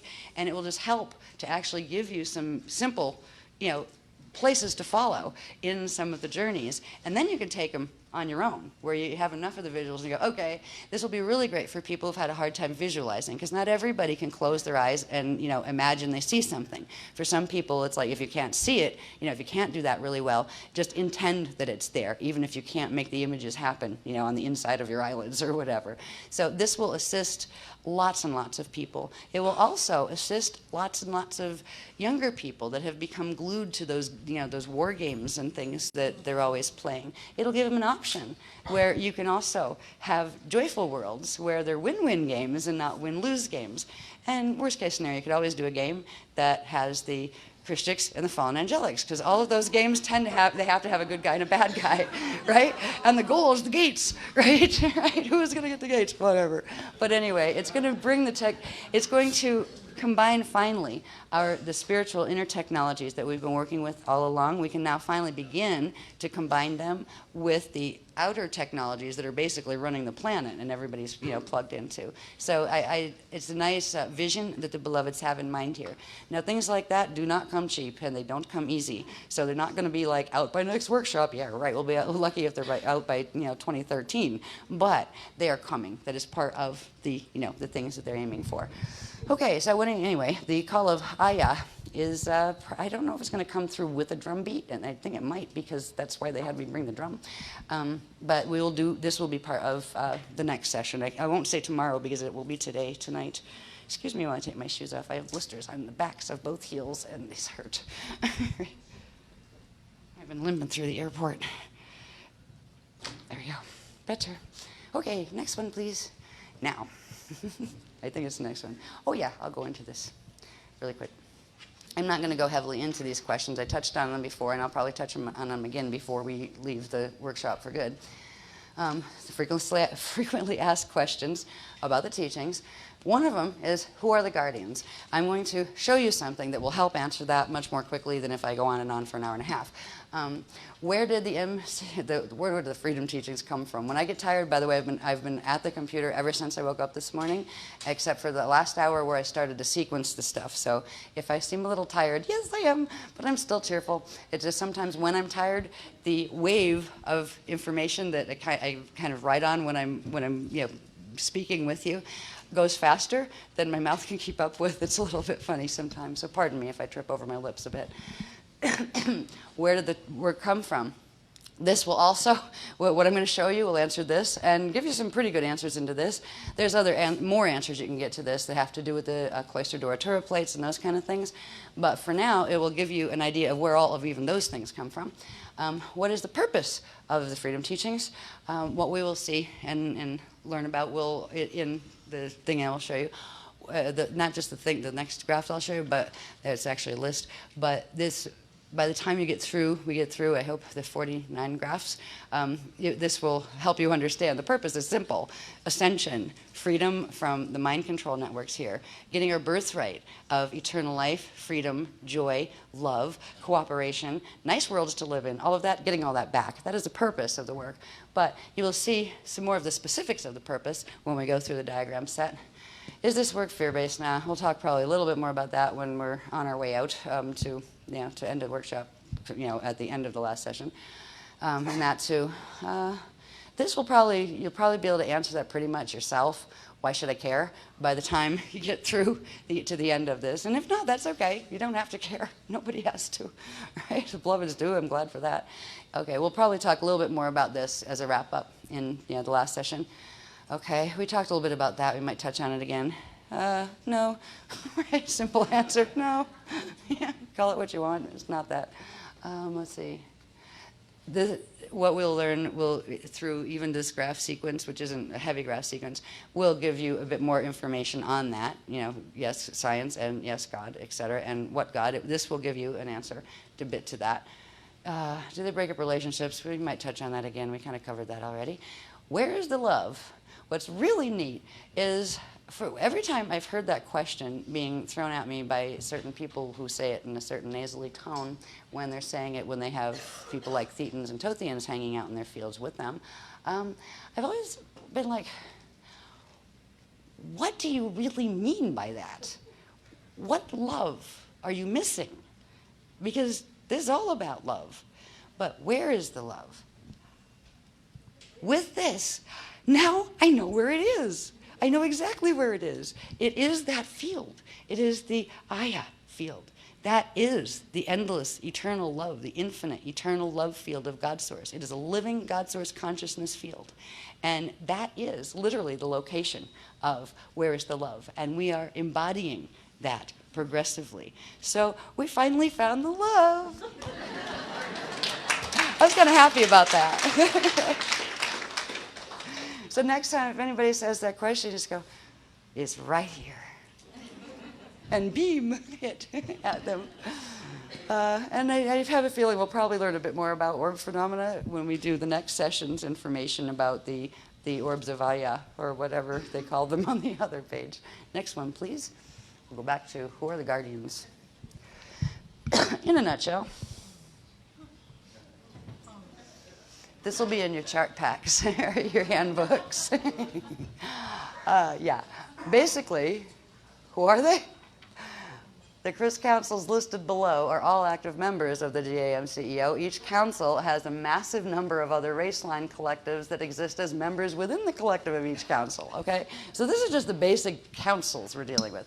Now, you'll notice they have locations with them. And if you're not familiar with the maps and the structures that we've spent 10 years learning, you know, that's a location? What's that word? It's a location? Where is that? You'll learn a little bit about that when we go through the graph sequence that we're going to go through. But basically, between 1997 and 2000, the first level of councils that we were working with were from the D12 level in this time matrix, which means in the Milky Way time matrix, which is actually called the Aquinas matrix. It's part of the Aquinas matrix. Aquinas is M31 that we fell from. D12, Elohai Elohim, the D11, Seraphai Seraphim, and the D10, Brahmarama, which are the founders' races for this matrix. So they were literally the Christ founders' races that seeded the life field into this matrix. And the whole story of those guys is in, I forget which, I don't know, it was early stuff, like in 2000 we were getting that information. So all of that stuff on who they are and what they are, that's all published somewhere. I just can't remember which place it is. It might even be in some of the Cathara stuff, the early Cathara, or maybe the Templars manual. I think it appeared in Templars manual, actually. Then, so if you want to know more about who they are, and this is above and beyond all of the race lines that are identified in the Voyagers books. All right, so they talked a little bit about the Elohai and all of those, but once you get up to here, this is where the work started to go beyond the Voyagers books, where the first upstep, and this is the dates that those upsteps occurred, was this is the first one from these guys to these. These were the three Llanas races, which are the Ram Llanas, the Huachi Llanas, and the Grande Llanas. We met them in Peru on our first Peru trip. And they are from the primal light. It's this PMC that refers to the Particum universe that we are in, of the primal light field. So they're in the primal light field, which corresponds with dimensions 13, 14, and 15. All right, so we went from the D12, 10, 11, and 12, which is called density 4, to D13, 14, and 15, which is called density 5. All right. Next up step was to the Eka Iani. I won't try to explain to you what an Eka is until I show you the maps, and then you'll be able to see what an Eka is in relation to what a simple matrix is, a time matrix, or a PCM universe. Right. Now, in 2002, we upstepped 3 to the Akasha level, which is the next level up from the Eka levels in the maps. Right? We're going locations, going up, the scales, actually up and out, you know, larger. These were called the Iane. All right, and this was just the MUG numbers, the mission upgrade numbers that those mission upsteps or GA upsteps came in on. All right, this one, upstep 4, was in 2003. And this is when we actually did grid work in Andorra and Barcelona, Spain, and this is where the upstep for this was given. And we met from the Ettore side. Ettore refers to our side of the time matrix, which spins, it has a base clockwise spin. It has its counterpart that spins counterclockwise, which is called the Adore system with an A. All right, so this is the Itore on our side. Eka, Akasha, which means from the Eka and the Akasha level, these were called the Adandreya, and from the Adore side, the Eka, Akasha, Adone. So we met the Adandreya and the Adone there. Then these ones, now these guys have all sorts of abilities to manifest, demanifest, and ascend and all that kind of stuff to various levels within the greater structure of the cosmic matrix. But when we got to these levels, this is where we were dealing with beings that were beyond confinement to physical form. They can choose form materialization at will or choose not to have it. In other words, they have reached a level of evolution where they are made of consciousness, and they can form that consciousness into biological forms at will and demanifest it if they choose. Some of them have civilizations in whatever level of matter state they are choosing to be in and do keep physical forms because they enjoy it. And others decide to not keep physical forms and just use them on occasion, materialize them on occasion to interact with people who still do and don't have the choice yet, like us down here, right? So these up here, this is where you're getting into masters. Now, just when you talk about, the beloveds like to not use the term ascended masters because it's been highly, highly abused on this planet. When you hear all the other stuff, there's not one thing out there that talks about an ascended master that is talking about anything above D5. Now, D5, if we go back up here and look at we were starting, the ones that were giving this information to begin with, were starting with D12. They didn't call themselves ascended masters. They called themselves avatars. These guys call themselves rishi. They're not ascended masters. Now, there's a bunch of other people out there running around the Metatronic system, and they don't know they're running around the Metatronic system, but they're saying, oh, a D5 ascended master. Well, okay, it ascended to D5. That means it went up to D5. That is not an actual ascended master. All right. So the levels that we're dealing with of the consciousness, that's why there's so much detail to the information that we've been given. This is simple when your consciousness is up here. This stuff is easy. This is like kindergarten, what they're teaching us. But when you're looking at it as a model, is a bunch of humans that can't remember where they came from or where they're going or the fact that they have a bioenergetic field, and you're dealing with a bunch of false ascended masters that are running around saying, they're like God because they got to D5, no wonder the work looks a bit complicated.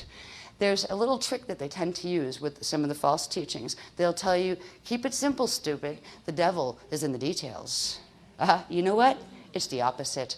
God is in the details. God created the details. Do you really think if you look at a tree and the amazing root structure it has and the amazing branches and leaves it creates, even looking at a tree, do you really think the devil did that? That's very, very detailed. It's very, very beautiful. And it's very, very filled with love. If you ever hugged a tree and you felt it hug you back, there's an amazing consciousness in trees. We take the opposite stance. We don't keep it simple, stupid. We keep it as simple as still holds the truth. But we don't simplify things to where you lose meaning and it's easy to twist meaning.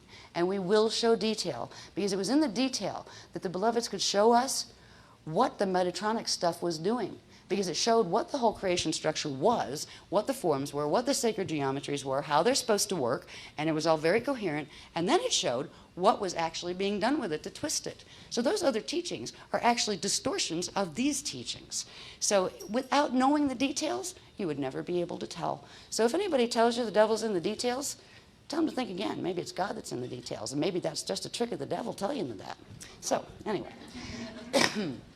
So we've got all of these races. Now we're up to the ones who can manifest and demanifest, materialize and dematerialize at will. And they do have materialized civilizations because some of them choose that type of existence because they enjoy it. And the further up you go into ascension, the more you realize the purpose in being is being, and being closer and closer to the God consciousness state, which is absolute joy. There's a lot of teachings that, unfortunately, they're like, let's say for the Buddhist teachings, for example, there's some wonderful, wonderful teachings in the Buddhist teachings. But when it comes back to the core, there's also things being told that there was one, existence is anguish. Nirvana technically means extinction. They're dealing with a different set of, a different path of evolution that is part of this path. But those teachings, the Buddhist teachings, they can be very helpful to us on the Christic path, some of them. But you have to be able to see which ones really don't apply to the Christic path that you're on. They're good if you find yourself in a fall system. And you are going to fall, and there's nothing you're going to be able to do about that. They're very good for making peace with that and still holding your integrity. They would be like for a Christ fall or even for a Kali Rama step back, path of evolution. And some of the teachings can, be for the ascension. You can do some of the meditations and some of those things. But some of the other ideas are just not at all what the ascension path teaches. Joy is, now they would say, oh, joy is an emotion, that's just a lower form. Source experiences joy. Now it's a joy that while you're in one little body, you'll never be able to know exactly the joy that Source consciousness it feels unto itself. But Source does feel, not little emotions like we do, with massive ones. We can't even fathom what they must be like. But the more and more we bring in the Aya, the essence of that consciousness field, the more we will understand and probably be able to put less and less words on those levels of joy, of absolute love, of absolute forgiveness, of absolute eternal beingness.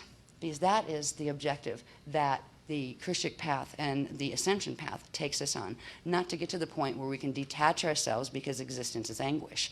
It is anguish under certain conditions, but that isn't how it was eternally created. Anguish has to do with when the eternal creation flow has been progressively shut down to where you are left with limited flow, limited resources, and moving toward fall.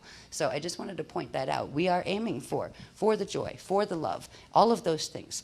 That it's not about rising above them so you don't care about them anymore. Even desire.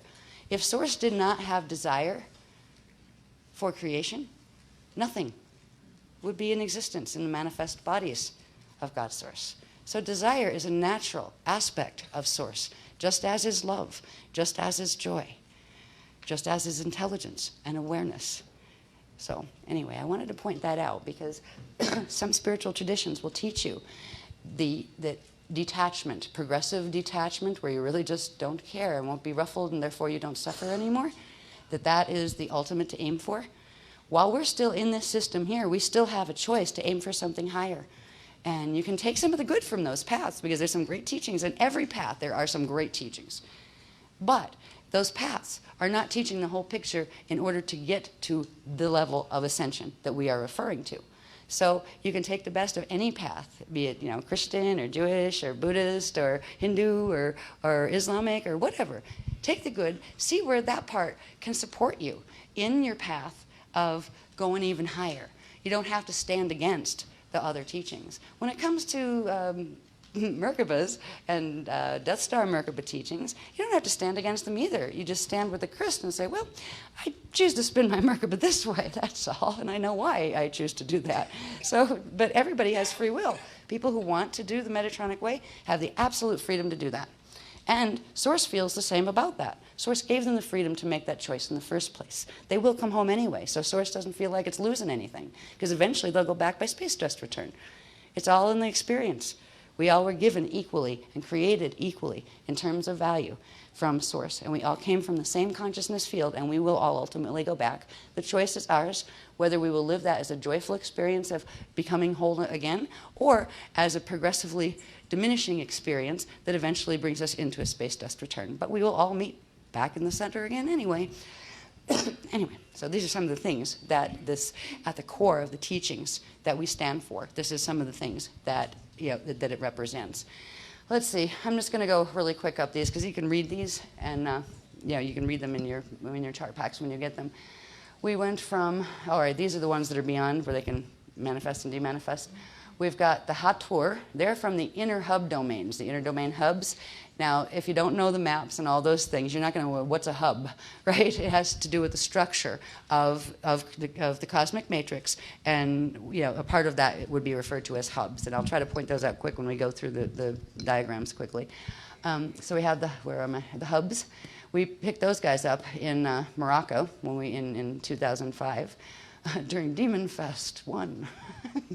Yeah, it was a rough trip, right? Yeah. A good thing the Hathors were there. Next one was in June of 2006, and where we upstepped to the M31 Eartha. Now, M31, again, is the Andromeda galaxy that the Milky Way, a very long time ago, actually spiraled out of because of a fall. It began to fall. It is a falling system. So M31, Andromeda, okay, from, it's like a, kind of like a counterpart. I almost said twin, and it's not twin exactly. Almost a counterpart planet to Earth is a place called Eartha. And the Eartha and Sala, that Sala is a counterpart to what would be our sun, which is called Sol.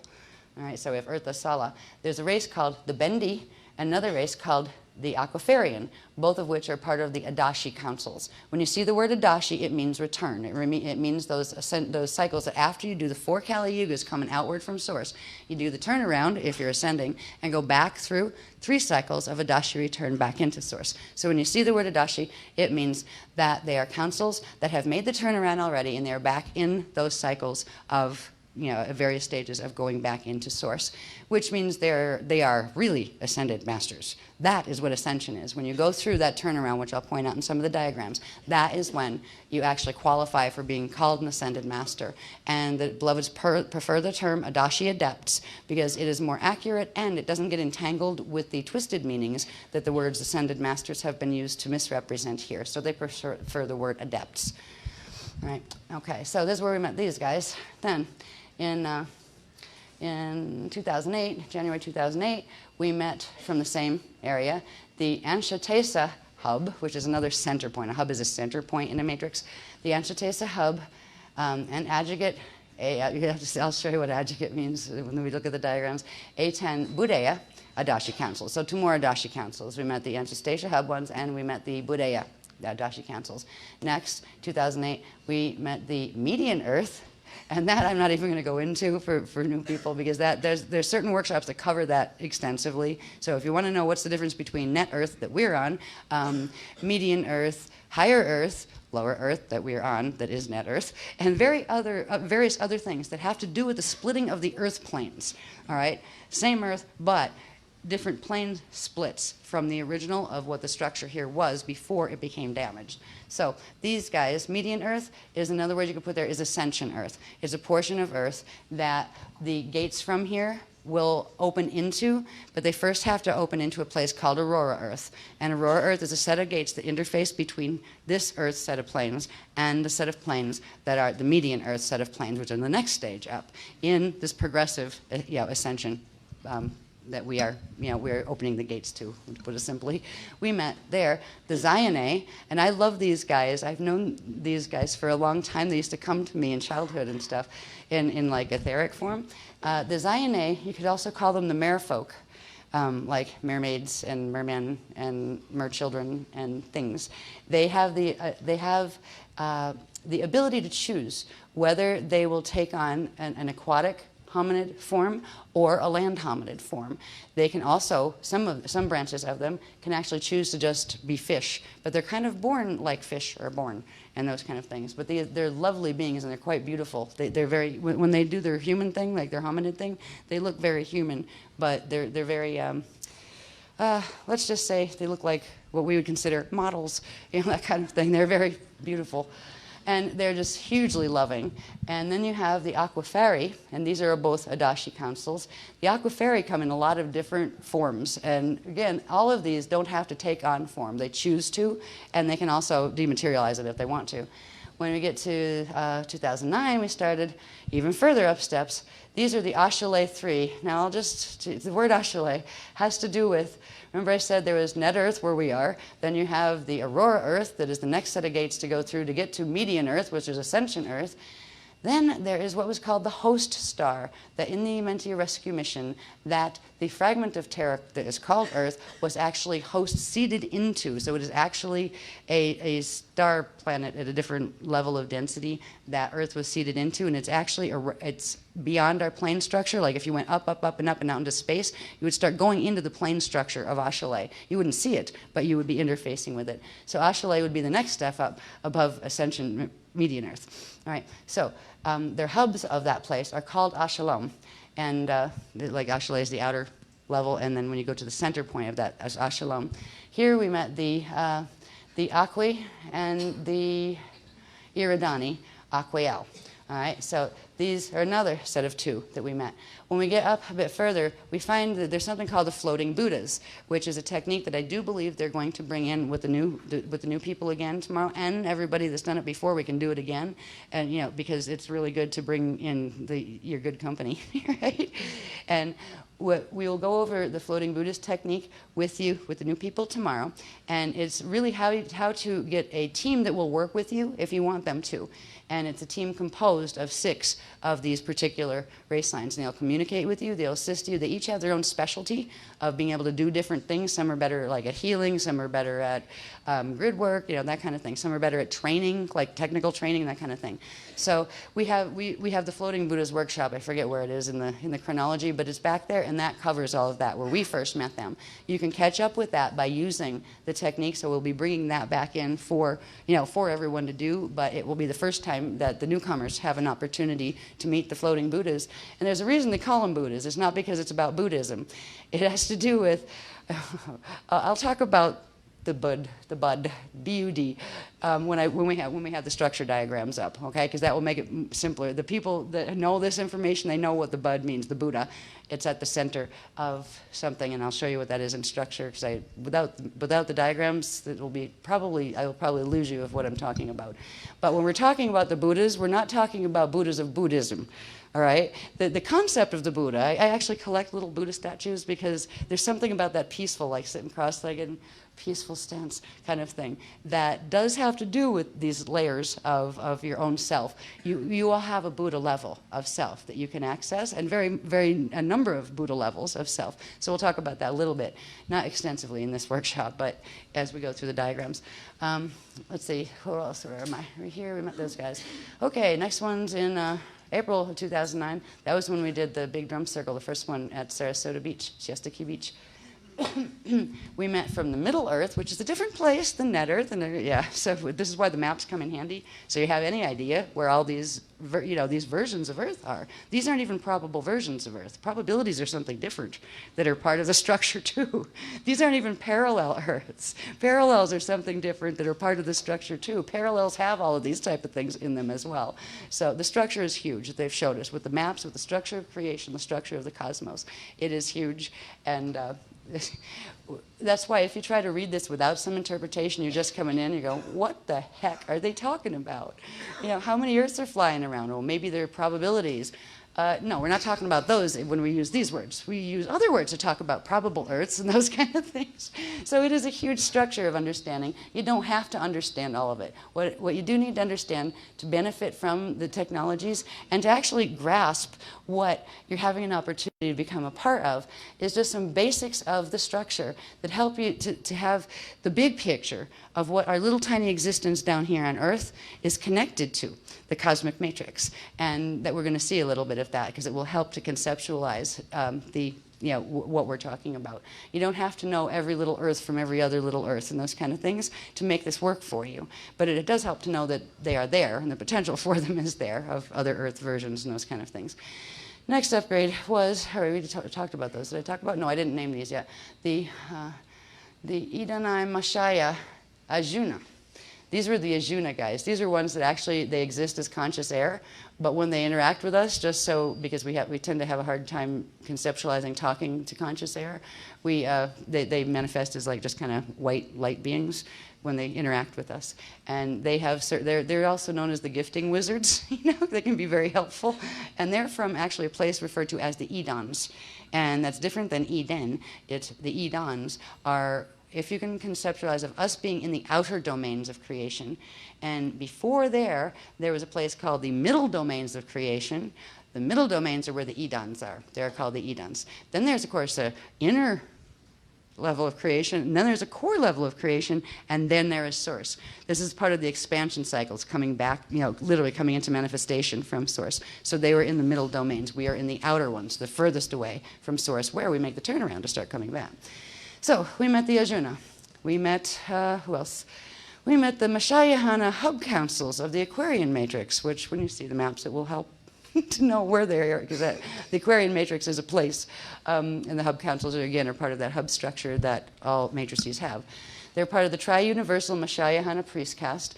When you see this tri-matrix and tri-universal stuff, there's enough in the chronology, enough definition stuff in the chronology when you get into the section that covers the 12 tribes classes that will help you understand who they are and how, where they came into our history, what historically, where they are. They're from about 450 billion years ago. That's like our relationship with them. They're much older than the human race, but they have always been a part of our race lines and connected with us. So some of that's explained in that document that you will get, so you can read up on it. And of course, it's already been hugely explained in various other workshops. There's tons of stuff in the other workshops.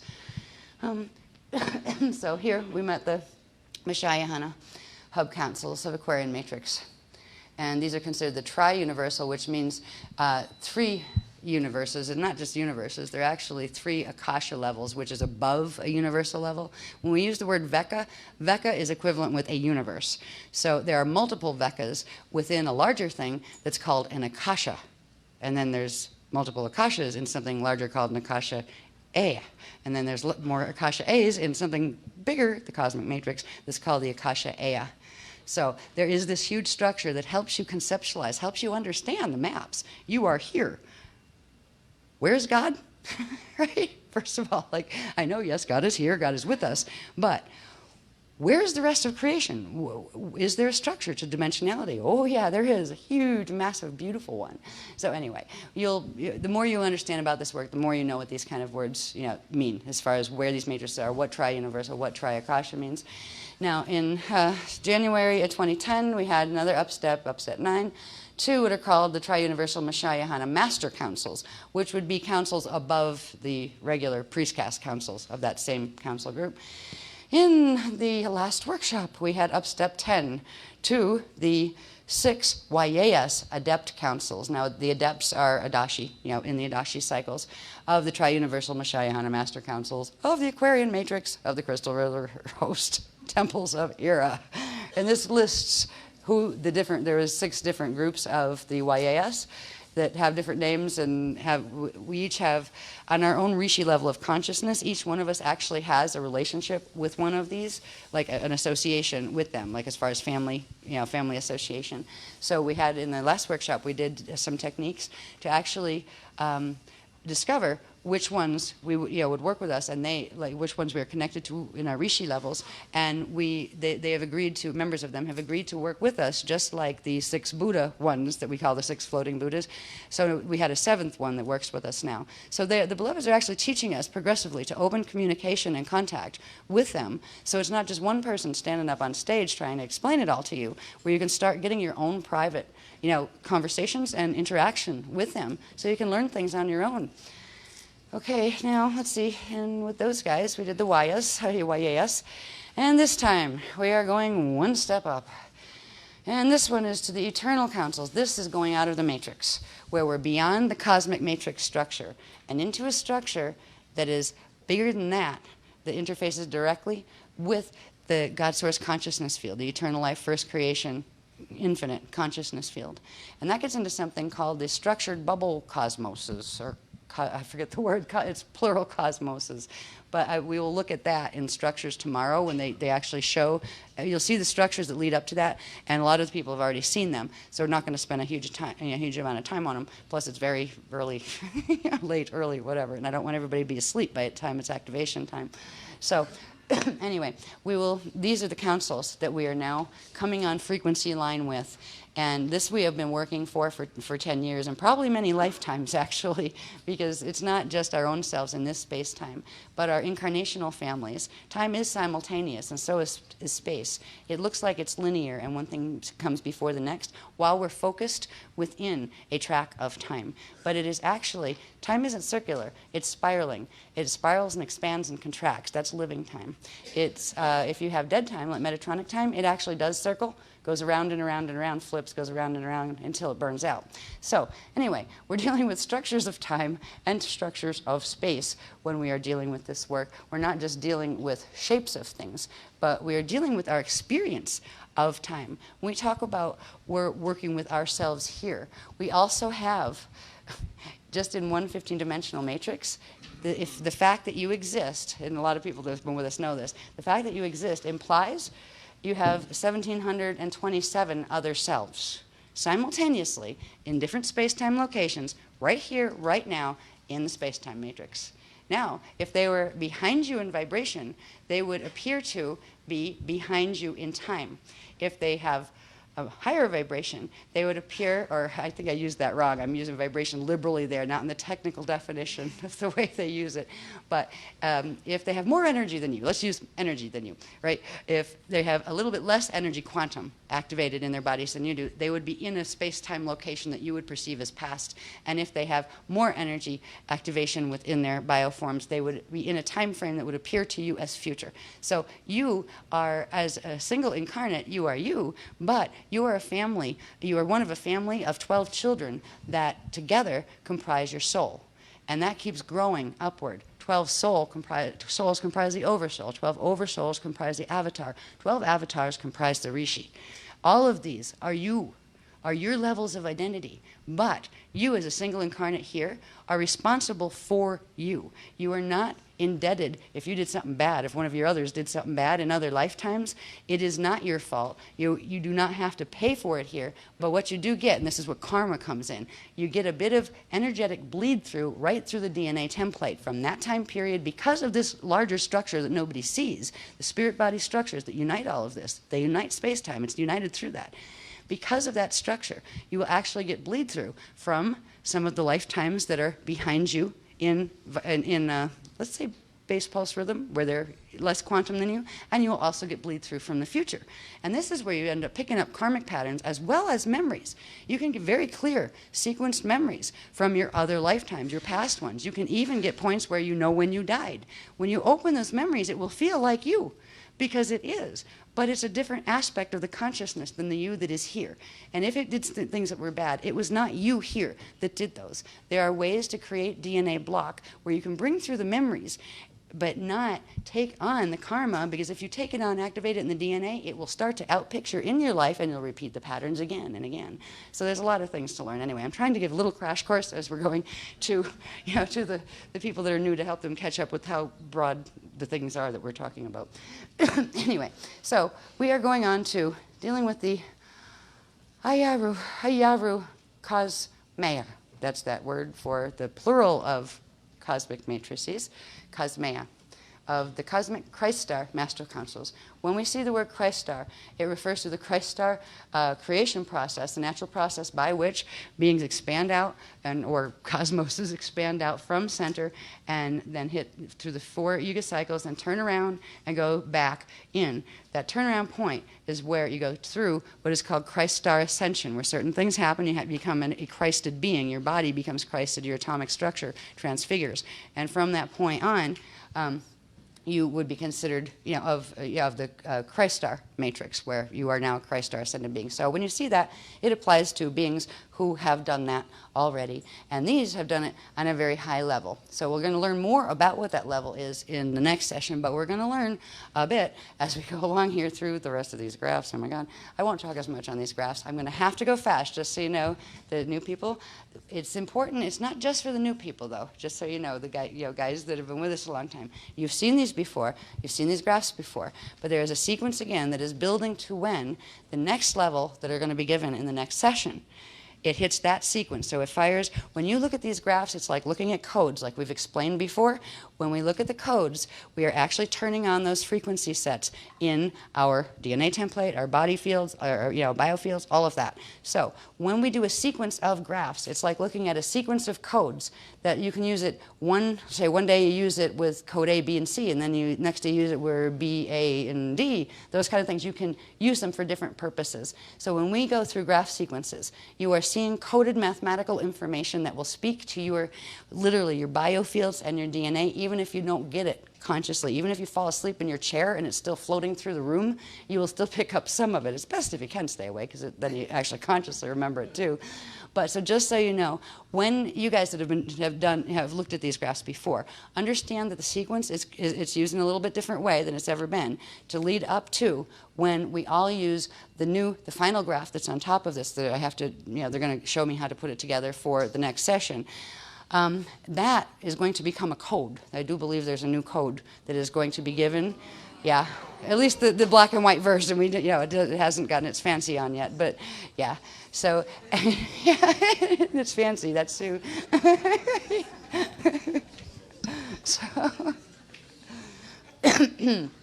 yeah, these are the floating Buddha ones. Just to go very quickly, that I was referring to for those who don't know. These are the races: the Aquaferi, the Zayané, the Aqui, the Aquiel, the Aquaferion, and the Bende Aquari.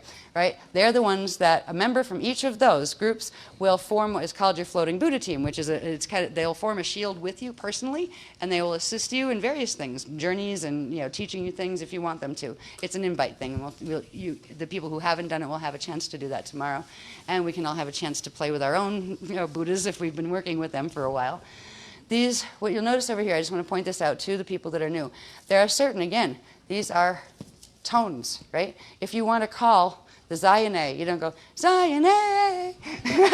You can, they'll get it. But if you really want to open the frequencies to them in your biofield, you would use Kevo. Kevo is the vibration, right? And that vibration would trigger the codes that open those conduits to those frequencies in which they exist. All of these have different ones. You have the Sieta, the Kevo, the Are, the Kisa, the Etu, the Zata, right? These are the literal core encryption vibrations of the names of those races, which will put you online with their broadcast, their communication frequencies. So there's ways we use these in codes, in verbal codes and commands to open the gates. And we've used these in certain combination to have those orb fests, where if you use them and really build energy behind it, which means you're really bringing in more of those frequencies, that's when all those like orb photos were taken and those kind of things. So there's some real power to using the right words. Anyway, I just wanted to point out, I will give you a copy of this too in the chart pack, as long as Kinko's cooperates. Because what I'm looking at right now is if we get through all these graphs, I'll try to put them all in the chart pack. That's 49. There's 36 pages of the ones that we have to send out as soon as Jared, bless him, finishes proofing them. Yeah, he's proofing them, bless him. And they're all in 10-point type. So we will try to have all of this stuff for you. If not, these are published in other handbooks in various different workshops. But we will try to get you a copy of these so you know who they are, the basic thing, where they're from, the basic things, what they kind of look like because they choose to have a manifest form. And like some of them, these are like bipedal, 3 to 8 feet tall. There's one really tall one. Which were they? I think it was these guys. 72 to 216 feet tall, average height. 144 feet. Hello. Good thing they can shapeshift their form, because sometimes when they'll come in to interact with you, they'll just shrink themselves down proportionately to your size, like bring that much of themselves in, so you're not like talking to the big toe of some monster giant being, right? Yeah. With these beings, just so you know, they will never, ever be pushy. They will never tell you what to do. They will never, ever offer to have sex with you in the astral. They will never, seriously, I mean, there's some weird stuff out there that does. There's some really dirty angels on the scene and stuff that really get into that. So there's a whole bunch of behaviors that you will just not find. And if you have anything trying to contact you that has behaviors that are anything less than appropriate, no, it is not one of ours. It is not the guardians. What it is something trying to come in on your field. Work more with the techniques, because everybody has stuff with them when they first start working with this. Progressively, we build the immunity. You will get the initial immunity, but you don't have your light bodies cleared yet, and you don't have various stuff. So there's certain levels of Metatronic stuff that everybody will have until they clear it. You'll get the first immunity level of that, where it can't take you beyond a certain level and drag you into full Metatronic activation. But that doesn't mean things can't harass you. If they're with you, they're still going to be with you. So anyway, if there's inappropriate type of behavior at all, we would say, a Christic being shouldn't do that. You're probably right. And just shut it down. Say, I'm not talking to you. And go. This is why the techniques can be very helpful. Go call on the ones you know you can trust, because they will never do those things, and they will help get those other things off you. So that's mostly for the new people, because the people that have been with us for a while have been progressively getting themselves more and more free from that kind of nonsense that kind of comes with the human package on this planet in this day and age. So anyway, you will get a copy of these. Tells you who they are and where they are located in the stack of Ascension Gate sets from where we're on Net Earth to Aurora Earth to Ascension Median Earth to Ashalay to another place called Shala to finally Eartha 3, which is in the M31 Andromeda galaxy. Next one, please. These are the ones we met in the last workshop in Slider 7. These were the families of Wa. I'll put this in so you can read a bit about them too. And if you want to do the activations that go with them, you can, they're in the package that comes with the Slider 7 workshop. And the techniques are on the CDs, I believe, or DVDs, but you can run them there. But these are the names. You can also just use their names to call them. Like these are their tonal resonance names that you can use, like Shiwas, and I'll just name them so you can hear the names said in case you ever want to call on anybody. The Ilewas, the Sewas, the Iurwas, the Tewas, the Hewas, and the Shiwas. And you can, find out more about them in Slider 7 if you want to, or once you have this in your chart pack, you can just play with the names and see what they're basic when they present to you, because again, they don't have to hold a form. They're choosing to use these forms for whatever reasons they know better than we do, that they're using these to interact with us down here at this time. Next one, please. I'm going to start going faster so we have hope of ever getting to the point where we do the first part of the activation before we're all asleep. Okay, now this, all right, the Yuga and Ieta cycles, the Akasha expansion and Adashi return cycles. Even in the Project Camelot interview, I did try to explain briefly what is ascension. You have to understand what basic evolution is to understand what ascension is. And there are basically, I'll show you another graph that I showed on that, but this is called the Christ Star Eternal Life Creation Cycle, which is the evolutionary cycle. If, say, there was the center here, then there are these 1, 2, 3, 4 cycles of expansion outward, at which point you go into a turnaround, the Christ Star turnaround cycle, which begins with what's called the Kalihara cycle, and then you go back into the Adashi return cycles. The cycles coming out are called the Ikashi expansion, away from source point, and then turn around, and the Adashi cycles going back to source point. So it is evolution, where you source progressively moves energy outward from its center through the core, the core, the inner, the middle, and the outer domains. We are in the outer domains here. These cycles are referred to as Yuga cycles. There are 4 Yuga cycles expanding outward. We've got the Rale Yuga, the Ale Yuga, the Shala Yuga, and the Kali Yuga. And it's the Kali Yuga that they've been calling it in some of the old Sanskrit texts and all of that thing. That's what they're talking about, the end time cycle. And it's supposed to be a good end time. It's supposed to be an end time where you finish the cycle of growth and expansion and go through the Christ Star transition. You eternalize your atomic structure through transfiguration, and then go back as a Christed being through these cycles, the Adashi cycles of return. The time cycles associated with the Adashi cycles are called Ietas. So you have the expansion Yuga cycles and the returning Ieta cycles back to source. So that is basically the simple process of that is evolution. That is what creation is about, whether it's you as a person or whether it is a cosmos or a cosmeos, which is the multiple cosmic matrices together.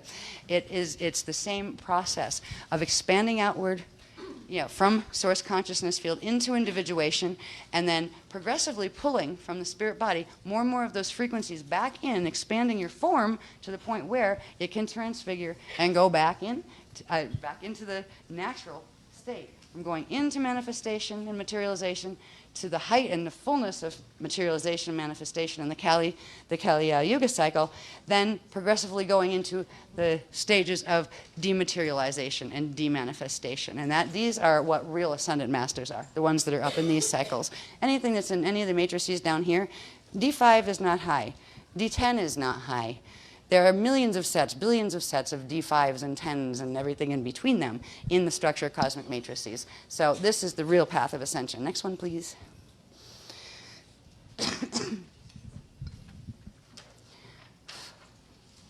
There's that fly again. Found me again. Look at that, it's chasing me. Hey. All right, this is just a quick summary. We haven't covered these for a long time, but it's the creation evolution of eternal consciousness and form. These are some of the things we've talked about. There's what we call pre-Partakai creation cycle. Oh boy, what's a Partakai? That's where we go back to Keylontic science in the year 2000, and we learn about the physics. They've been teaching physics for a long time. They finally united the physics with the expanded spiritual teachings. So in this workshop, if you're new and you came because you wanted to hear the physics have been being talked about for 10 years. You'll get a general bit about the physics, but if you want the quantums of particles, or what is a Partakai, what is a Partakay, what is a Partakam, what is Partakai phasing, all of that stuff is in the other workshops. You're free to get them on the product list. We have been teaching this for a long time. So these things are part of that. We are now going into the high spiritual teachings that go with the high science teachings. We started with a bit of science, a bit of spirituality, and more of the science, and now we're coming back full circle into the big spirituality of what that science was about. So you won't have me going through all of these and going back and figuring out remembering what the quantum of a Partakai and a Partakay and a Partakam was, because they all have different numbers as far as quantum and power and thrust and all that. But we had a pre-Partakai creation cycle, what's called the Navena and the Nuvena Partakai birth cycles. The Siddha Akushate cycle, the light-born cycle, the star-born cycle, the life-born cycle, the God-born cycle, the Big Bang.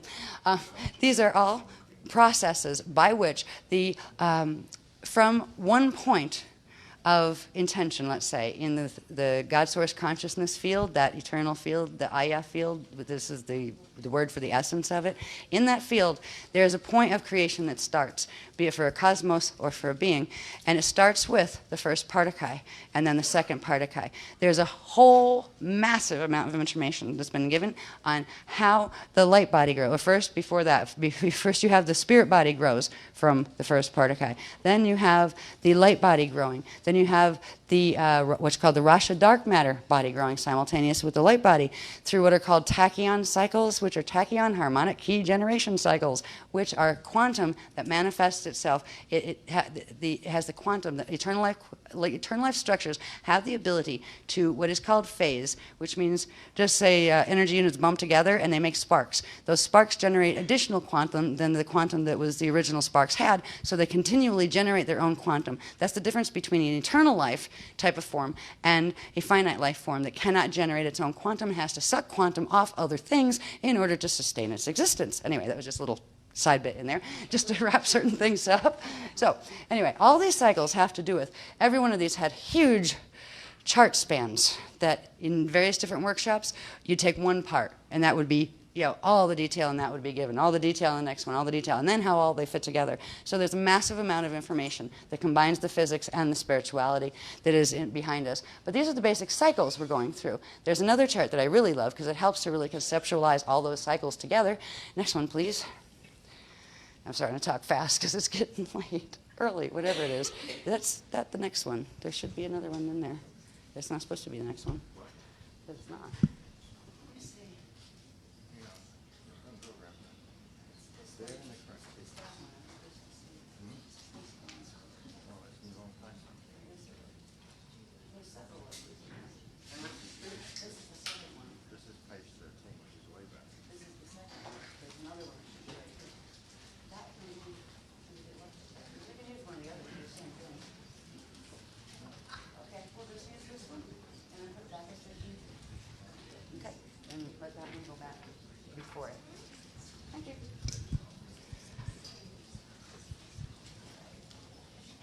Excuse us.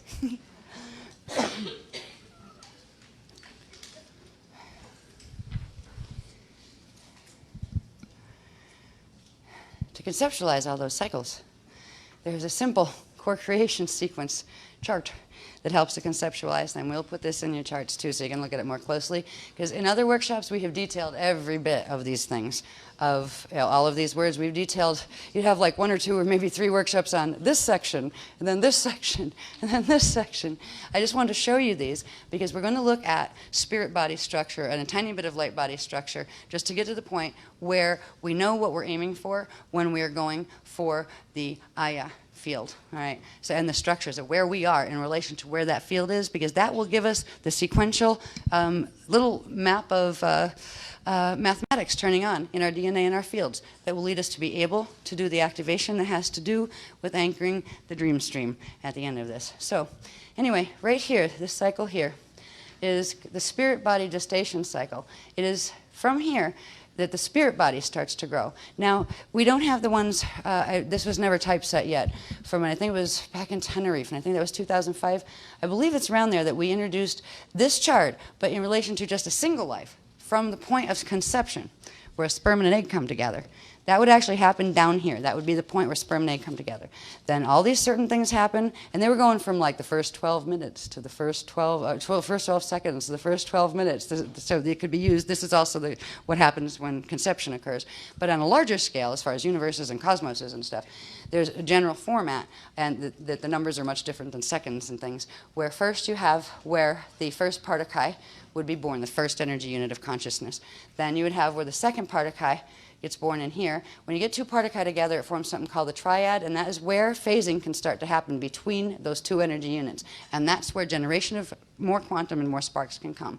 From that point, after you have particle 1 and particle 2 that birth themselves, and a whole bunch of other neat things that happen in here too, like the Akashic record first cell, the Ekashic record first cell. This talks about the Hall of Records and all those things. The structures we went through with these were amazing. And it really, like the words you hear floating around the New Age movement, like, oh, the Akashic record and, you know, the Hall of Records and all that stuff, it explained what these things actually are in terms of a planetary body or a cosmic body or your own personal body. So those things were there. But what we're going to pick up on with this one is just this part. I'm not going to go through the trimesters. There's 4 trimesters to what is called the Siddha cycle. The Siddha cycle is the point where the spirit body first grows. The spirit body has a different type of energy than the light body, which has a different type of energy than the atomic body. So the atomic body, if you were looking at it from conception, does begin with that first little donated quantum of the egg and the sperm. That's where you get your Vibhati cell that you have to release in order to get free.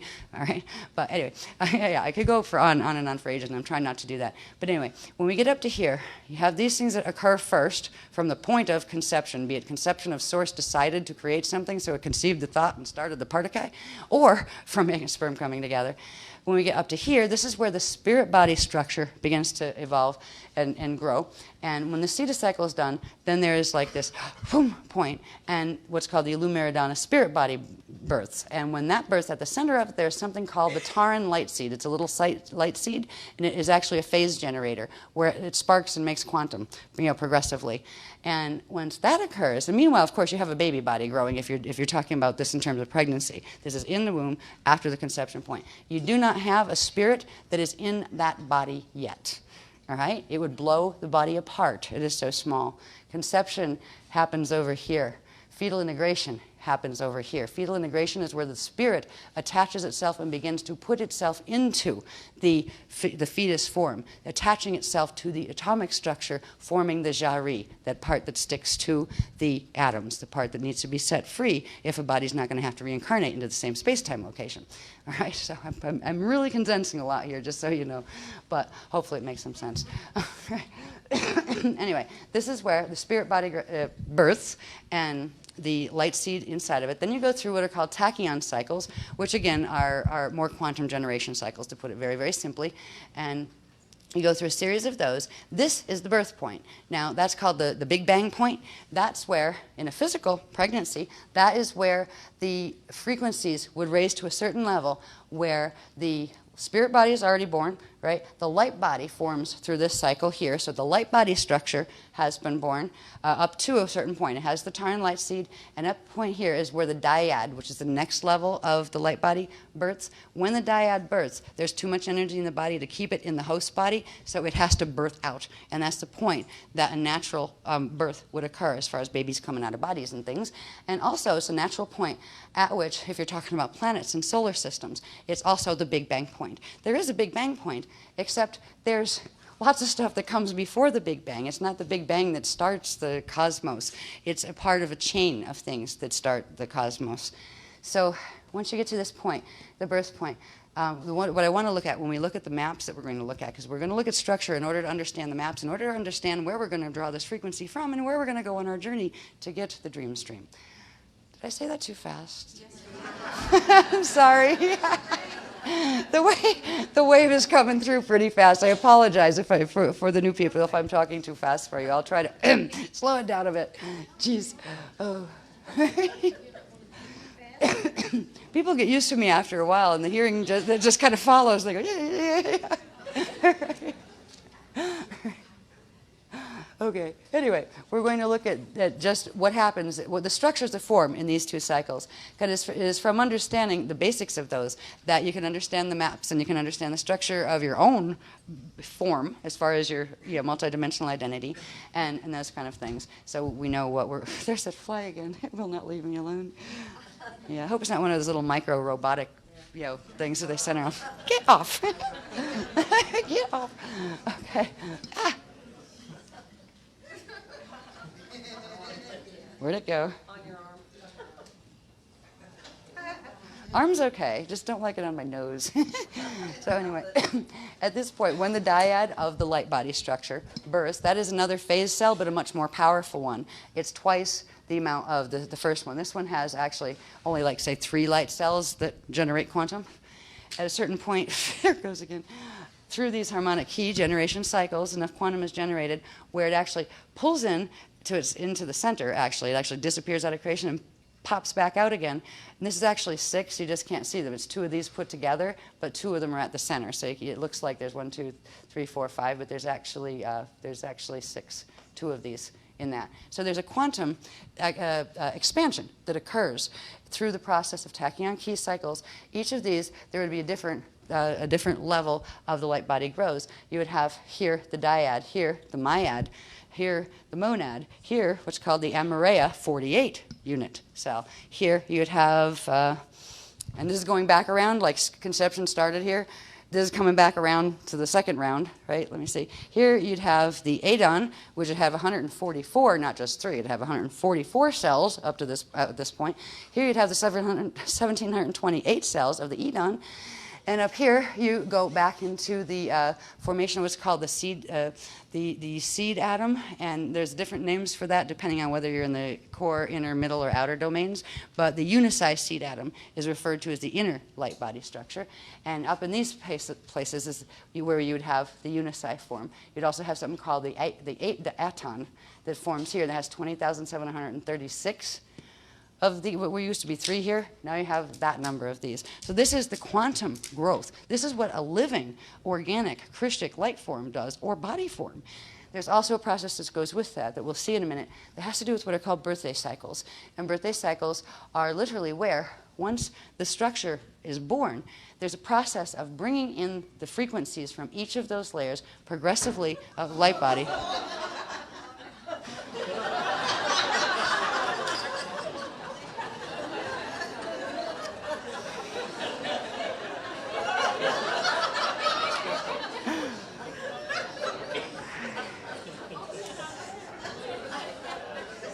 It's a flyby.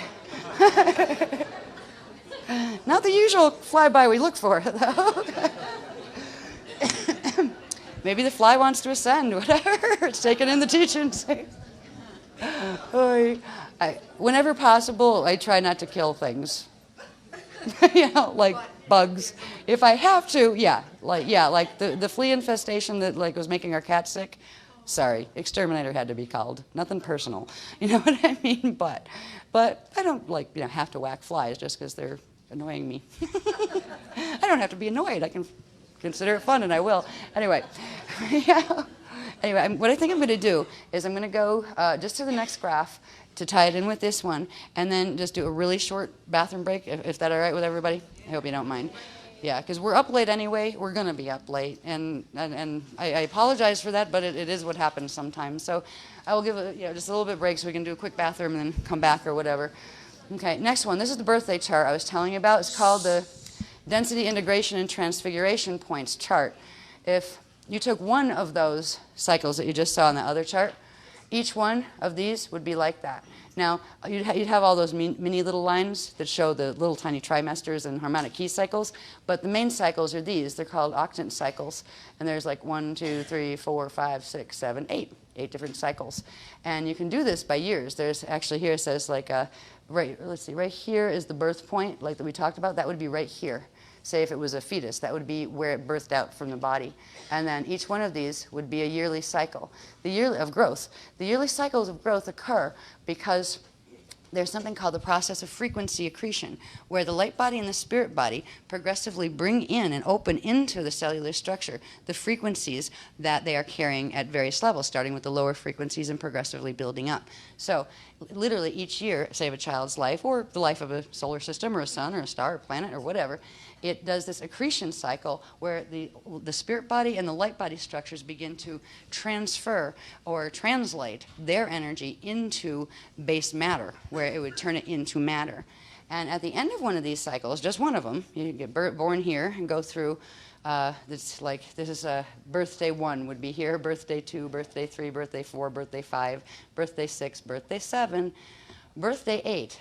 Where you're coming back around, this is called a transfiguration cycle. And that is where the atomic structure that was brought into matter, where Jari was attached to atomic structure, and atomic structure grew as the Jari and the light body frequencies came in, then there would be a transfiguration point where a portion of that energy would actually transfigure and go to the next level of density, and you'd start bringing in the atomic structure of the next level of density. When I speak about densities, most people that work with us know this. Density is, for example, density 1 is dimensions 1, 2, and 3. A density is a three-dimensional band. So we're in density 1 down here, dimensions 1, 2, and 3. Density 2 is dimensions 4, 5, and 6. Density 3 is 7, 8, and 9. Density 4 is 10, 11, and 12. And density 5 is 13, 14, and 15. That is the base structure of a 15-dimensional matrix, or a 15-dimensional even identity. Your identity is structured that way too. So anyway, you would go through each of these cycles. If this was your birthday thing, when I mentioned in the introduction that at the age of 33 would be the normal point if our angelic human DNA was working right. At the age of 33 is where we would reach our Christ star turnaround point. We could go through what was called the Kalihara transition and go into the Adashi cycle. So we would never age past the age of 33. We would have our 33-year-old body at its height of expansion is when that would be made eternal, and and we would go on into the Adashi cycles from there. So I just wanted to show you the connections with these, because it has to do, again, with the structures of the spirit body and the light body, and they all have to do with the structures of space and time. And the structures of space and time have to do with understanding where we are right now when we look at the loadout schedule and those kind of things, which is that 200-year we're being evacuated schedule, right? These all tie together. And the cycles tie in with the processes of Partakai phasing, quantum building of the light body, spirit body, etc. And the processes tie in with the space-time issues that we are facing on this planet and in this solar system and in this galaxy. So understanding the basic of these things, or at least how they fit together, can help you have a picture of what you're really looking at in reality right now. It's a picture that is much bigger. It is the big picture, that much bigger than anything is teaching you out there. You will not find the picture this big in science, even at the height of it right now. They can theorize and stuff, but they have no idea. The closest they come is what is called bubble universes, and that was on, I think last year sometime on Discovery magazine. It actually featured an article on bubble universes, and it's a theory that is becoming more popular in science. That has to do with bubble universes floating around, and maybe they can crash into each other, and maybe there's more than one universe. Well, kinda. There are bubble universes, yes, it's a good concept. But there's something called the structured bubble cosmos, and that is what we're dealing with. There's not just random bubbles floating around that could crash into each other on occasion as universes collide. That can happen in black hole systems where they're no longer connected energetically to the natural structure, but there is a natural structure of the spirit body and spirit body light body structure that actually is the bubble cosmos concept, but it is ordered in a very neat way where there's natural interactions and pass-throughs between all of them, and this is where you get gate sets too. So anyway, back to this chart. I keep going, a little tangent over there. Sorry about that. The birthday chart is not only, does not only apply to a person's birthday from the time when they were conceived and they get born. Okay, the cycle you saw before is where you had the, Partha created, spirit bodies created up here, light bodies created, and bang, you're born, right? And then you go into your first to your 8th birthday, your 0 point to your 8th birthday, and then you'd have your first transfiguration point, where you begin to transfigure the atomic structure into the next density level and begin bringing the next density level's frequencies into atomic structure. After you go through the density 1 level, density 2 level, density 3 level, and density 4 level, that is when you've got your 4 densities of your avatar in your body, and you would be able to then go through the Kalihara transition and begin the process of going into Adashi return cycles with the transfiguration 0.5. So this cycle applies to cosmoses and it applies to persons. And it's the natural Christic cycle. The cycle gets messed up with the Metatronics, and our planet has been running progressively on the Metatronic twisted cycle, which is called the sextant time cycle. I won't go into that now. I covered it a tiny bit in the Camelot, Project Camelot interviews, and there's other workshops that has been covered much more extensively. So I'm just trying to show you the way it works, all right? Not worrying about the way it doesn't work or what's not working. We've covered that enough. We're looking at the way things fit together, the way they work, and how it applies to you and to the cosmos and to everything in between. Next one, please.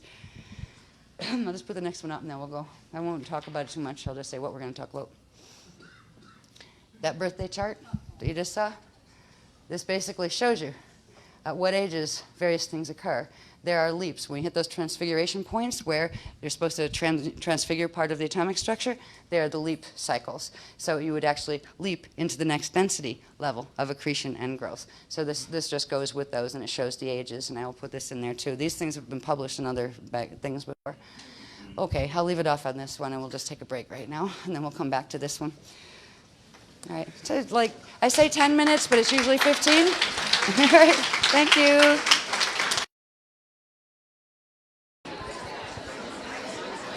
Ding, ding, ding, ding, ding. Round 2, starting.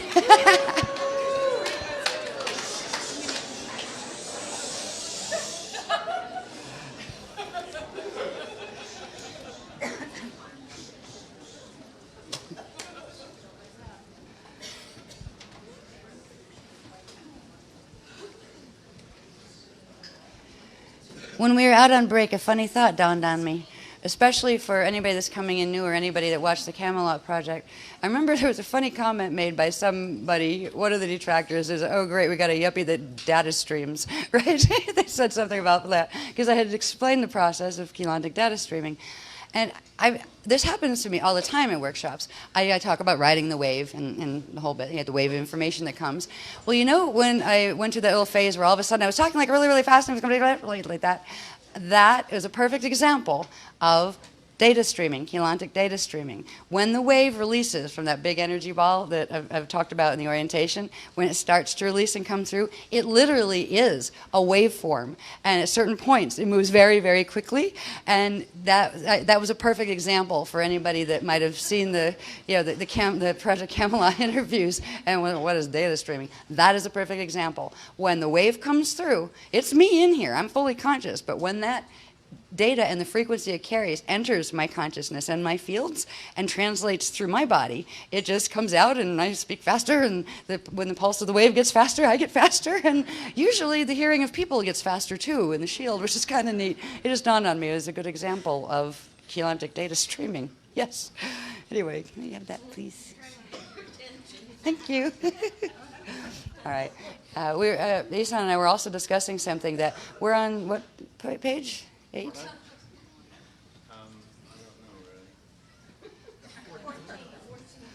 really. No, the 14's crossed out because I had to pull them from various other programs. I think we were around about 8 or 9 out of 49. And because he's so good with numbers, he said, even if you spent 2 minutes on every other one of them, it would still be 2 more hours just to finish that. And I'm going, yeah, right. I don't think I've ever spent 2 minutes on a graph. So there may come a point. Now, if not, you'll just hear the wave going really, really, really fast again, right? Where I sound like a chipmunk, right? Alvin and the Chipmunks, teaching Ascension. Right?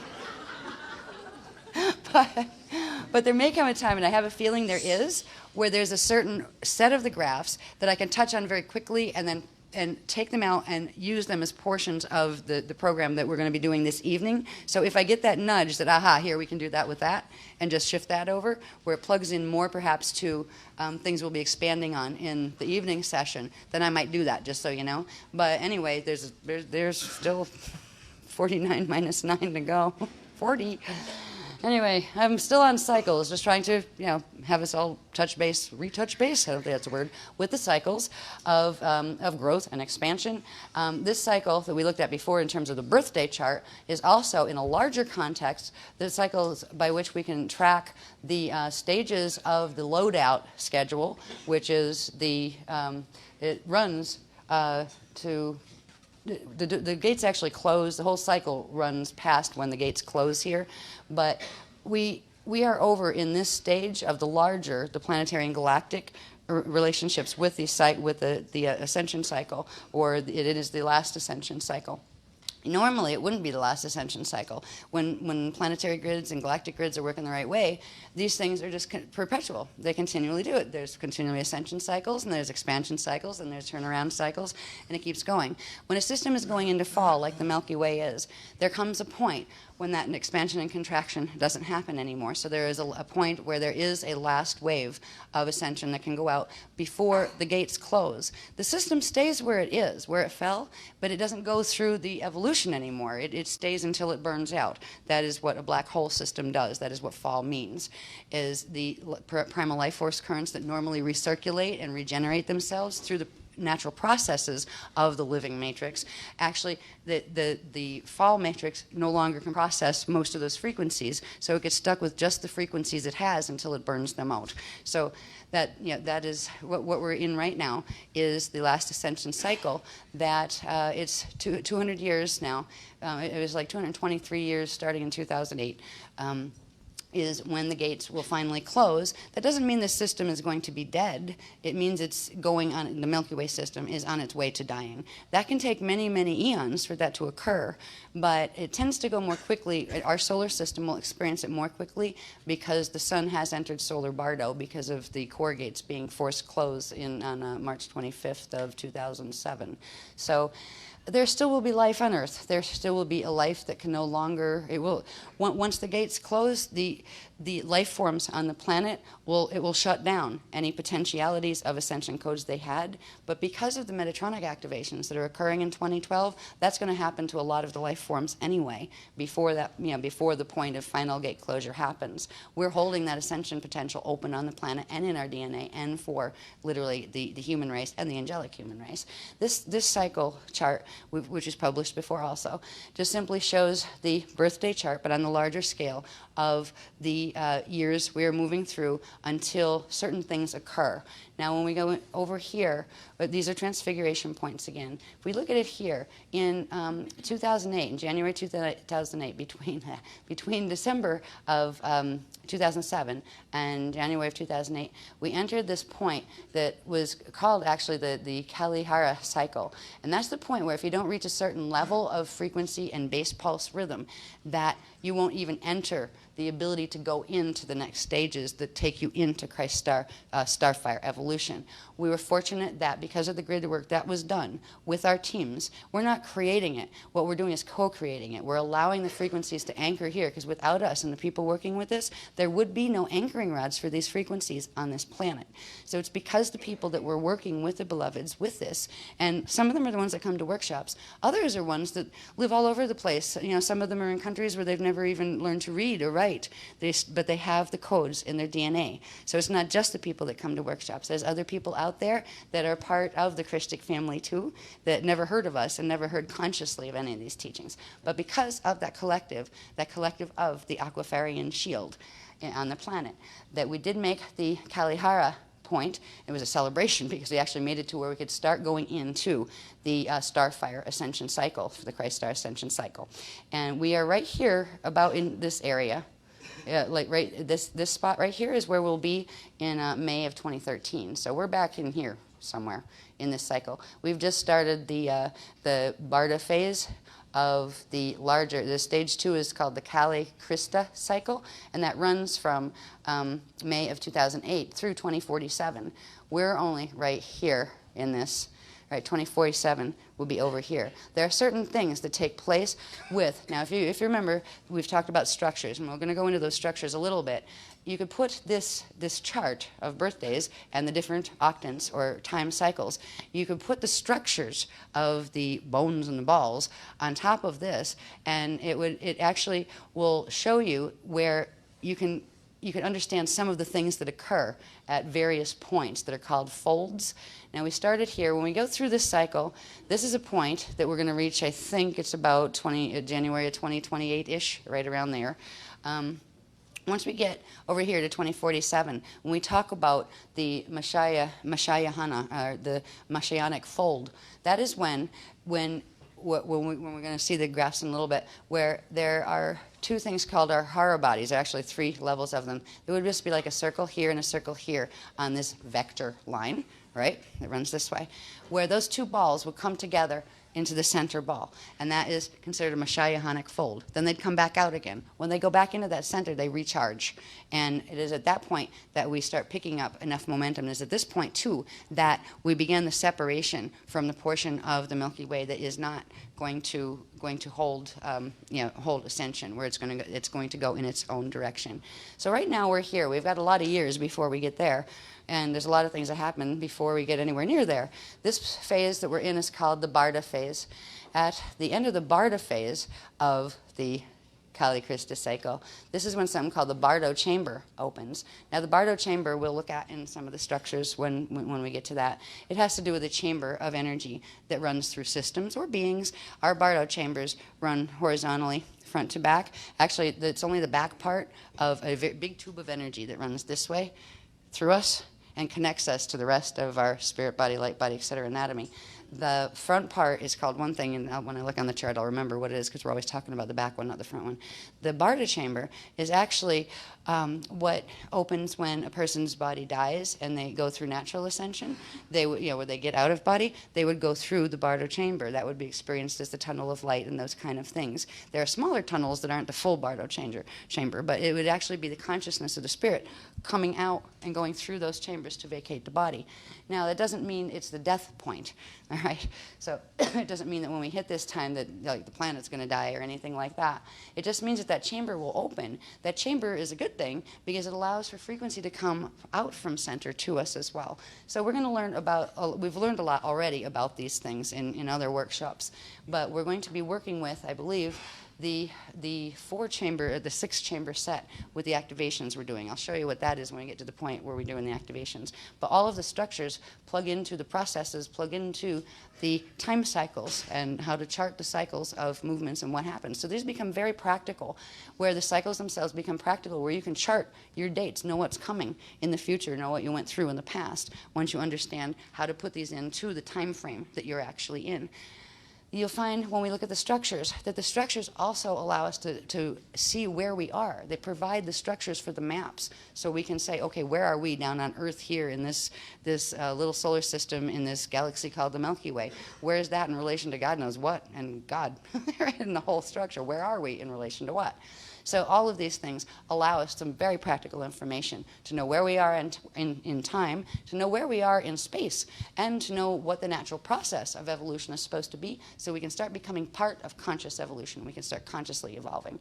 So we'll just go to the next one, but we are here. The next phase is called the Masha phase, and that's when those 2 balls that I talked about come together in the center and then come back out. The Masha phase has to do with a word called the Mashayahana.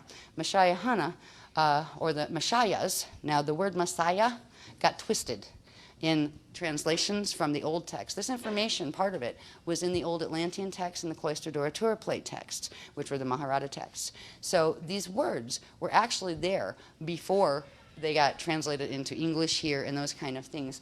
The word Mashaya has to do with ones who go through this, enter this fold, and finish this cycle, and go through into the Mashayahanic fold after they finish the Masha cycle. And that is where the transfiguration can fully begin, a full transfiguration of the body form. So the whole legends about the Messiahs and the Messiahs coming and all of that.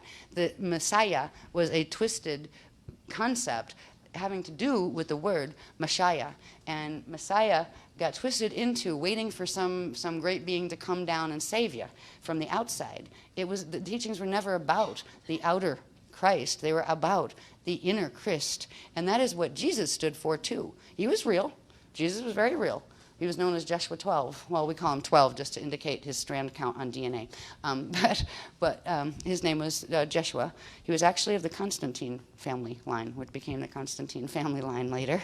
And there was another guy named Jeshua 9, who was an Anunnaki that was supposed to be part of the Ascension program and decided to take it in a different direction. And he's associated with the things like you see in the Da Vinci Code and the lines coming with that. So there were actually 3 Christs. You had those 2, and you had one other one, poor guy named Arahabi. He's the one that actually got crucified. Neither of the Jeshuas did. So Jeshua 12, the one that was the actual, excuse me, Messiah, he wasn't crucified. He finally left by choice through ascension out of the gates at Giza, which is Stargate 4. And he left through the Giza passages. And the other one, I forget what happened to him, because I don't really track the story of Jeshua 9, because that's a different family line. That's the Anunnaki family line, and they were part of the ones that broke the Treaty of Altair and decided that they were going to take over the planetary grids and fight the Dracs and all that stuff. So anyway, I just wanted to put a little bit about the Jeshuas in there, because there's a rumor going around, actually it's on somebody's website, that they had the nerve to actually say that, and it really ticks me off, because there's a person who says, oh, she's this and she's that, right? And it's a person who is in a position similar to mine as far as a public speaker, teaching certain things. Now, I've never gone after that person. I've never, picked on the person. I don't even name the person in public. I address the teachings. I don't even call the teachings by their published name. I say enough about them so the comparisons can be made. But this person said, and she doesn't even like Jesus. Oh, don't like that one much. I won't let it bother me. I don't have to. But it's funny because Jeshua was one of the speakers. He was speaker 2 in that time period. And there's a man that came to be known as John the Baptist that was speaker 1. And there was a woman that nobody heard about much that was called Miriam that was speaker 3. There were the 3 speakers then too. And that wasn't the first time. They were there before. They were in Hindu form, like in the Hindu teachings. They were even back before that. They were the speaker configuration of bringing this information here has been going on for eons. But as far as I want the people especially that might not know much about me or the work to understand that we are not against Christianity. What we don't appreciate are the distortions, and I don't want anybody to think I personally don't like Jesus or don't believe in Jesus, because I very much so do. The thing that differs between base Christian teachings and the teachings that we are teaching the teachings of the inner Christ or the inner Christ, and that is exactly what Jesus taught. The big difference is there's a whole movement in Christianity that's highly attached to having to have a martyr as their savior, hanging him on crosses. That is Jesus. That was our hobby. Historically, it's in the Maharata plate records. That was our hobby. He was tricked into being a decoy, so Jeshua 9 could escape to France. So, anyway, it's really sad to see what a twist in history back then can lead to this far in the future. But I just want people to understand that might not know, much about us or about me or anything, that we are not at all against the teachings of Jesus. In fact, we are giving a version of what Jesus was teaching, just so it's known. Anyway, next one, please. Another tangent. This is just showing the same thing. Don't worry about the words right now, because these are actually pulled from other texts. Some of these were from the module that Melissa and Fraz were offering. But this is just showing where we are in the cycles again, down and through here. And there's tons of information that go with explaining these cycles and all that, and they've been progressively given in various workshops. And I think some of them are analyzed already. I've gone back to like 2007 with analyzing the workshops and content, and I think these came out in that in that period, so it should be, if you read the stuff that hopefully Kinko's will get printed for us all, you should be able to find what workshops are in if you're interested in going backward and getting that information and watching the workshops that focus more on this information. Next one, please. Oh, yeah. This is showing a tiny little piece of time within that larger cycle. I'm not going to even explain what this stuff is right now. That had to do with when we talked about the spirals, the Christic spirals and the Metatronic spirals.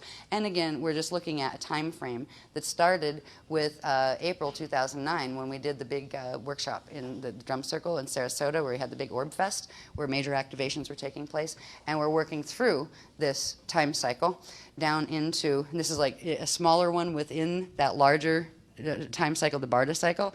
This is a little phase. This has only taken us from April of 2009 up to December 15th of 2012.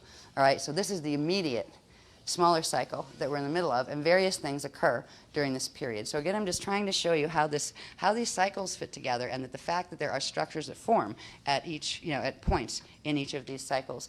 And when we look at the structures, you'll see where the space that has to do with maps and the time that has to do with cycles go together to give us the understanding. Because in the Camelot project interviews, I went over it really quickly because of the scale of what needed to be accomplished, and I didn't put that sequence together. The Beloveds did. They said, this is what we want to put out as the official disclosure thing. And I was like, okay. So this is adding a little bit more detail of how those pieces fit and showing a little bit more of the graphology that goes with them. Next one, please. Now we're going to talk about spirit body. All right. This is from the module that Melissa and Fraz were offering. So we're just going to, I just have it here just for spirit body. I'm not going to go through each of these phases. You can go to their module to learn the consolidated form of, really, in a nutshell, what is transfigurative ascension, because they did a perfect job of pulling that data out of the massive sea of information that we've been given to make it concise where you could understand it, but still see the detail and understand it. So I just wanted to point this out for spirit body. Hey, there's one less than 2 minutes. Next one, please. Oh, I know. I have it in there again for a reason. To bring us back to spirit body gestation cycle, right? So these are it's in this phase, that Cetus cycle where the spirit body is creation, that you will see the formations or the structures of the spirit body, be they your personal one or a cosmic one or a galactic one or whatever, right? So it was just to show again that it's this area that we're talking about and the structures that go with this particular set of processes and time. Okay, next one, please.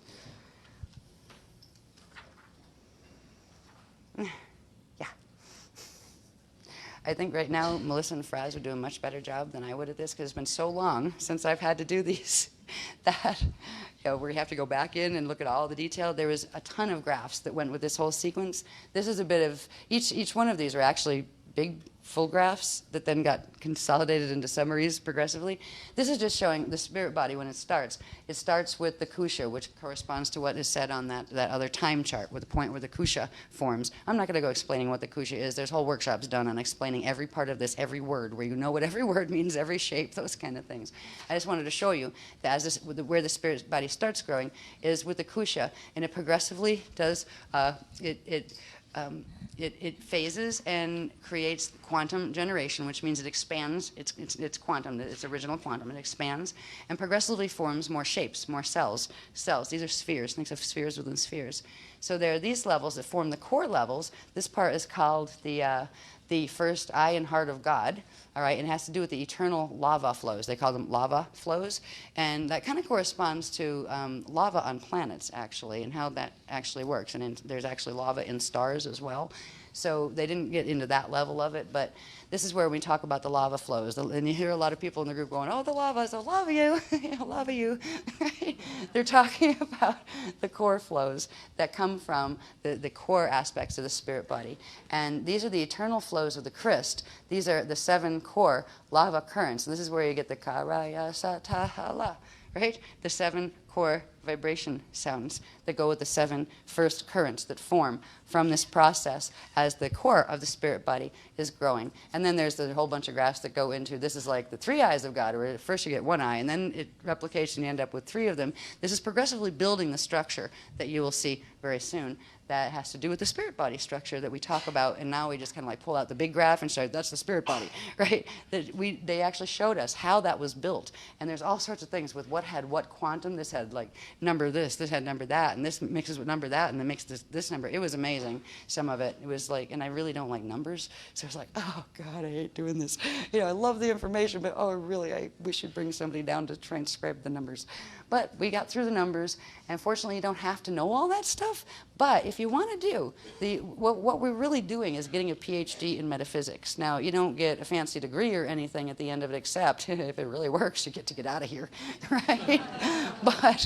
But the equivalent of the information and the detail that has been given would be equivalent to something like going to whatever major you were going to major in college and getting a PhD in it. Not everybody needs a PhD to do what it is, you know, they would like to do in life and with life, and that applies to here too. But they had to give the PhD program first because it was going to take that to keep the gates open here once the Treaty of Altair was broken by the Anunnaki and they were going into grid wars. So what's going to be nice is once we finally do get the step-down gentle program for people who don't want a PhD, we've already got the high level of the ministry, where just like in any church structure, you will have the people who are the masters, the ones who've studied all the texts and know lots and lots of stuff about it. And then you have like the middle priest caste that knows a bit about it, knows how to make it work on the ground and operate it, but never studied all the heavy-duty texts. We're going to end up with two levels of the MCEO priesthood, with ones being the ones that are carrying the record keepers, basically, that know all of the big stuff, and the others who are just, they feel a calling and they want to be able to help other people and find the spiritual peace themselves. But what we are doing is this is the I don't like to use the word master priest caste, but we will be the ones who we are the record keepers, the ones who hold all of this knowledge. So everybody's welcome. It's not one that we're going to say, oh, the other people who want to come in later can't. No, it's always open as long as there's something to run DVDs on, which is what's a little scary, because if electricity ever goes, all of these teachings, most of them, are gone, which is scary. But there's an awful lot for a transcription team to attempt to put on paper.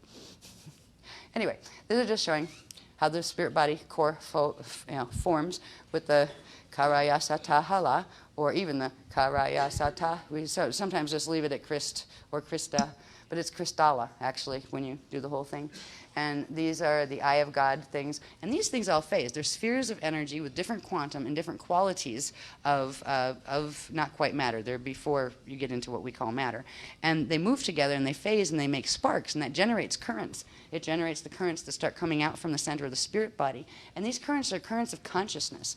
They're coming from source consciousness field, that Aya place that we're just learning about that has to do with the God source consciousness field. It's when it first individuates and starts coming into individual expression, be it as a universe or cosmos or a person. It starts with this structure of the spirit body. Next one, please.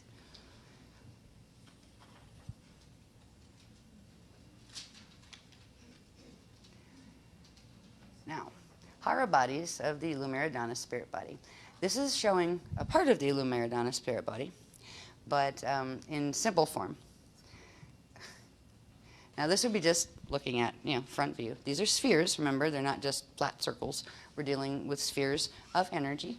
If you turn that on its side, right, if that was a dish of spheres and you turned it on its side, right, it would look something like this, right?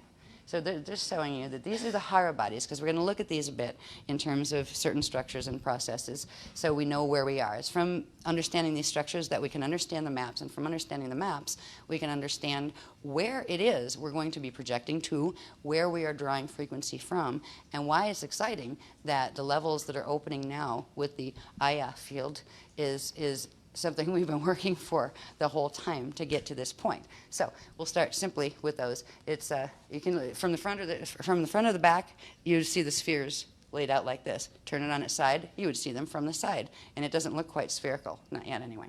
So these are the basic structures. What you're seeing here are called Illyrian chambers. I won't get heavily into Illyrian chambers, for people who don't know. For people who do know, you know why I won't get heavily into Illyrian chambers.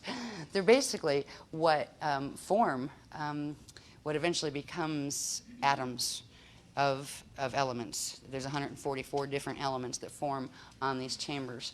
There's 12 Illyrian chambers, and each each chamber would form 12 elements, and that's where you get the 144 elements of the actual periodic table. And it plugs right into the periodic table that science knows, but there's more elements than have been identified. So anyway, we've got the basic structures. When you have one of these lines, the Illyrian chamber lines, that also is what's known as a vector line or a time vector line. It has two event horizons. One would be this one, right, to the center. That's an event horizon. And then from the center back out, that's another event horizon. So one vector line has two event horizons. On each of the Illyrian chambers, you will see a structure of a sphere, all right, on each one. We'll look at what these are called because they're actually called hara bodies of the spirit body. And it's the spirit body structure that actually forms what's called hara bodies and processes that are built on hara bodies, which we'll look at very soon. So I just wanted you to see the base thing before we get the flows and things in there, before we get the Illumeridana happening, because that has lots of detail to it. This is the basic structure that we are dealing with, where you have the 12 vector lines, and on each of the vector lines has two event horizons. Each event horizon has a sphere of energy, or a hara body, and its corresponding event horizon on that vector line also has a sphere of energy, one of the hara bodies. At the center, there is the third hara body that links the two. When I talk briefly about how at certain points we go through the Mashayahanic fold, where the spheres come together into the center, that's what it's talking about. One set of these would phase together on its vector line, and each event horizon would meet in the center. The center is referred to as the bud. That's where we get the concept of the Buddhas as they're used with our teachings. So we've covered all sorts of aspects of the structure of this. This is just showing some basic things to touch base with where we were, and so people can catch up if they don't know.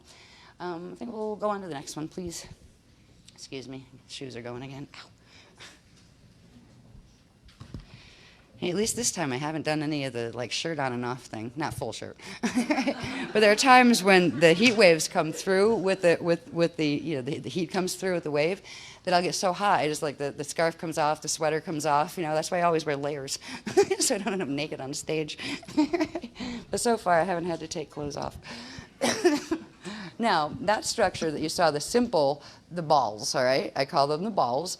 And there's other structures inside them that are referred to as the bones that have to do with the interwoven Kathara grids that we'll see in a minute.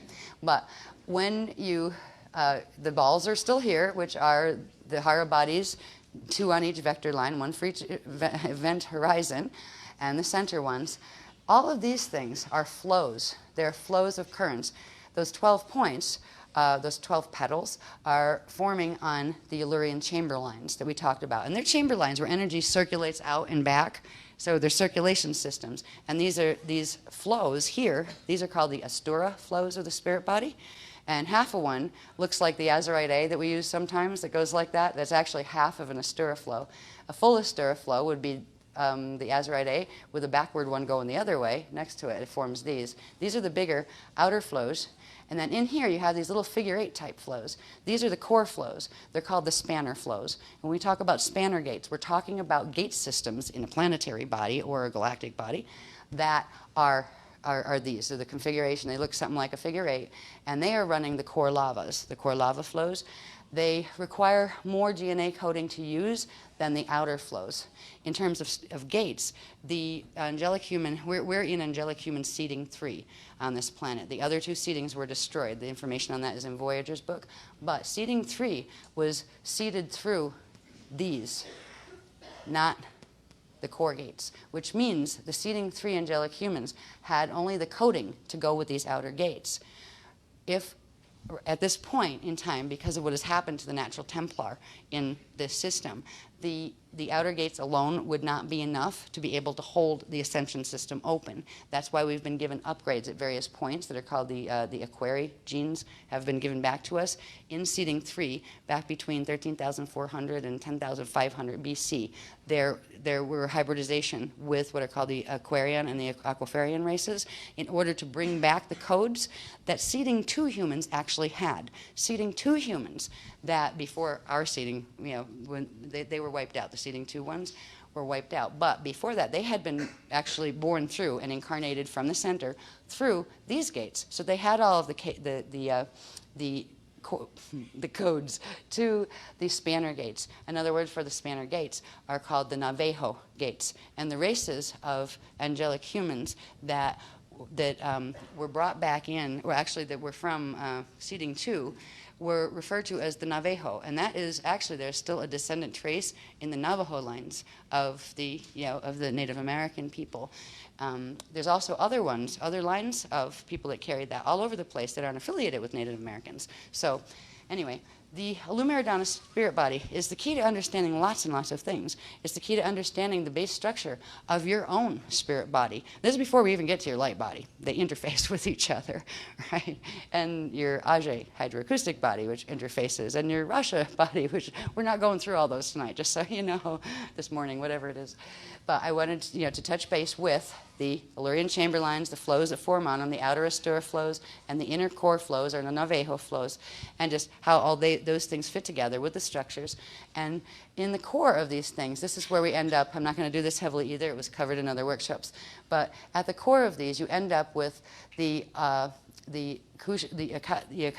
I forget what they call the one on the other side, but the Akashic and the Akushic records that have to do with the Atori side, which we are on, and the opposite spin Adori side of creation. This is where we get halls of records and all of those things on the planetary level. When they're talking about opening the halls of records, they're talking about opening these core structures that are in the core here. When we talk about the Akashic record, it would be the first, I believe it's the first of the first 8 cells, and then the halls are the 8 cells that form around that first cell. So all of these things that you hear in the mythologies and all of that about halls of records and well, this is what they are, and this is how they form. They're part of these structures. And so this goes of understanding self, but also understanding cosmos, understanding planet.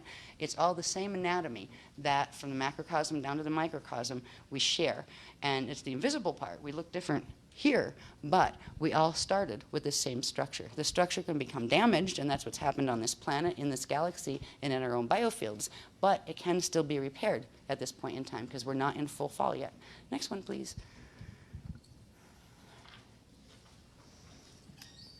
That's just a close-up of structure of one of the core flows and also of one of the Navajo spanner gates.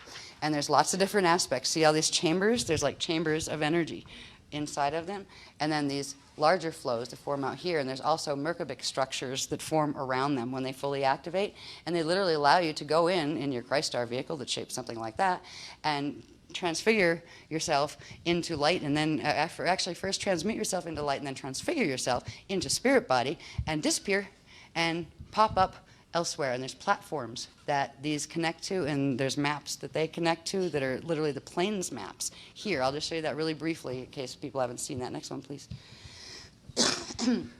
We were talking about these on a Stargate level, a Stargate that's on a planet, for instance. This was a mural, actually, that's at the Shalon house that I painted on the wall.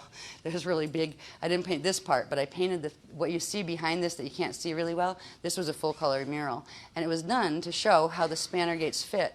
All of these reach different platforms that are at different layers of the atmosphere, and they lead to different things. They lead to different things. There's like subterranean cities. There's cloud cities, what we consider cloud cities because they're up where our clouds are. There are what they call the ocean cities, where there's layers of actually aquifers that interface with different planes or different levels going up from the Earth's surface up into its atmosphere. So this is just showing you how, even though we were talking about the structure of spirit body, how that structure of spirit body literally forms the structure of gate structures on this planet and in the cosmos. There are little ones on a planet, just like there's even smaller gates inside you. You have spanner gates inside you too, your spirit body spanner gates. But there are sets of them. You would have the planetary level ones that would connect to the solar ones, the central sun in that solar system. They would connect to another set. They would connect to another set in the galaxy. The galaxy ones would connect to another set in what's called the mega galaxy level. They would connect to another set in what's called the universal level, which is called a Veka. They would connect to another set there in what's called the Akasha level, which is going up from the universal level. This is part of the structure that it builds that the maps are about. So there's all these sets of gates that if the planetary leads to the solar leads to basically the galactic leads to the next level up, until you're fully into expansion into the cosmic matrix. So I just wanted to show how it's not just spirit body of personal and not just spirit body even of cosmic, that's just, oh, spirit body floating there. No, spirit body is what forms the core flows that form the core gates, and then there's outer gate structures that also interface with these that are a natural part of planetary and personal and cosmic anatomy. Next one, please. I go, yeah. I'm not going to cover this one heavily. I might come back to this tomorrow, actually. But this is showing on the same structures. I just want to do this really quick.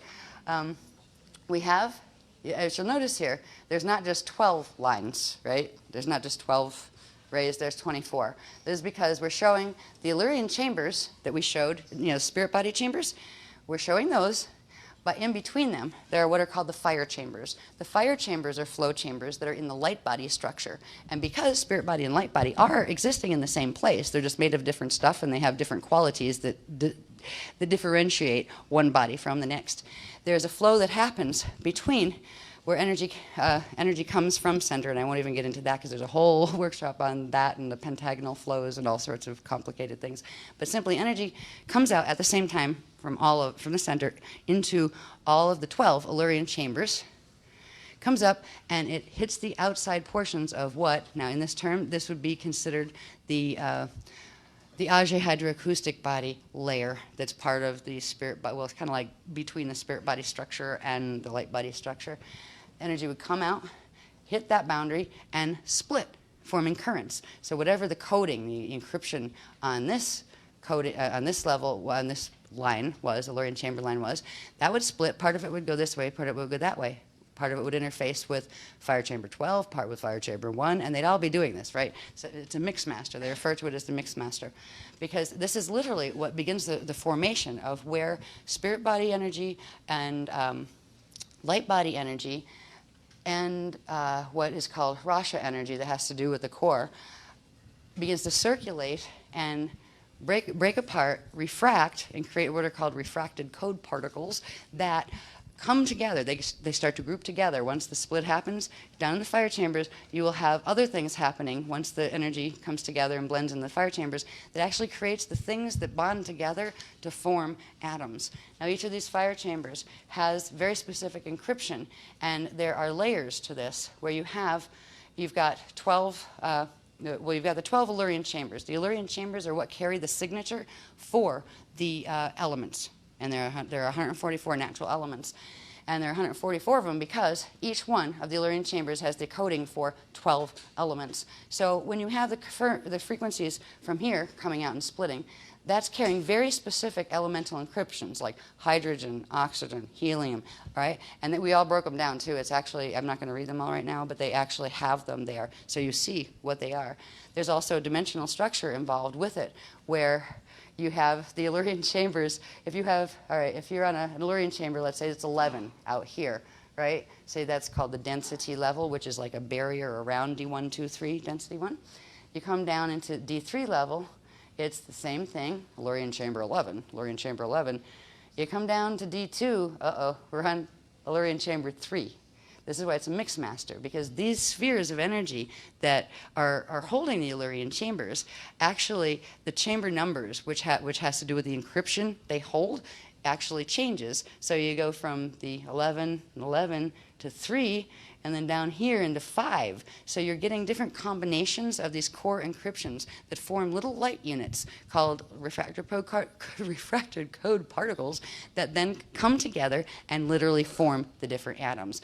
A way to look at this and to not have to memorize all of this stuff and to activate the potentiality for those 144 atoms in your light body structure and your physical body structure is simply using that translated with its frequency colors, because each one of those dimensions, each one of those numbers, 1 through 12, has a specific color frequency. This is where we get the Alaria Rashatan. When it's not in color, it looks like this. Next one, please. I do believe.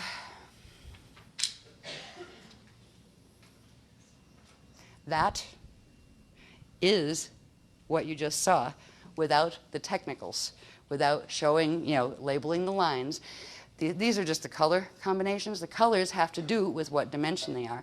What the number is will actually tell you what, if you look back on the Mixmaster like key chart, you'll actually be able to see, oh, that's hydrogen, oh, that's oxygen, or that's whatever, right?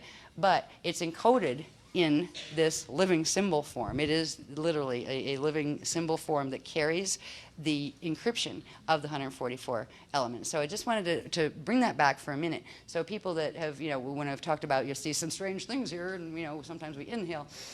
The energy from codes, pictures, pretty pictures. All of the pretty pictures mean something.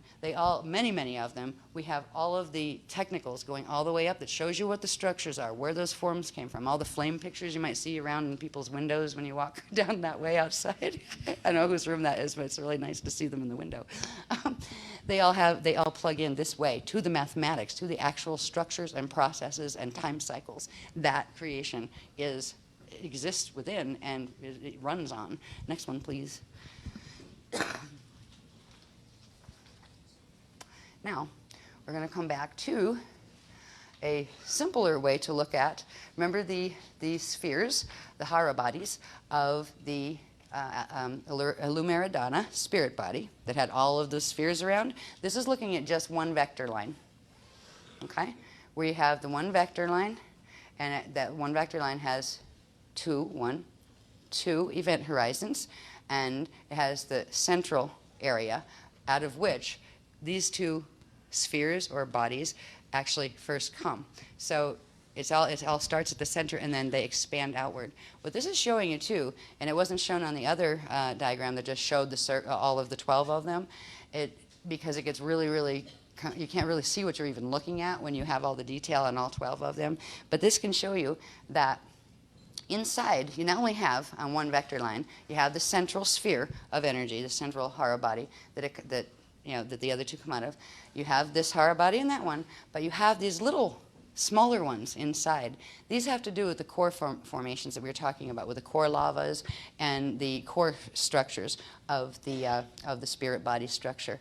And they form literally these smaller spheres within the larger spheres of the Hara body structure. And again, this structure applies to anything that has a spirit body structure, which means everything. All right? Everything originally started with a spirit body structure like this. So it applies to large structures such as the cosmos and smaller structures such as you. So these are showing you what we'll look at in a second, that it represent the time cycles of, literally, of what expansion into materialization and then turning around and going back into dematerialization and back into source is. It's easier to see when you just look at them on one vector line, because technically you're just seeing one out of the 12 vector lines, which means you would have sets of these on all of those vector lines, right? So you get lots of those little time cycles, and they move in and out and expand and contract. That's the natural breathing rhythm of source, bringing itself back from manifestation, parts of its consciousness, and then expanding it back out. That is a natural cycle of evolution. Next one, please. I'm not going to go through all the detail in this just to show you it's here, because this is showing you when we talk about the time cycles that have to do with these structures. We are dealing here with the yuga cycles that we talked about. We have the core yuga cycle, the Rala Yuga, the inner, which is the Ala Yuga, the middle, which is the Shala Yuga that goes with the Edans, and we have the Kali Yuga, which is, or it should be an A actually, it's Kali Yuga. It's out here.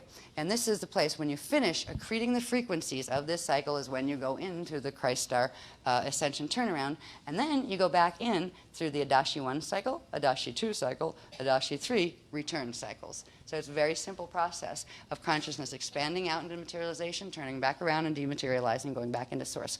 It's an eternal process as long as the structures are not damaged. And the problem in this cosmos, well, in the more local area of this universe, which when I say this universe really is what would be referred to as what science calls the Andromeda Galaxy. All right, the Andromeda Galaxy, Milky Way is supposed to be a part of. It actually fell out, and there's about, what is it? I forget, 2 billion light years or something. 2.2 million, thank you. There's about 2.2 million light years between Milky Way and Andromeda right now. But Milky Way was once a part of that system. Okay, I'm getting nudged here. Okay, what do you want me to not talk about? Okay. Anyway, You get the idea. What's interesting here, can I do this? All right. Where these cycles that expand outward first, the yugas, they're referred to collectively as the Akashi expansion cycles. Now, at the same time as these are expanding out, that's only on one event horizon. Simultaneously, on the opposite event horizon, there is another set expanding out. That other set, if you are over here, let's say, in a universe that's over here, this other one that's on the same vector line as you, the other event horizon, is referred to as your adjugate, or your adjugate twin. So actually, the spirit body, part of your more immediate spirit body energy, actually materializes over here, and your matter body materializes over here. And same for the other. The physical body, or matter body, let's say, of your adjugate twin self would be materialized here, and its spirit body would be over here. Now, so you have a spirit body with you, but it happens to be that one's, right? And vice versa. They meet in the middle when the natural contraction into center, happens, and then they come back out again and recharge. But when we refer to the currents that are called the iridanis, you'll see that in some of the work. The iridanis is the adjugate spirit. That is the spirit body that you immediately work with, that is the spirit body of the other side that is with you, and your spirit body is with them. Technically, the whole thing is the spirit body. These are the more localized spirit body energies of the Hara bodies. And there's a natural process. In these time cycles, there's a set of the time cycles that go out that way. Where the yugas go out this way, these are called the ianas. They're the expansion cycles over there. And where we have adashi return cycles, they have ekashi return cycles coming back this way. So that is the structure of time, how time works in relation to the structures of spirit body structure. Next one, please. Light body. Oh. I think we can do this fast, because I don't have a lot of these. I just put a couple up just so people see that there are differences between the two. Next one, please. Light body. The big word on top is all we need to know. We've seen this before. This is showing over here. This is where the light body structure begins to form, all right, in that place on this time cycle. Remember, conception started here, right? All right, and spirit body started here, and spirit body, Lumiridana spirit body, the big one,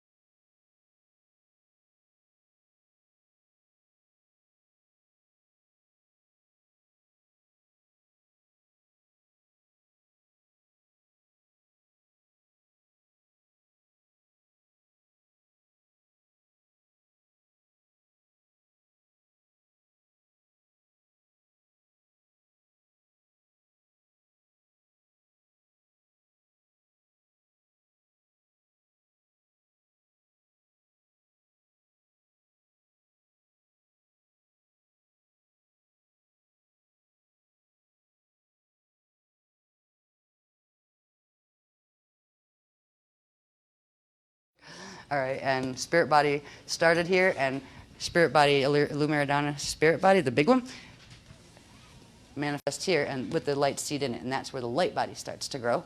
And meanwhile, if you're talking about a physical fetus, the fetus already started here, but it hasn't integrated yet. It's spirit consciousness. The spirit consciousness starts coming around here somewhere.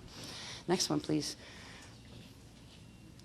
In that cycle of where the light body starts to form, it starts with this one. This is where the Taran births after the spirit body. At the same time that the Lumiridana spirit body births, the Taran light seed births at the center of it. That would be this one. Then that whole cycle that we showed there, that had the 4 trimesters, right, which is called a tachyon cycle, that whole cycle would lead to the birth of the dyad, all right? So that's that generator cell. And that is the point in physical bodies where the baby would have to be born, or it would kill the mother, actually, if the body didn't, express itself. So once you a cosmos or a baby that is just born, this is the Big Bang point in cosmoses, where that Big Bang that science talks about. It actually does happen. There is a Big Bang, but all that stuff happened before it. So it wasn't the starting point, it was the birthing point, where from whatever happened before, then finally it birthed out into a cosmos or a solar system or a galaxy. But then there's this whole process of quantum generation that occurs because of these cells are generating energy as they bump together and make sparks. And sparks eventually form quarks, and quarks build up to form they're the subatomic things that make subatomic particles. Actually, they're there's sparks before quarks, and science has found the quarks, but they haven't found the sparks yet. Let's just put it simply. So there's this whole process where, what was that little light seed that looked like that? That was the 3. Actually, there is a center ball in the Tarn, but it has the equivalent of 3 Partaci, which are the tiniest units, the first units of consciousness. It goes from the Tarn to the dyad, which actually has a power of 6 Partaci, because it's got, or let's say 6 cells for now, because it's got 2 of those ones that have the 3 phase cells. Then that expands again. You've got the myad, it grows. And what you're seeing is the growth process, the starborn cycle, the growth process of the light body structure. Now, it starts with the dyad in birth. So this means if you're a baby, in the womb, you get born when your dyad forms.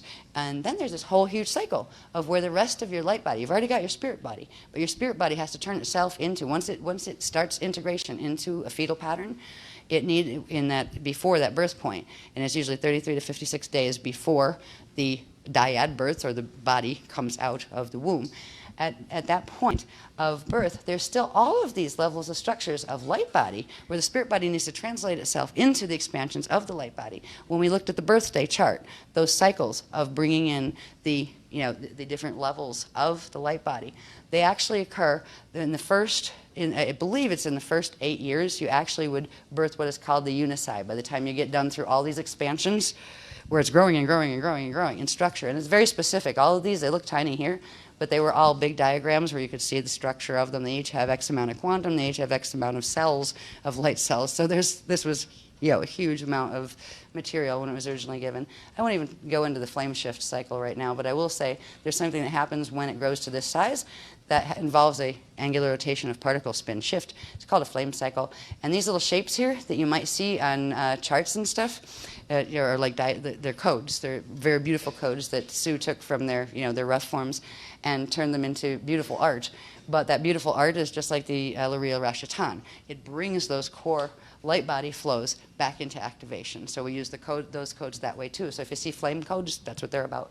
Then there's the next stage of quantum replication. And the replication happens where when a certain amount of quantum is built from the cells pulsing, at a certain point, it generates enough quantum where they actually go and pull literally back into the center, disappear for a moment, and then, at first they start doubling the quantum of them. And at a certain point, it goes from not just doubling, but even let's say, I think they have the times here. It goes times 12 times 2, that would be times 2. That is just like it doubles itself. Then you get down here. It triples itself there. By this time, it does itself times 12, and again, it does itself times 12 as far as amplifying and growing its quantum. So this is literally how the light body structure goes. And you end up with something, this huge light body structure within the spirit body structure that is called the seed atom. There's a different level for the inner domain, the core domain, the inner domain, the middle domain, and the outer domain. And the unici one goes with the inner domain. The one out here, I forget what the one out here is, but the one we've been using a lot is called the Shadi, and it is the seed atom, or this level of the light body structure, that goes with the Edan level, which is the middle domain. So we work with the unici, or we work with the Shadi, or any of the others that I don't remember the names of, but they're on some of the charts. So I just wanted to see the light body structure, how the light body grows. Next one, please. Haven't done these in a long time. Oh dear. Yeah. The light, yeah, okay. The light, I just, yeah, here's a boy. When we're looking at those structures that have all of the circles, right, the spheres of energy that we refer to as the balls of creation, right, around those, in the light body, an aspect of the light body is called the crystal body structure that forms within and around those light spheres of the light body part, not the spirit body, but the light body part. So when you get, if you want to know about these, it's Kathara 2-3 manual. It just dissects them completely. And this is where you learn about axiotonal lines, meridian lines, all of that stuff. And if you're interested in it, you can, and if you're not, you don't have to, right? Unless you're wanting to go for the PhD in metaphysics. Inside of this is what you're seeing is a Kathara grid, right, which hopefully you've seen before. And the Kathara grid is that 12-pointed core radiation template. There's a lot of good teachings that we've given on the Kathara grid and why it's important, and I won't go into that now, but this is where we're starting to see the bones of creation, because where you have balls, it implies you have bones. So we have the bones and the balls of creation. The bones are, the structures of energy, and these are energy lines that run between points, fixed points of energy radiation, little points of Jalesic radiation that actually form encryptions of things. The encryption is the core template that you don't see, but it holds the rest of the structures together. If you have a mutated version or a version that does not look like this, as far as the exact proportions and the exact numbers of energy points, you have a mutated Kathara grid, which means you will have a mutated light body or whatever else is built on it. That's what's happening on the planet. The natural structure of this was mutated. On the planet, the regular surface level stargates, they go to the core, but they're not the super core flows of the spirit body level, they're of the light body level, would be the Kathara points, and they identified the original 12 of those. On the planetary level, they were known as the Halls of Amenti, stargates, and they fell in 2003 into Metatronic reverse spin, and that's why the Beloveds have progressively had to bring on the spanner gates and the core spanner gates and bring them online, or we would have had lost all ascension potential by about 2003, 2004. So anyway, crystal body structure goes with the light body structure, and they interface with the spirit body structure, but they are not the same thing. Okay, they're interrelated, but not the same thing. Next one, please. Oh, yeah, let's start down here. I'm just going to really quick do this. This is called the Stairway to Heaven. This is where you're looking at the bones. You're not looking at all the bones. You're only looking at sections of the bones, so we could actually see what we're looking at. All right, it starts with the one Kathara grid. The one Kathara grid on a cosmic level, and this is where you start to understand when I say, oh, it's on Akasha level, whatever, or it's on the Akasha Aya level, where you start understanding what are you talking about. They're considered the God worlds. When you get past the word universe, and universe is equivalent to the word Beka, okay, in the maps, then there are structures above what a universe is. And that's where we have up above, the next level above a universe is called the Akasha, then there's the Akasha A, and then there's the Akasha Aya, and the Yukatharista. So you have these layers of expansion above that. If what I said before on the other thing, when you're looking at one of these, this is fading away, you can't really see this very good, but it's two of these put together this way, one going this way and one going that way. This Kathara grid structure that is here would represent one universe, or like one 15-dimensional time matrix. And let's say if we were in density 1, that means we would be down in here where D1, 2, and 3 are. We would be down in this section of it, and that's where our reality field would be. And so like these would be the stargates we were most close to and everything. This is just the beginning of a structure as far as the Kathara grids. So the Kathara grids are the bones of the gate structures. They show you how natural organic gate structures of the cosmos are interfaced with each other and how they can be used, like how you know where to go. If you learn how to project and disappear at will, where are you going to end up? If you don't know where to go, it's like, well, do we think the world is flat? Once upon a time, everybody thought the world was flat here. Well, right now, science thinks that it's random, the way it's structured out there. They don't remember stargates. They don't remember the structure.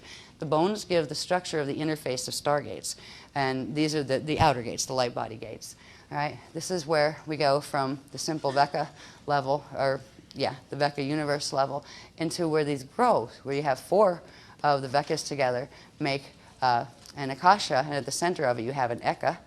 And this is where you get into core, or hub domains. We talked about hubs, some of the races coming out from the hubs. We're talking about the Ekas, but then deep down into the Ekas, if you go back into the hubs, say, of the Edon domains, right, that are inside of that, because we're just looking at what's happening in each of those little yuga cycles.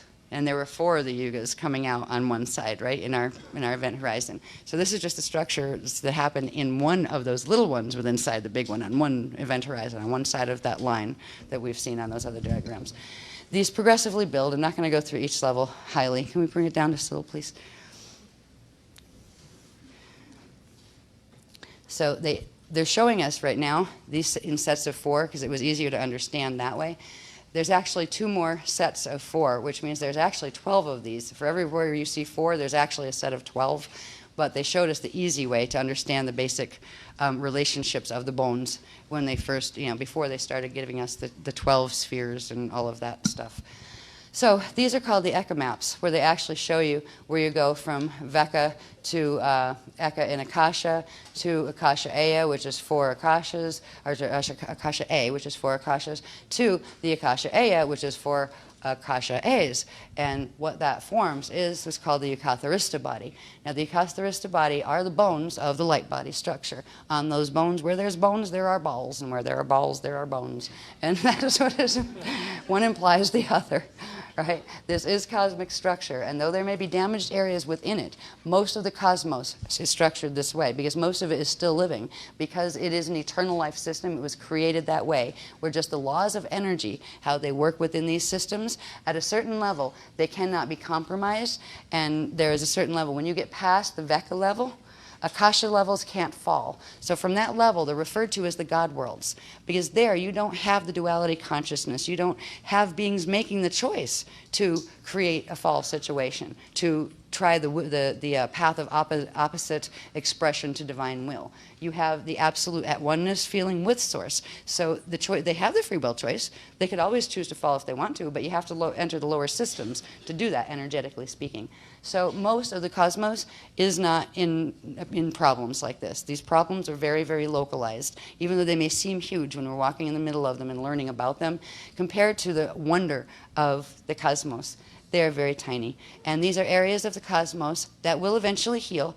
Even if the fall occurs, they will heal by going back in space dust return, where the energy and consciousness will get recirculated back into the entire structure and back into God Source consciousness field. So it is the most beautiful explanation of relationship to Source that I have ever seen. There's nothing that can touch it on this planet, honestly. There's lots of great ideas and theories and some bits of truth in all of the teachings of all sorts of things, but nothing shows you how the beauty of this living entity called the cosmos that lives within the consciousness field of God Source, and what the cosmos is made out of is the consciousness of God Source. That means everything in the cosmos is made of the consciousness of God Source, given free will to do what it wants with itself.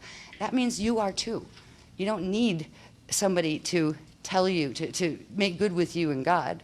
Now, ministers can help if they can help transmit frequency that helps you open your conduits, but the conduits are yours. You know, you may need help with, repairing your whatever damage your planet might have done to your light body, or whatever your choices might have done to your light body or your spirit body structures.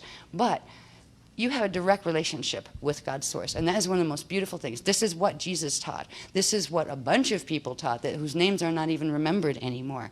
This has been being taught since time immemorial because these are the ascension teachings. This is just simply the way it works. And if somebody wants to know, there are always beings who preserve this information. That's why we've always said it is humanity's birthright. It's the cosmos's birthright. But translating it can be a bit difficult, especially in a system. In a Christic system, you would know this. You wouldn't need me. I wouldn't have to translate it for you, right? Because you would be able to access all this information in direct cognition. You would know it. You would see it in three-dimensional form inside your head anytime you thought about it. And that's what we're moving back toward, having that ability. So anyway, this is showing the light body bones. Next one, please. I'm not doing too bad. I'm not doing too bad. I haven't found the ones I want to leave yet, though. That's looking at it closer. Now here's where we start to understand the maps as far as where we are in relation to who's where, and that kind of thing. So this again is it's called the full Eucatharista body, and it's showing it is showing the sets of four, right? The sets of four here and the four here, and these have four and going into fours. But actually, there would be two more sets of four in the same, two more like cross shapes. So that would give you 12 points, and it's when you realize that it's actually 12 points and you're only seeing one set of four of them, that you start to understand how the spirit body structure actually interfaces and fits in with this light body structure.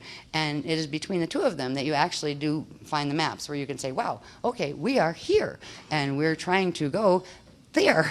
Okay, what gates do you need to open in yourself, and what gates need to be open on your planet and in your galaxy to be able to get there? That is simply what the on-the-ground ascension stuff is about, knowing how to go and what you need to have opened in order to get to the places you want to go. Next one, please. Time for water. Excuse me a sec. Little water. Sorry, crunch, crunch.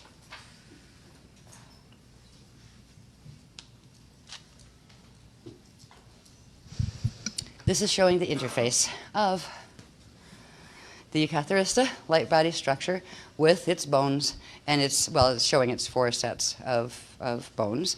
and how it interfaces with the cosmic level of the, like one cosmic matrix of the Illuma Iridana spirit body, where you've got your Illyrian chambers and you've got your spheres on those, your Hara body structures on them. What's interesting is each level of this, when you come down from the Eucharistista level, you've got, these are called Akasha A matrices. Each Akasha A has a structure just like this, where you've got 12. Inside each Akasha A, right, you have 4 other little sets of bones. Each one of those other little sets of bones is called an Akasha. Each Akasha has a set of these 12. This is where we get into understanding probabilities and probable universes and parallels and adjacents and that kind of stuff. Because there are parallel universes, there are adjacent universes, there's all sorts of different ways to describe the relationships. It's easiest to describe them by pointing when you have a map to show what you're referring to. A parallel would be, if we were here, a parallel would be at 90 degrees. Right? That would be one of our parallels. So you could have 2 potential parallels, right, for anyone. There's combinations of these that are called, this would be a an adjugate twin set, where the 2 balls that are on the same event horizon, they're adjugate twins. If you had 2 sets of adjugate twins, say 1 ball here, 1 ball here, 1 here, and all these balls are probabilities when I'm talking on this level, probable versions of the same core structure universe that birthed out, right? So if you had 4 of those balls together, that is called, it's 2 adjugate twin sets. You have 1 there and 1 this way. That's called a resolute twin set. We're going to talk more about that tomorrow, because that has to do with bringing together your avatars. Because in every structure, I mentioned before that you as a being, as just an incarnate, implies that there are 11 other immediate ones in your soul family, that you as a soul incarnate simultaneously as 12 separate individuals. Now, there are 4 faces to the soul that when you bring them together, they can pull the rest together and form at the center, form the soul, and at what's called the Buddha or the bud, right? This goes all the way up the chain, where we have 12 incarnates that form the soul. There's also 12 souls that form the oversoul. Same thing can happen there. You can bring those 4 of the souls together to bring the whole oversoul into the Buddha state. Same thing goes when you go up to the next level. The next level, of course, would be what? I'm getting a bit tired. When we go up from the oversoul level, you'd have a set of 12 oversouls would form 1 avatar, and then you'd have, going up the next level to density 4, you'd have 12 avatars would form 1 rishi. Now, that's your 1 15-dimensional identity. So you would have 4 avatars when we take it up to that level, 4 of your avatars that each have all those other parts of you inside, you know, as part of them. The 4 avatars could come together and pull you into Rishi state. We're going to be working with that somehow tomorrow. Well, not tomorrow, but in the next session, and I'm not sure how. But it comes back down to these maps, the bones and the balls. What I want to go from there is back into looking at this on the cosmic scale and realizing that we're looking at 12 cosmic probabilities right here, probability fields. They're called probability domains. Oh, no, sorry, dominions, where the domains are those things where we saw the larger circle with the little circles going back in it to the core. They're called domains, and the probability spheres are called dominions. These are places where materialization occurs, where matter and materialization occur. And, okay, we'll go to the next one, please. This is just looking at the bones again with reference to we are where? Now remember, those bones imply that big set of probability domains dominions, I always get those words flipped, dominions within the cosmic body, but we're just looking at this, the one little section of the light body bone structure. In relation to some of the things we talk about, we've talked about the Aquarian matrix. We've talked about Andromeda, M31, that Milky Way fell out of, which is actually called the Aquinas universe. And a universe would be one of these, okay, one of these little cathargrids, actually down on this level, I believe. Yeah, down on this level. So it would be a Vecca universe. So when we get to those, as I had said, that each of those 12 ball structures have Each one of those balls would have a set of 12 balls, and each of those balls would have a set of 12 balls going down from the Akasha A level all the way down to the Vecca universe level, and then from the universe to the metagalactic, to the galactic, to the solar system, to the planetary kind of chain of them. Balls, wheels within wheels within wheels is how they refer to it. But this is just showing us where we are. This is Aquinas, which means M31, the M31 universe. It's from over here that we actually twisted off, that Milky Way actually twisted off. The beings that we are dealing with in the tri-matrix crystal river host, yeah, those beings that are the ones running and holding this house for us, they come from here, which is the Aquarian matrix. That's over here. That would be considered, I think it's our parallel adjacent Akasha A. They're over here. This is our Akasha A over here.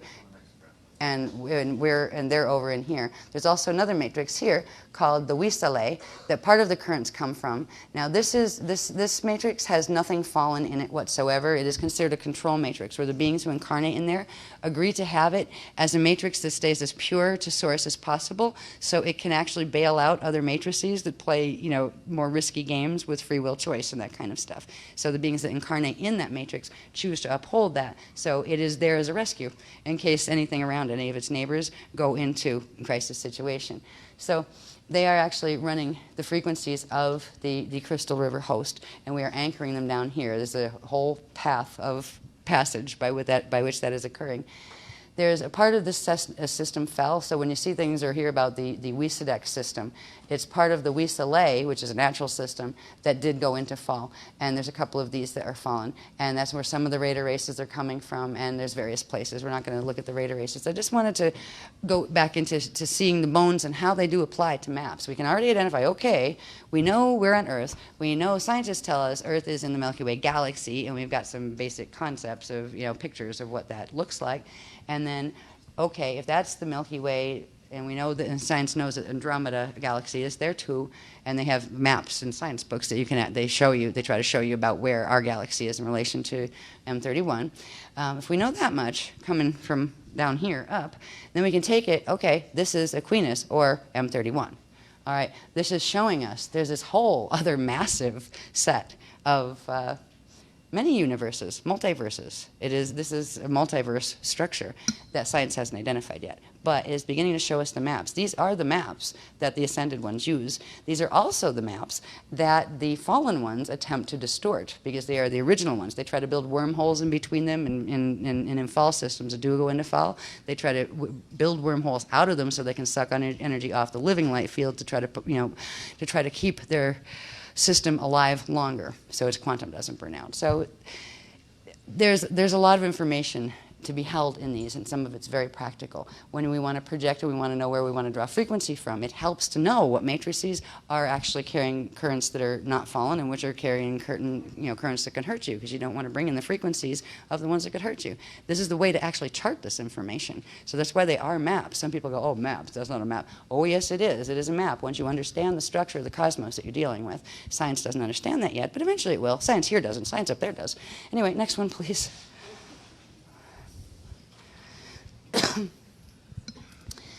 This is showing again. We are here. So you could actually tip this way, would you, hon? Would you? Yeah. Because we were looking at it this way in the last diagram. It's the same diagram, right? We are down here. We're in Vecca 5, right? That was our M31. But wait a minute, we're in the Milky Way. Where's that? Well, if you enlarge this and pull it down here to look at this more closely, this one right here that's running on this line, which is the natural line, that is M31. The Milky Way's template twisted off, and actually it shifted. So its top is over here, and it's shifted, and that is why that creates a, what is it, 2.2 million light year difference, I think was the thing between them in time, in space-time. But that is because the template split. What was this simple template, the regular Vecca universe template of M31, split, and it formed two galaxies. Milky Way is a subgalaxy of the Andromeda galaxy. When you put them both back together, you actually have a universal Vecca system, which would be right there. And then there's the other systems we were talking about here, the Wisales and the Aquarian matrices. And the Aquarian is the one that is our bailout team down here. Anyway, next one, please.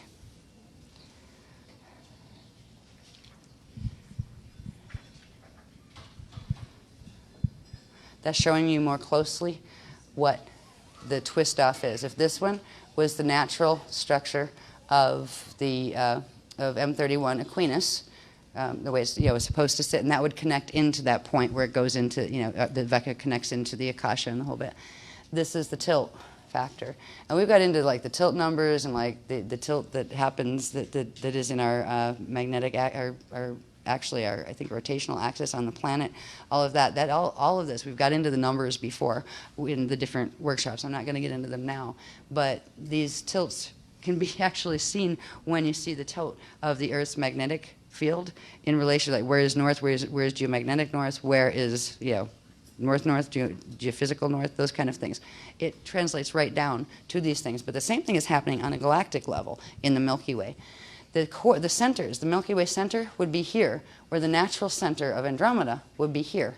They used to be in the same place, but they're not. So basically, this galaxy is spiraling into its own black hole, and science knows there's a black hole at the center of the Milky Way galaxy right now. What's also interesting is they are drawing back together, where eventually, once it does implode, it will be drawn back into where it came out of, because you have to go back. When something goes back, even a space dust return, it will take the path of the encryption that it had in the first point. So eventually, these will come back together again in some distant, far, far time. But before that happens, we've got 200 years before the gates in the Milky Way close, where they will no longer be open flows between the gates that are still trying, from M31, that are still trying to hold it as a living system in the cosmic matrix. Next one, please.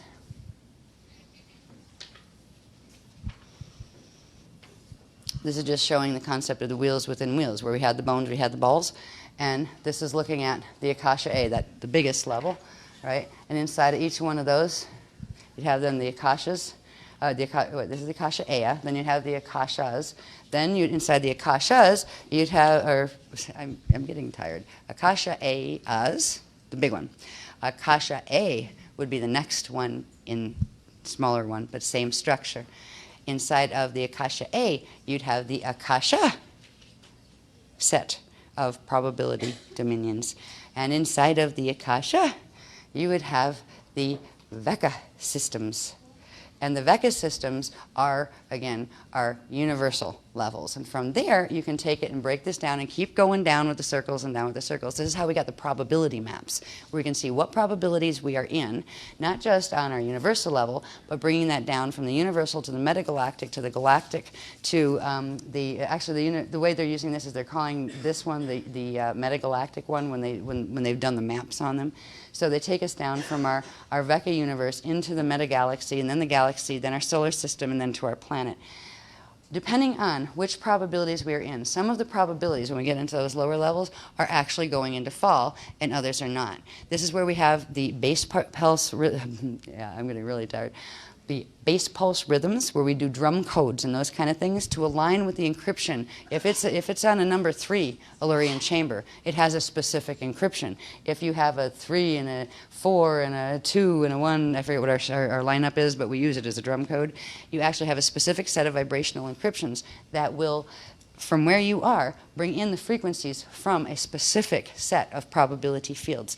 And this is what we've been working on for getting the right probability field alignment. So as we move through 2012, we don't get drawn into the full fall system, that we can hold the gates open long enough where the ascension wave of the beings who are going to leave will be able to come out and go into the natural systems and structures.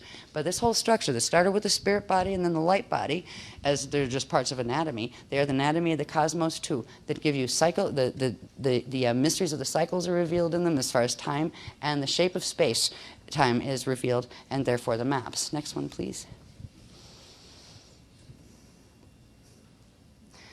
This is showing the bones of the cosmic matrix, one cosmic matrix. And again, it's showing the probability dominions, right? It's showing our probability dominion and where we are going from the Akasha Ea to the Akasha A to the Akasha to the Akasha A to the Akasha to the Vecca. This is where we are, right? This is where we are right now. And there's a big black hole over here.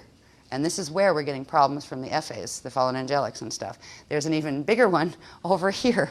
So these two segments of this living structure are going into fall. That doesn't mean the rest of the system has to, but it means these areas are. We are very close to those areas. That's why Earth is in a problematic situation. That's why M31 has been in a problematic situation, to which it had parts of itself fall to become the Milky Way galaxy. So this is actually showing you where the things are you don't want to evolve into and where the things are you do want to evolve into. Next one, please. I'm going to go fast, I think, from now. Let's see where we're at, though. We're getting really close to the end of this. Yeah, we're really close. I really thought I was just going to go, why don't we talk about that later? But I didn't. This is showing when we, let me see this a little bit.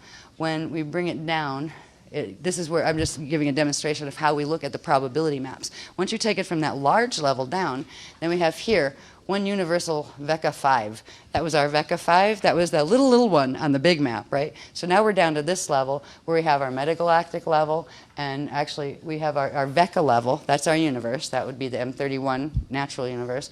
This would be showing actually M31. We're not showing that offset yet. Remember, because they're not lined up. So you'd actually have the one ball that was the M31 galaxy split and form two that were at odd, not natural structure to each other, and that's what the Milky Way would be, the one that's on off kilter. We're not showing that here. We're just showing where the M31 would naturally be, where Milky Way should naturally be, as far as its form. This would be the galactic level. No, this would be the metagalactic level here. Inside of that, you'd have the galactic level. Inside of that, you'd have the solar system, which probability is our solar system in, right? And inside of that, you'd have in our solar system, which probability is our planet in. We're in planet 3. We got into stuff before as far as the natural gates and stuff. Earth is Stargate 3 in this solar system. So this plugs right in to the stuff that we're looking at when we study science and all of that. I just wanted to bring that back, to home. Next one, please. I'm not even going to do this heavily. I'm just going to show. This is where we showed how all those fit. Now, here's the Milky Way split. Remember, it wasn't just on a straight natural axis. That would have been the thing you saw on the last map.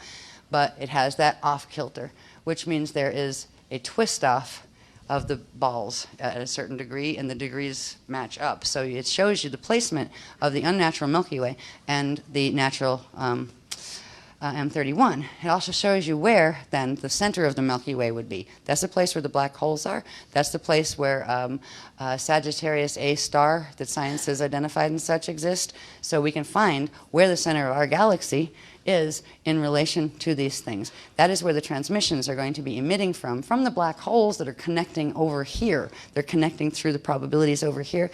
They're going to be sending pulses through into our galactic core in order to finish the fall, basically, to force it into fall. And this is what we are helping to stand against with the stand that we are taking on Earth. We're not fighting with anyone, but we are standing in frequency, holding the frequencies that will stop the full Metatronic Merkaba activation that will allow those frequencies to come into this planet and use this planet as torque to actually drag a portion of this whole galaxy in. It would take more than just our little solar system to pull the whole galaxy, but it's just another piece that will drag in, and we will be like a little finger that you wrap a big cord around. And eventually, the entire Milky Way would go into the fall system. That is actually what's going to happen, except for the parts of it that we are going to bring out on host. The planet can't be brought out on host now. Its core gates in the sun are closed. Once that happens, eventually the planet will go into symbiotic bardo with it. We are helping to keep the gates open at the core right now, like a respirator would.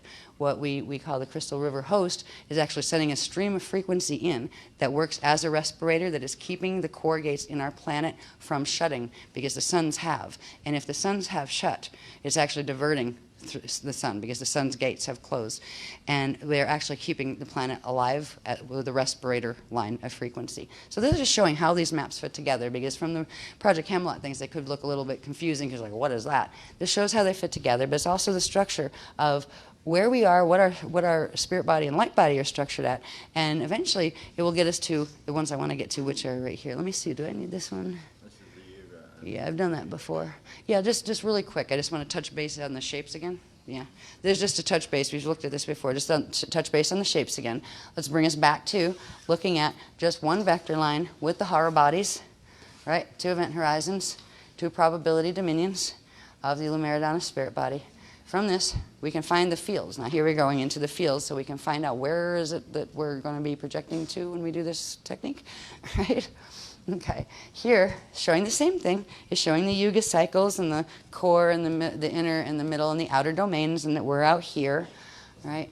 There are areas here that are referred to as the aurora continuum. We've talked about the aurora continuum areas. There's various regions. These little ones with stripes in them are, this is the aurora outer to middle. They're the in-between continua, and they're actually called transharmonic, where if you have each one of these domains is created with a set of harmonic frequencies, a harmonic scale that is unique to itself, but is connected to the other harmonic scales. In between them, there are transharmonic, which means they span two sets of harmonics, two or more sets of harmonics. So we have the transharmonic aurora fields that actually form in here. It's the aurora fields and the aurora platforms that are giving the beloveds the ability to interface the gate systems directly through those fields. When you open the aurora fields into one of the outer fields or the manifest fields, it creates a blend zone or a crisp blend wave that allows for an actual other field to temporarily form. And it's through that other field that we will be able to keep the ascension gates open and eventually move out within the next 200 years into places that are no longer going into fall. So this is just showing us, we learned about, this is from the last workshop, where the Waiea fields were. First we learned about the aurora fields, these guys. Then we learned about the Waiea great void exists between the density 5 Ajay body and the Waiea Adashi 1 Akasha density 1 D1 field. See, there's a lot of words to this. That's why, it's better to just read them like when you have them in your lap. And what the Waiea fields are compared to the auroras. You have the auroras, but if you take an aurora field and you take one of the natural, well, they're all natural, but if you take one of the outer fields, just like from the Yugas, you take the frequencies from the Yuga, you blend it with the aurora, and then you blend it with these void fields that run between that have to do with the Adashi cycles. So a Waiea frequency field, or as part of the Waiea, is the what they call the outer, or the outer spectra, plus the Adashi spectra, plus the aurora spectra. So it's literally a braid of 3 different frequency spectra that allow for the opening of these very specialized gates that have to do with the core gates and the spanner gates and all of that. So what we're going to learn now that we know in the basic structure of the cosmos, and of course every level of that would have their version of it, from the tiniest, that means your fields in like the fields of fleas, to the largest, meaning the cosmic matrix. When we were dealing with the councils last time, the upgrade we got where we were dealing with the Waieas, they were the ones that were coming from these fields out here. And these are totally in the Christ star fields. Out here, you would basically have the beginnings of the Aya field, the God Source Consciousness field, the eternal life God Source Consciousness field of first creation is what we say. And boy, when you want to just say, hi God, that's an awful mouthful. Just when you're praying, I want to make sure it's the right God I'm talking to. Like, eternal life, God, source of first eternal life creation, right? And it's like you're trying to go to bed and say your prayers. Just get tongue-tied, Aya is a lot easier. So anyway, when we get past the Waieas, which correspond with this level, still of the matrix, but like the outer skin of the matrix, there are 2 other structure levels from a cosmic matrix. This is one cosmic matrix we're looking at. There's 2 levels of numerous cosmic matrices coming together to form, what was that word? The cosmeus, I believe, was the new word they gave us. Where if you took a number of these, and we're going to look at some of the structure involved with that just to see the next expansion level. But if you took several of these cosmoses or cosmic matrices and put them together, now you would have, past the Waiea field, you would have the interface of the Aya field frequencies, the God Source Consciousness field, right? But you still have more structures, bigger structures, and finally you would reach the boundaries of one of the manifest bodies of God Source, a matrix, right? Once you reach that, there is like a skin around, it's not a skin, it's an energy field around the matrix that actually helps hold it together. And it is through that skin that you would begin to feel the direct Aya field of God source consciousness field itself. And again, you can't call that, you say Aya is the name of God. No, it's just a word to describe the essence or the vibration, the closest vibration you can get to describe the essence of what God source consciousness field is, because that is the unutterable one. There is no word or vibration that can express it. So we're going to go beyond this when we do our projection. We're going to go beyond cosmic matrix. We're going to go into the next 2 levels, which we'll see more of the structure before. But this is enough to give you the link up of from where you are, how we're getting up there, where we're expanding out to, and where we're going. We're going to literally go first, I believe, and sit on the outside of our cosmic matrix bubble. They've been having me do this for like a month, and I'm going, where are we? This is neat, right? Because it felt completely different. And it was like, it seemed like very dark, like sitting on in a beautiful, like, bluey, kind of bluey black sky, velvet, but not, like, no texture, just, it's hard to know words, unutterable, yeah. I remember they had me sitting there, I'm sitting there like a Buddha, with my orb bubble around me and going, wow, this is so cool, because it really helped when we were doing the purging cycle and the emotional body stuff was kicking up with biochemicals and you're getting like mood swings all over the place and go, what is wrong with me? I would find myself, I'd have to go to sleep and project out of body just to get away from the body chemicals, right? Because I was fine mentally, but the body chemicals were getting dragged around, where I'd wake up with these like just waves of pain and over what? I don't know, right? That kind of thing. It was like body chemical purging. So they took me out to these spaces and I said, oh, that's better. And I could do it even while, after they took me there a while, I could do it even while I was still in the body, where I didn't have to force myself into, I can force myself to sleep and project out so I can get out of body, where I was doing that, where I found that I actually could reach this state while still in the body. And that was really neat. So I'm just learning to work with this, and they're going to, give us the official technique. They didn't give me official technique. They didn't tell me how to get there. They just kind of dragged me there. Just going, help, help, please help. I can't take this anymore. Right? Oh, I have days like that too, just so you know, especially when you're going through D2 level of MetNet purge. Right? So anyway, we will be going first, I believe, they're letting me know this now, we'll be going past the Wayaya field, but this is where, when we're talking to the Shiwas and the Hewas and all the Was, this is the area they're coming from, as consciousness, right? They can manifest it whatever they want to be, but consider them as conscious air, basically, right? They're created in the image of God's source. So are we, conscious air, conscious clouds, right? Clouds of consciousness, however you want to word it. The great eternal sea of consciousness. Anyway, we're going to be like little Buddhas sitting on the outside of this first. I do believe tomorrow, it's today already, tonight, they're going to give us the next part where there's 2 activation levels that are going to come in before we go and get to go to sleep. That have to do with getting ourselves, there's one level that opens something in the body, because I have to go out there and actually they're going to tell me what to do really quick on my pad, like they do right before they run live journeys. And there's something we have to do first, and then they're going to teach us how to go out there and begin pulling in the Aya. But there's a different layer of the Aya we're going to actually access, which would be the 2 levels of structure above this.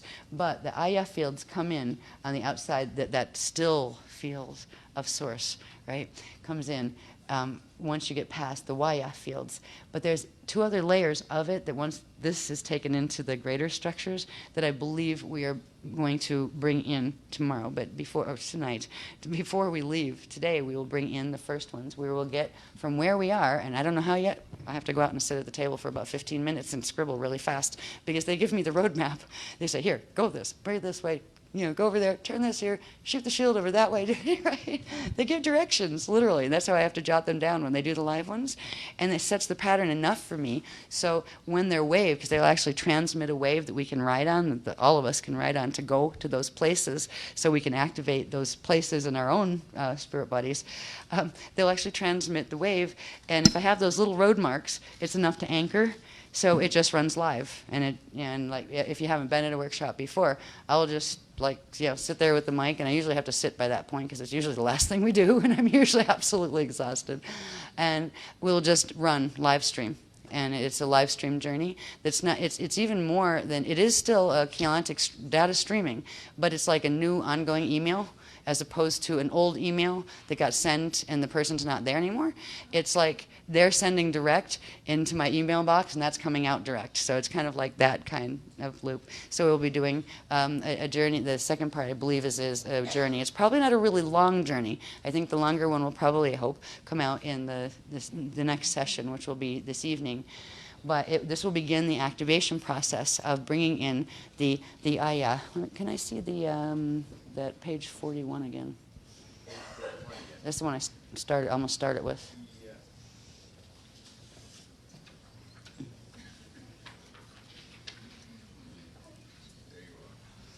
Yeah. So what we'll be doing is beginning to access the Sea of Dreams and beginning the eternal living dream stream coming in to our bodies. And with, by the time we get to the next level of activations this evening that have to do with the Aya, the embodiment of it, literally bringing those frequencies right in to the body with you, and the rest of it. But this will give time, when we do these parts now, it will give time for the frequencies, the activations to settle in our fields and to finish whatever their cycling is, like as they're turning on, and before we go into the next round. So if we can just remember that one image. There's another image I just want to show really quick. It's the last one that shows the Christ Star vehicle, please. Don't need to go there. No, I just need Christ Star vehicle.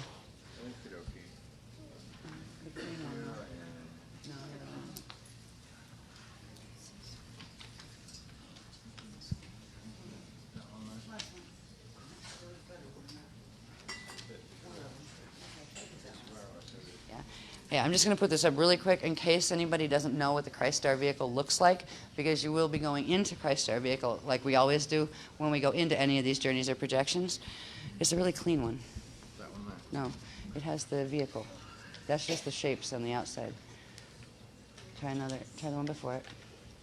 I'm not seeing it. Well, maybe it didn't get in there. No, Let me see. it's not. Well, it should be. Oh, well, I'll use that one. That one's all right. It was in the paper. Just give me the other one. It's fine. There, this looks like it might be it. There it is. There we are. For anybody who doesn't know what the Christ Star vehicle looks like. Okay.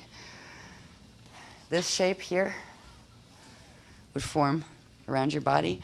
It's actually a crystalline, like a Gossamer crystalline capsule, but it's also formed of what are called Akasha Merkaba fields. So it's actually spinning fields of energy that are around you.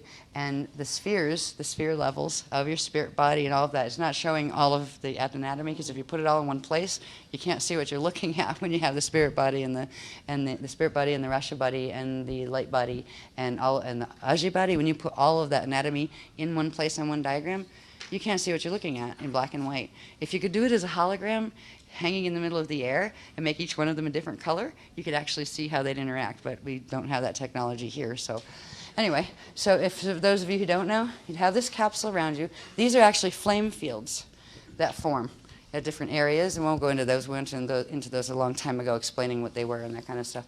But this is the shape that if you're going to visualize, and there's a certain breathing thing, there's actually a 3-step breath, but you don't have to know that right now. You can just actually, because there's enough people who do it and they know how to do it, like with a 3-step breath, you can just go and literally push it out around you when we get into mode, all right, when we get into where we go to the journey.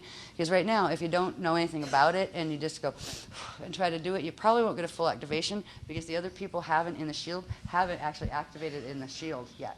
What it'll do when everybody does the breathing, it actually makes a huge one around the entire shield that actually reaches out to the people in this room, but also reaches out to anybody on the planet that actually has the Aquafarian shield coding in their DNA. So it's pretty neat. So that just gives you an idea around your body. Here's your body. There is your Christ Star vehicle. There are some of the flame fields that form around it and flame fields that form within it. And that's good enough to go. And let me put the one back that I was showing the Wa fields and stuff on, please. That was the one with the heart bodies. It was the one I had on right before this.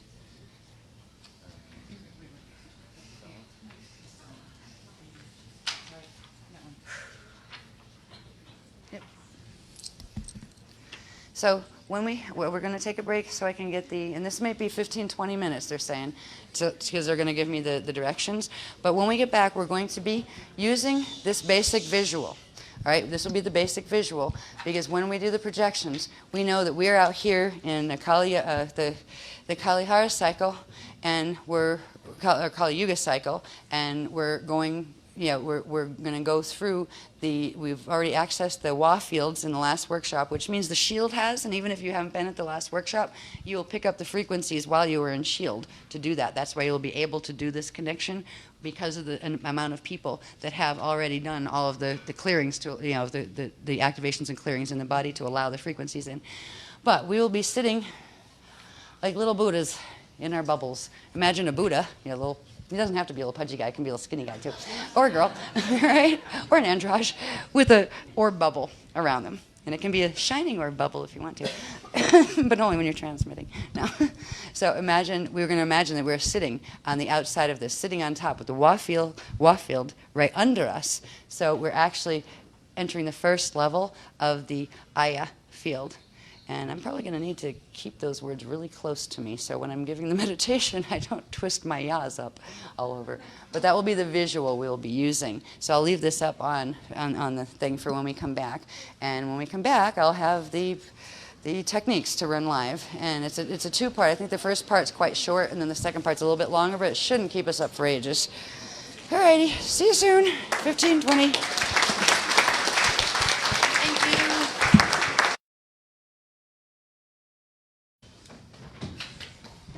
Alrighty, well, we've got the first two techniques.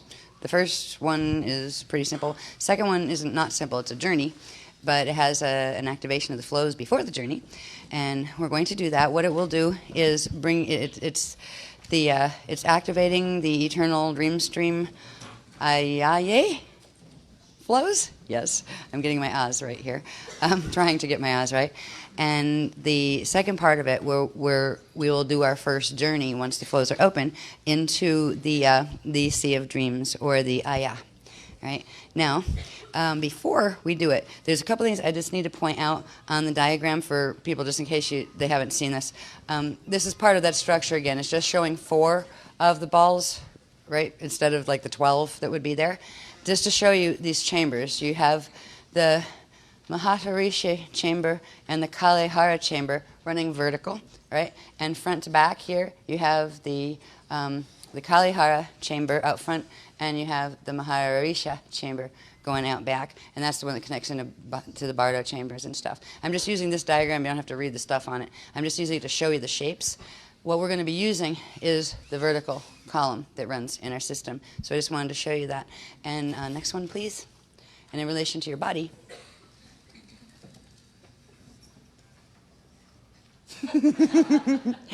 angular rotation of particle spin problem. Yeah. The diagrams are getting tired. Trying to go horizontal. So when we get into those shapes in relation to our bodies and around our bodies, it's the Hare Krishna chamber, the one vertically. We're going to be doing a lot of action there, and also this one here, and I forget what it's called, but it's the one that goes downward.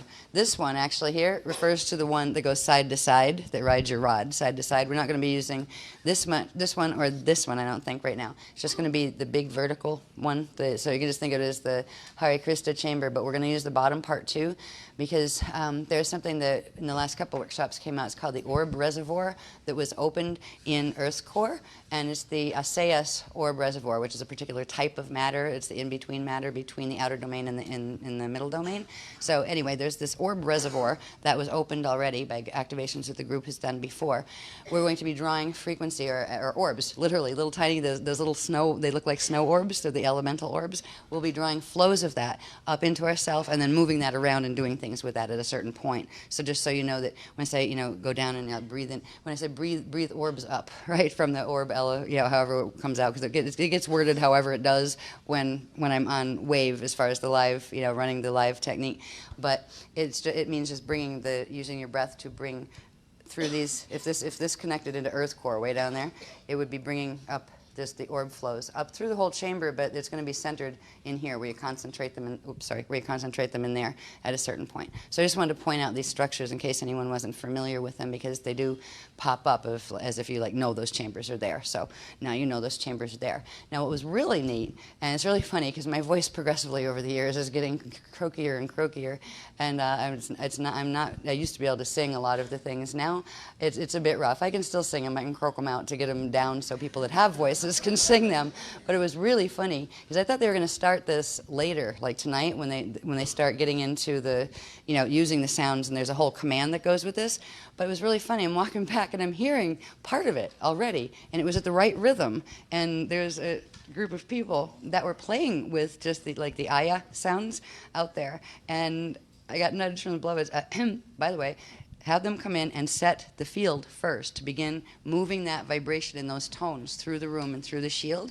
And they said, by the way, it is the right BPR to start with for now until they give the larger command and all of that. So we've asked the drummers that are good enough to catch up with whatever the voicers are doing, right? So we're going to do a couple of rounds. They'll let me know when, is what they're saying. They'll go, okay, that's good. So just to actually start building a frequency field that will anchor these things. Once we open them, it will serve as an anchoring rod for whatever it is, flows. Yeah, I think I'm just going to go back to like the dream stream. I can do that, right? So it will help once we get into the sea of dreams. We'll be able to anchor more fully the dream stream. The dream stream. Yes, I'm really glad they give us these little like code words to use, like dream stream, so we don't have to go I'm lost, right? Yeah, because it takes a while to learn the words. It is best to use them, like, when you're doing technique. It is best to use the actual words. Like if it doesn't matter if I'm speaking it to you. If I say dream stream, you know what it means, right? But if you were like, say, chanting or whatever, you don't want to go dream stream, right? You want to use the real tonal value of the frequencies you're trying to bring in. So anyway, they're asking us to have these guys because they got guided actually to now that the beloveds are actually, they've done this before too with some of the drumming and sometimes some of the singing, where they'll get I might get the words, but they'll actually give how to sequence them to like a little collective within a group, and it's not always the same people either, but it's like they speak with all of us in certain ways, so sometimes people end up being asked to do things like this because they were doing it out there because Spirit was speaking with them, right? So we'll start with this, and then we'll go into the visualization activation levels. So once we call stop on this, first of all, I would just like for everybody to, a lot of people already did activate your Christ Star vehicle. For people who don't know how to do that, just remember the shape of that Christ Star vehicle around you. Take one big inhale into your azare, or the base of your thymus gland, right about there. Hold it for a minute, and then use the exhale to push outward, and that will pop your Christ Star vehicle because you have the field support for it right now.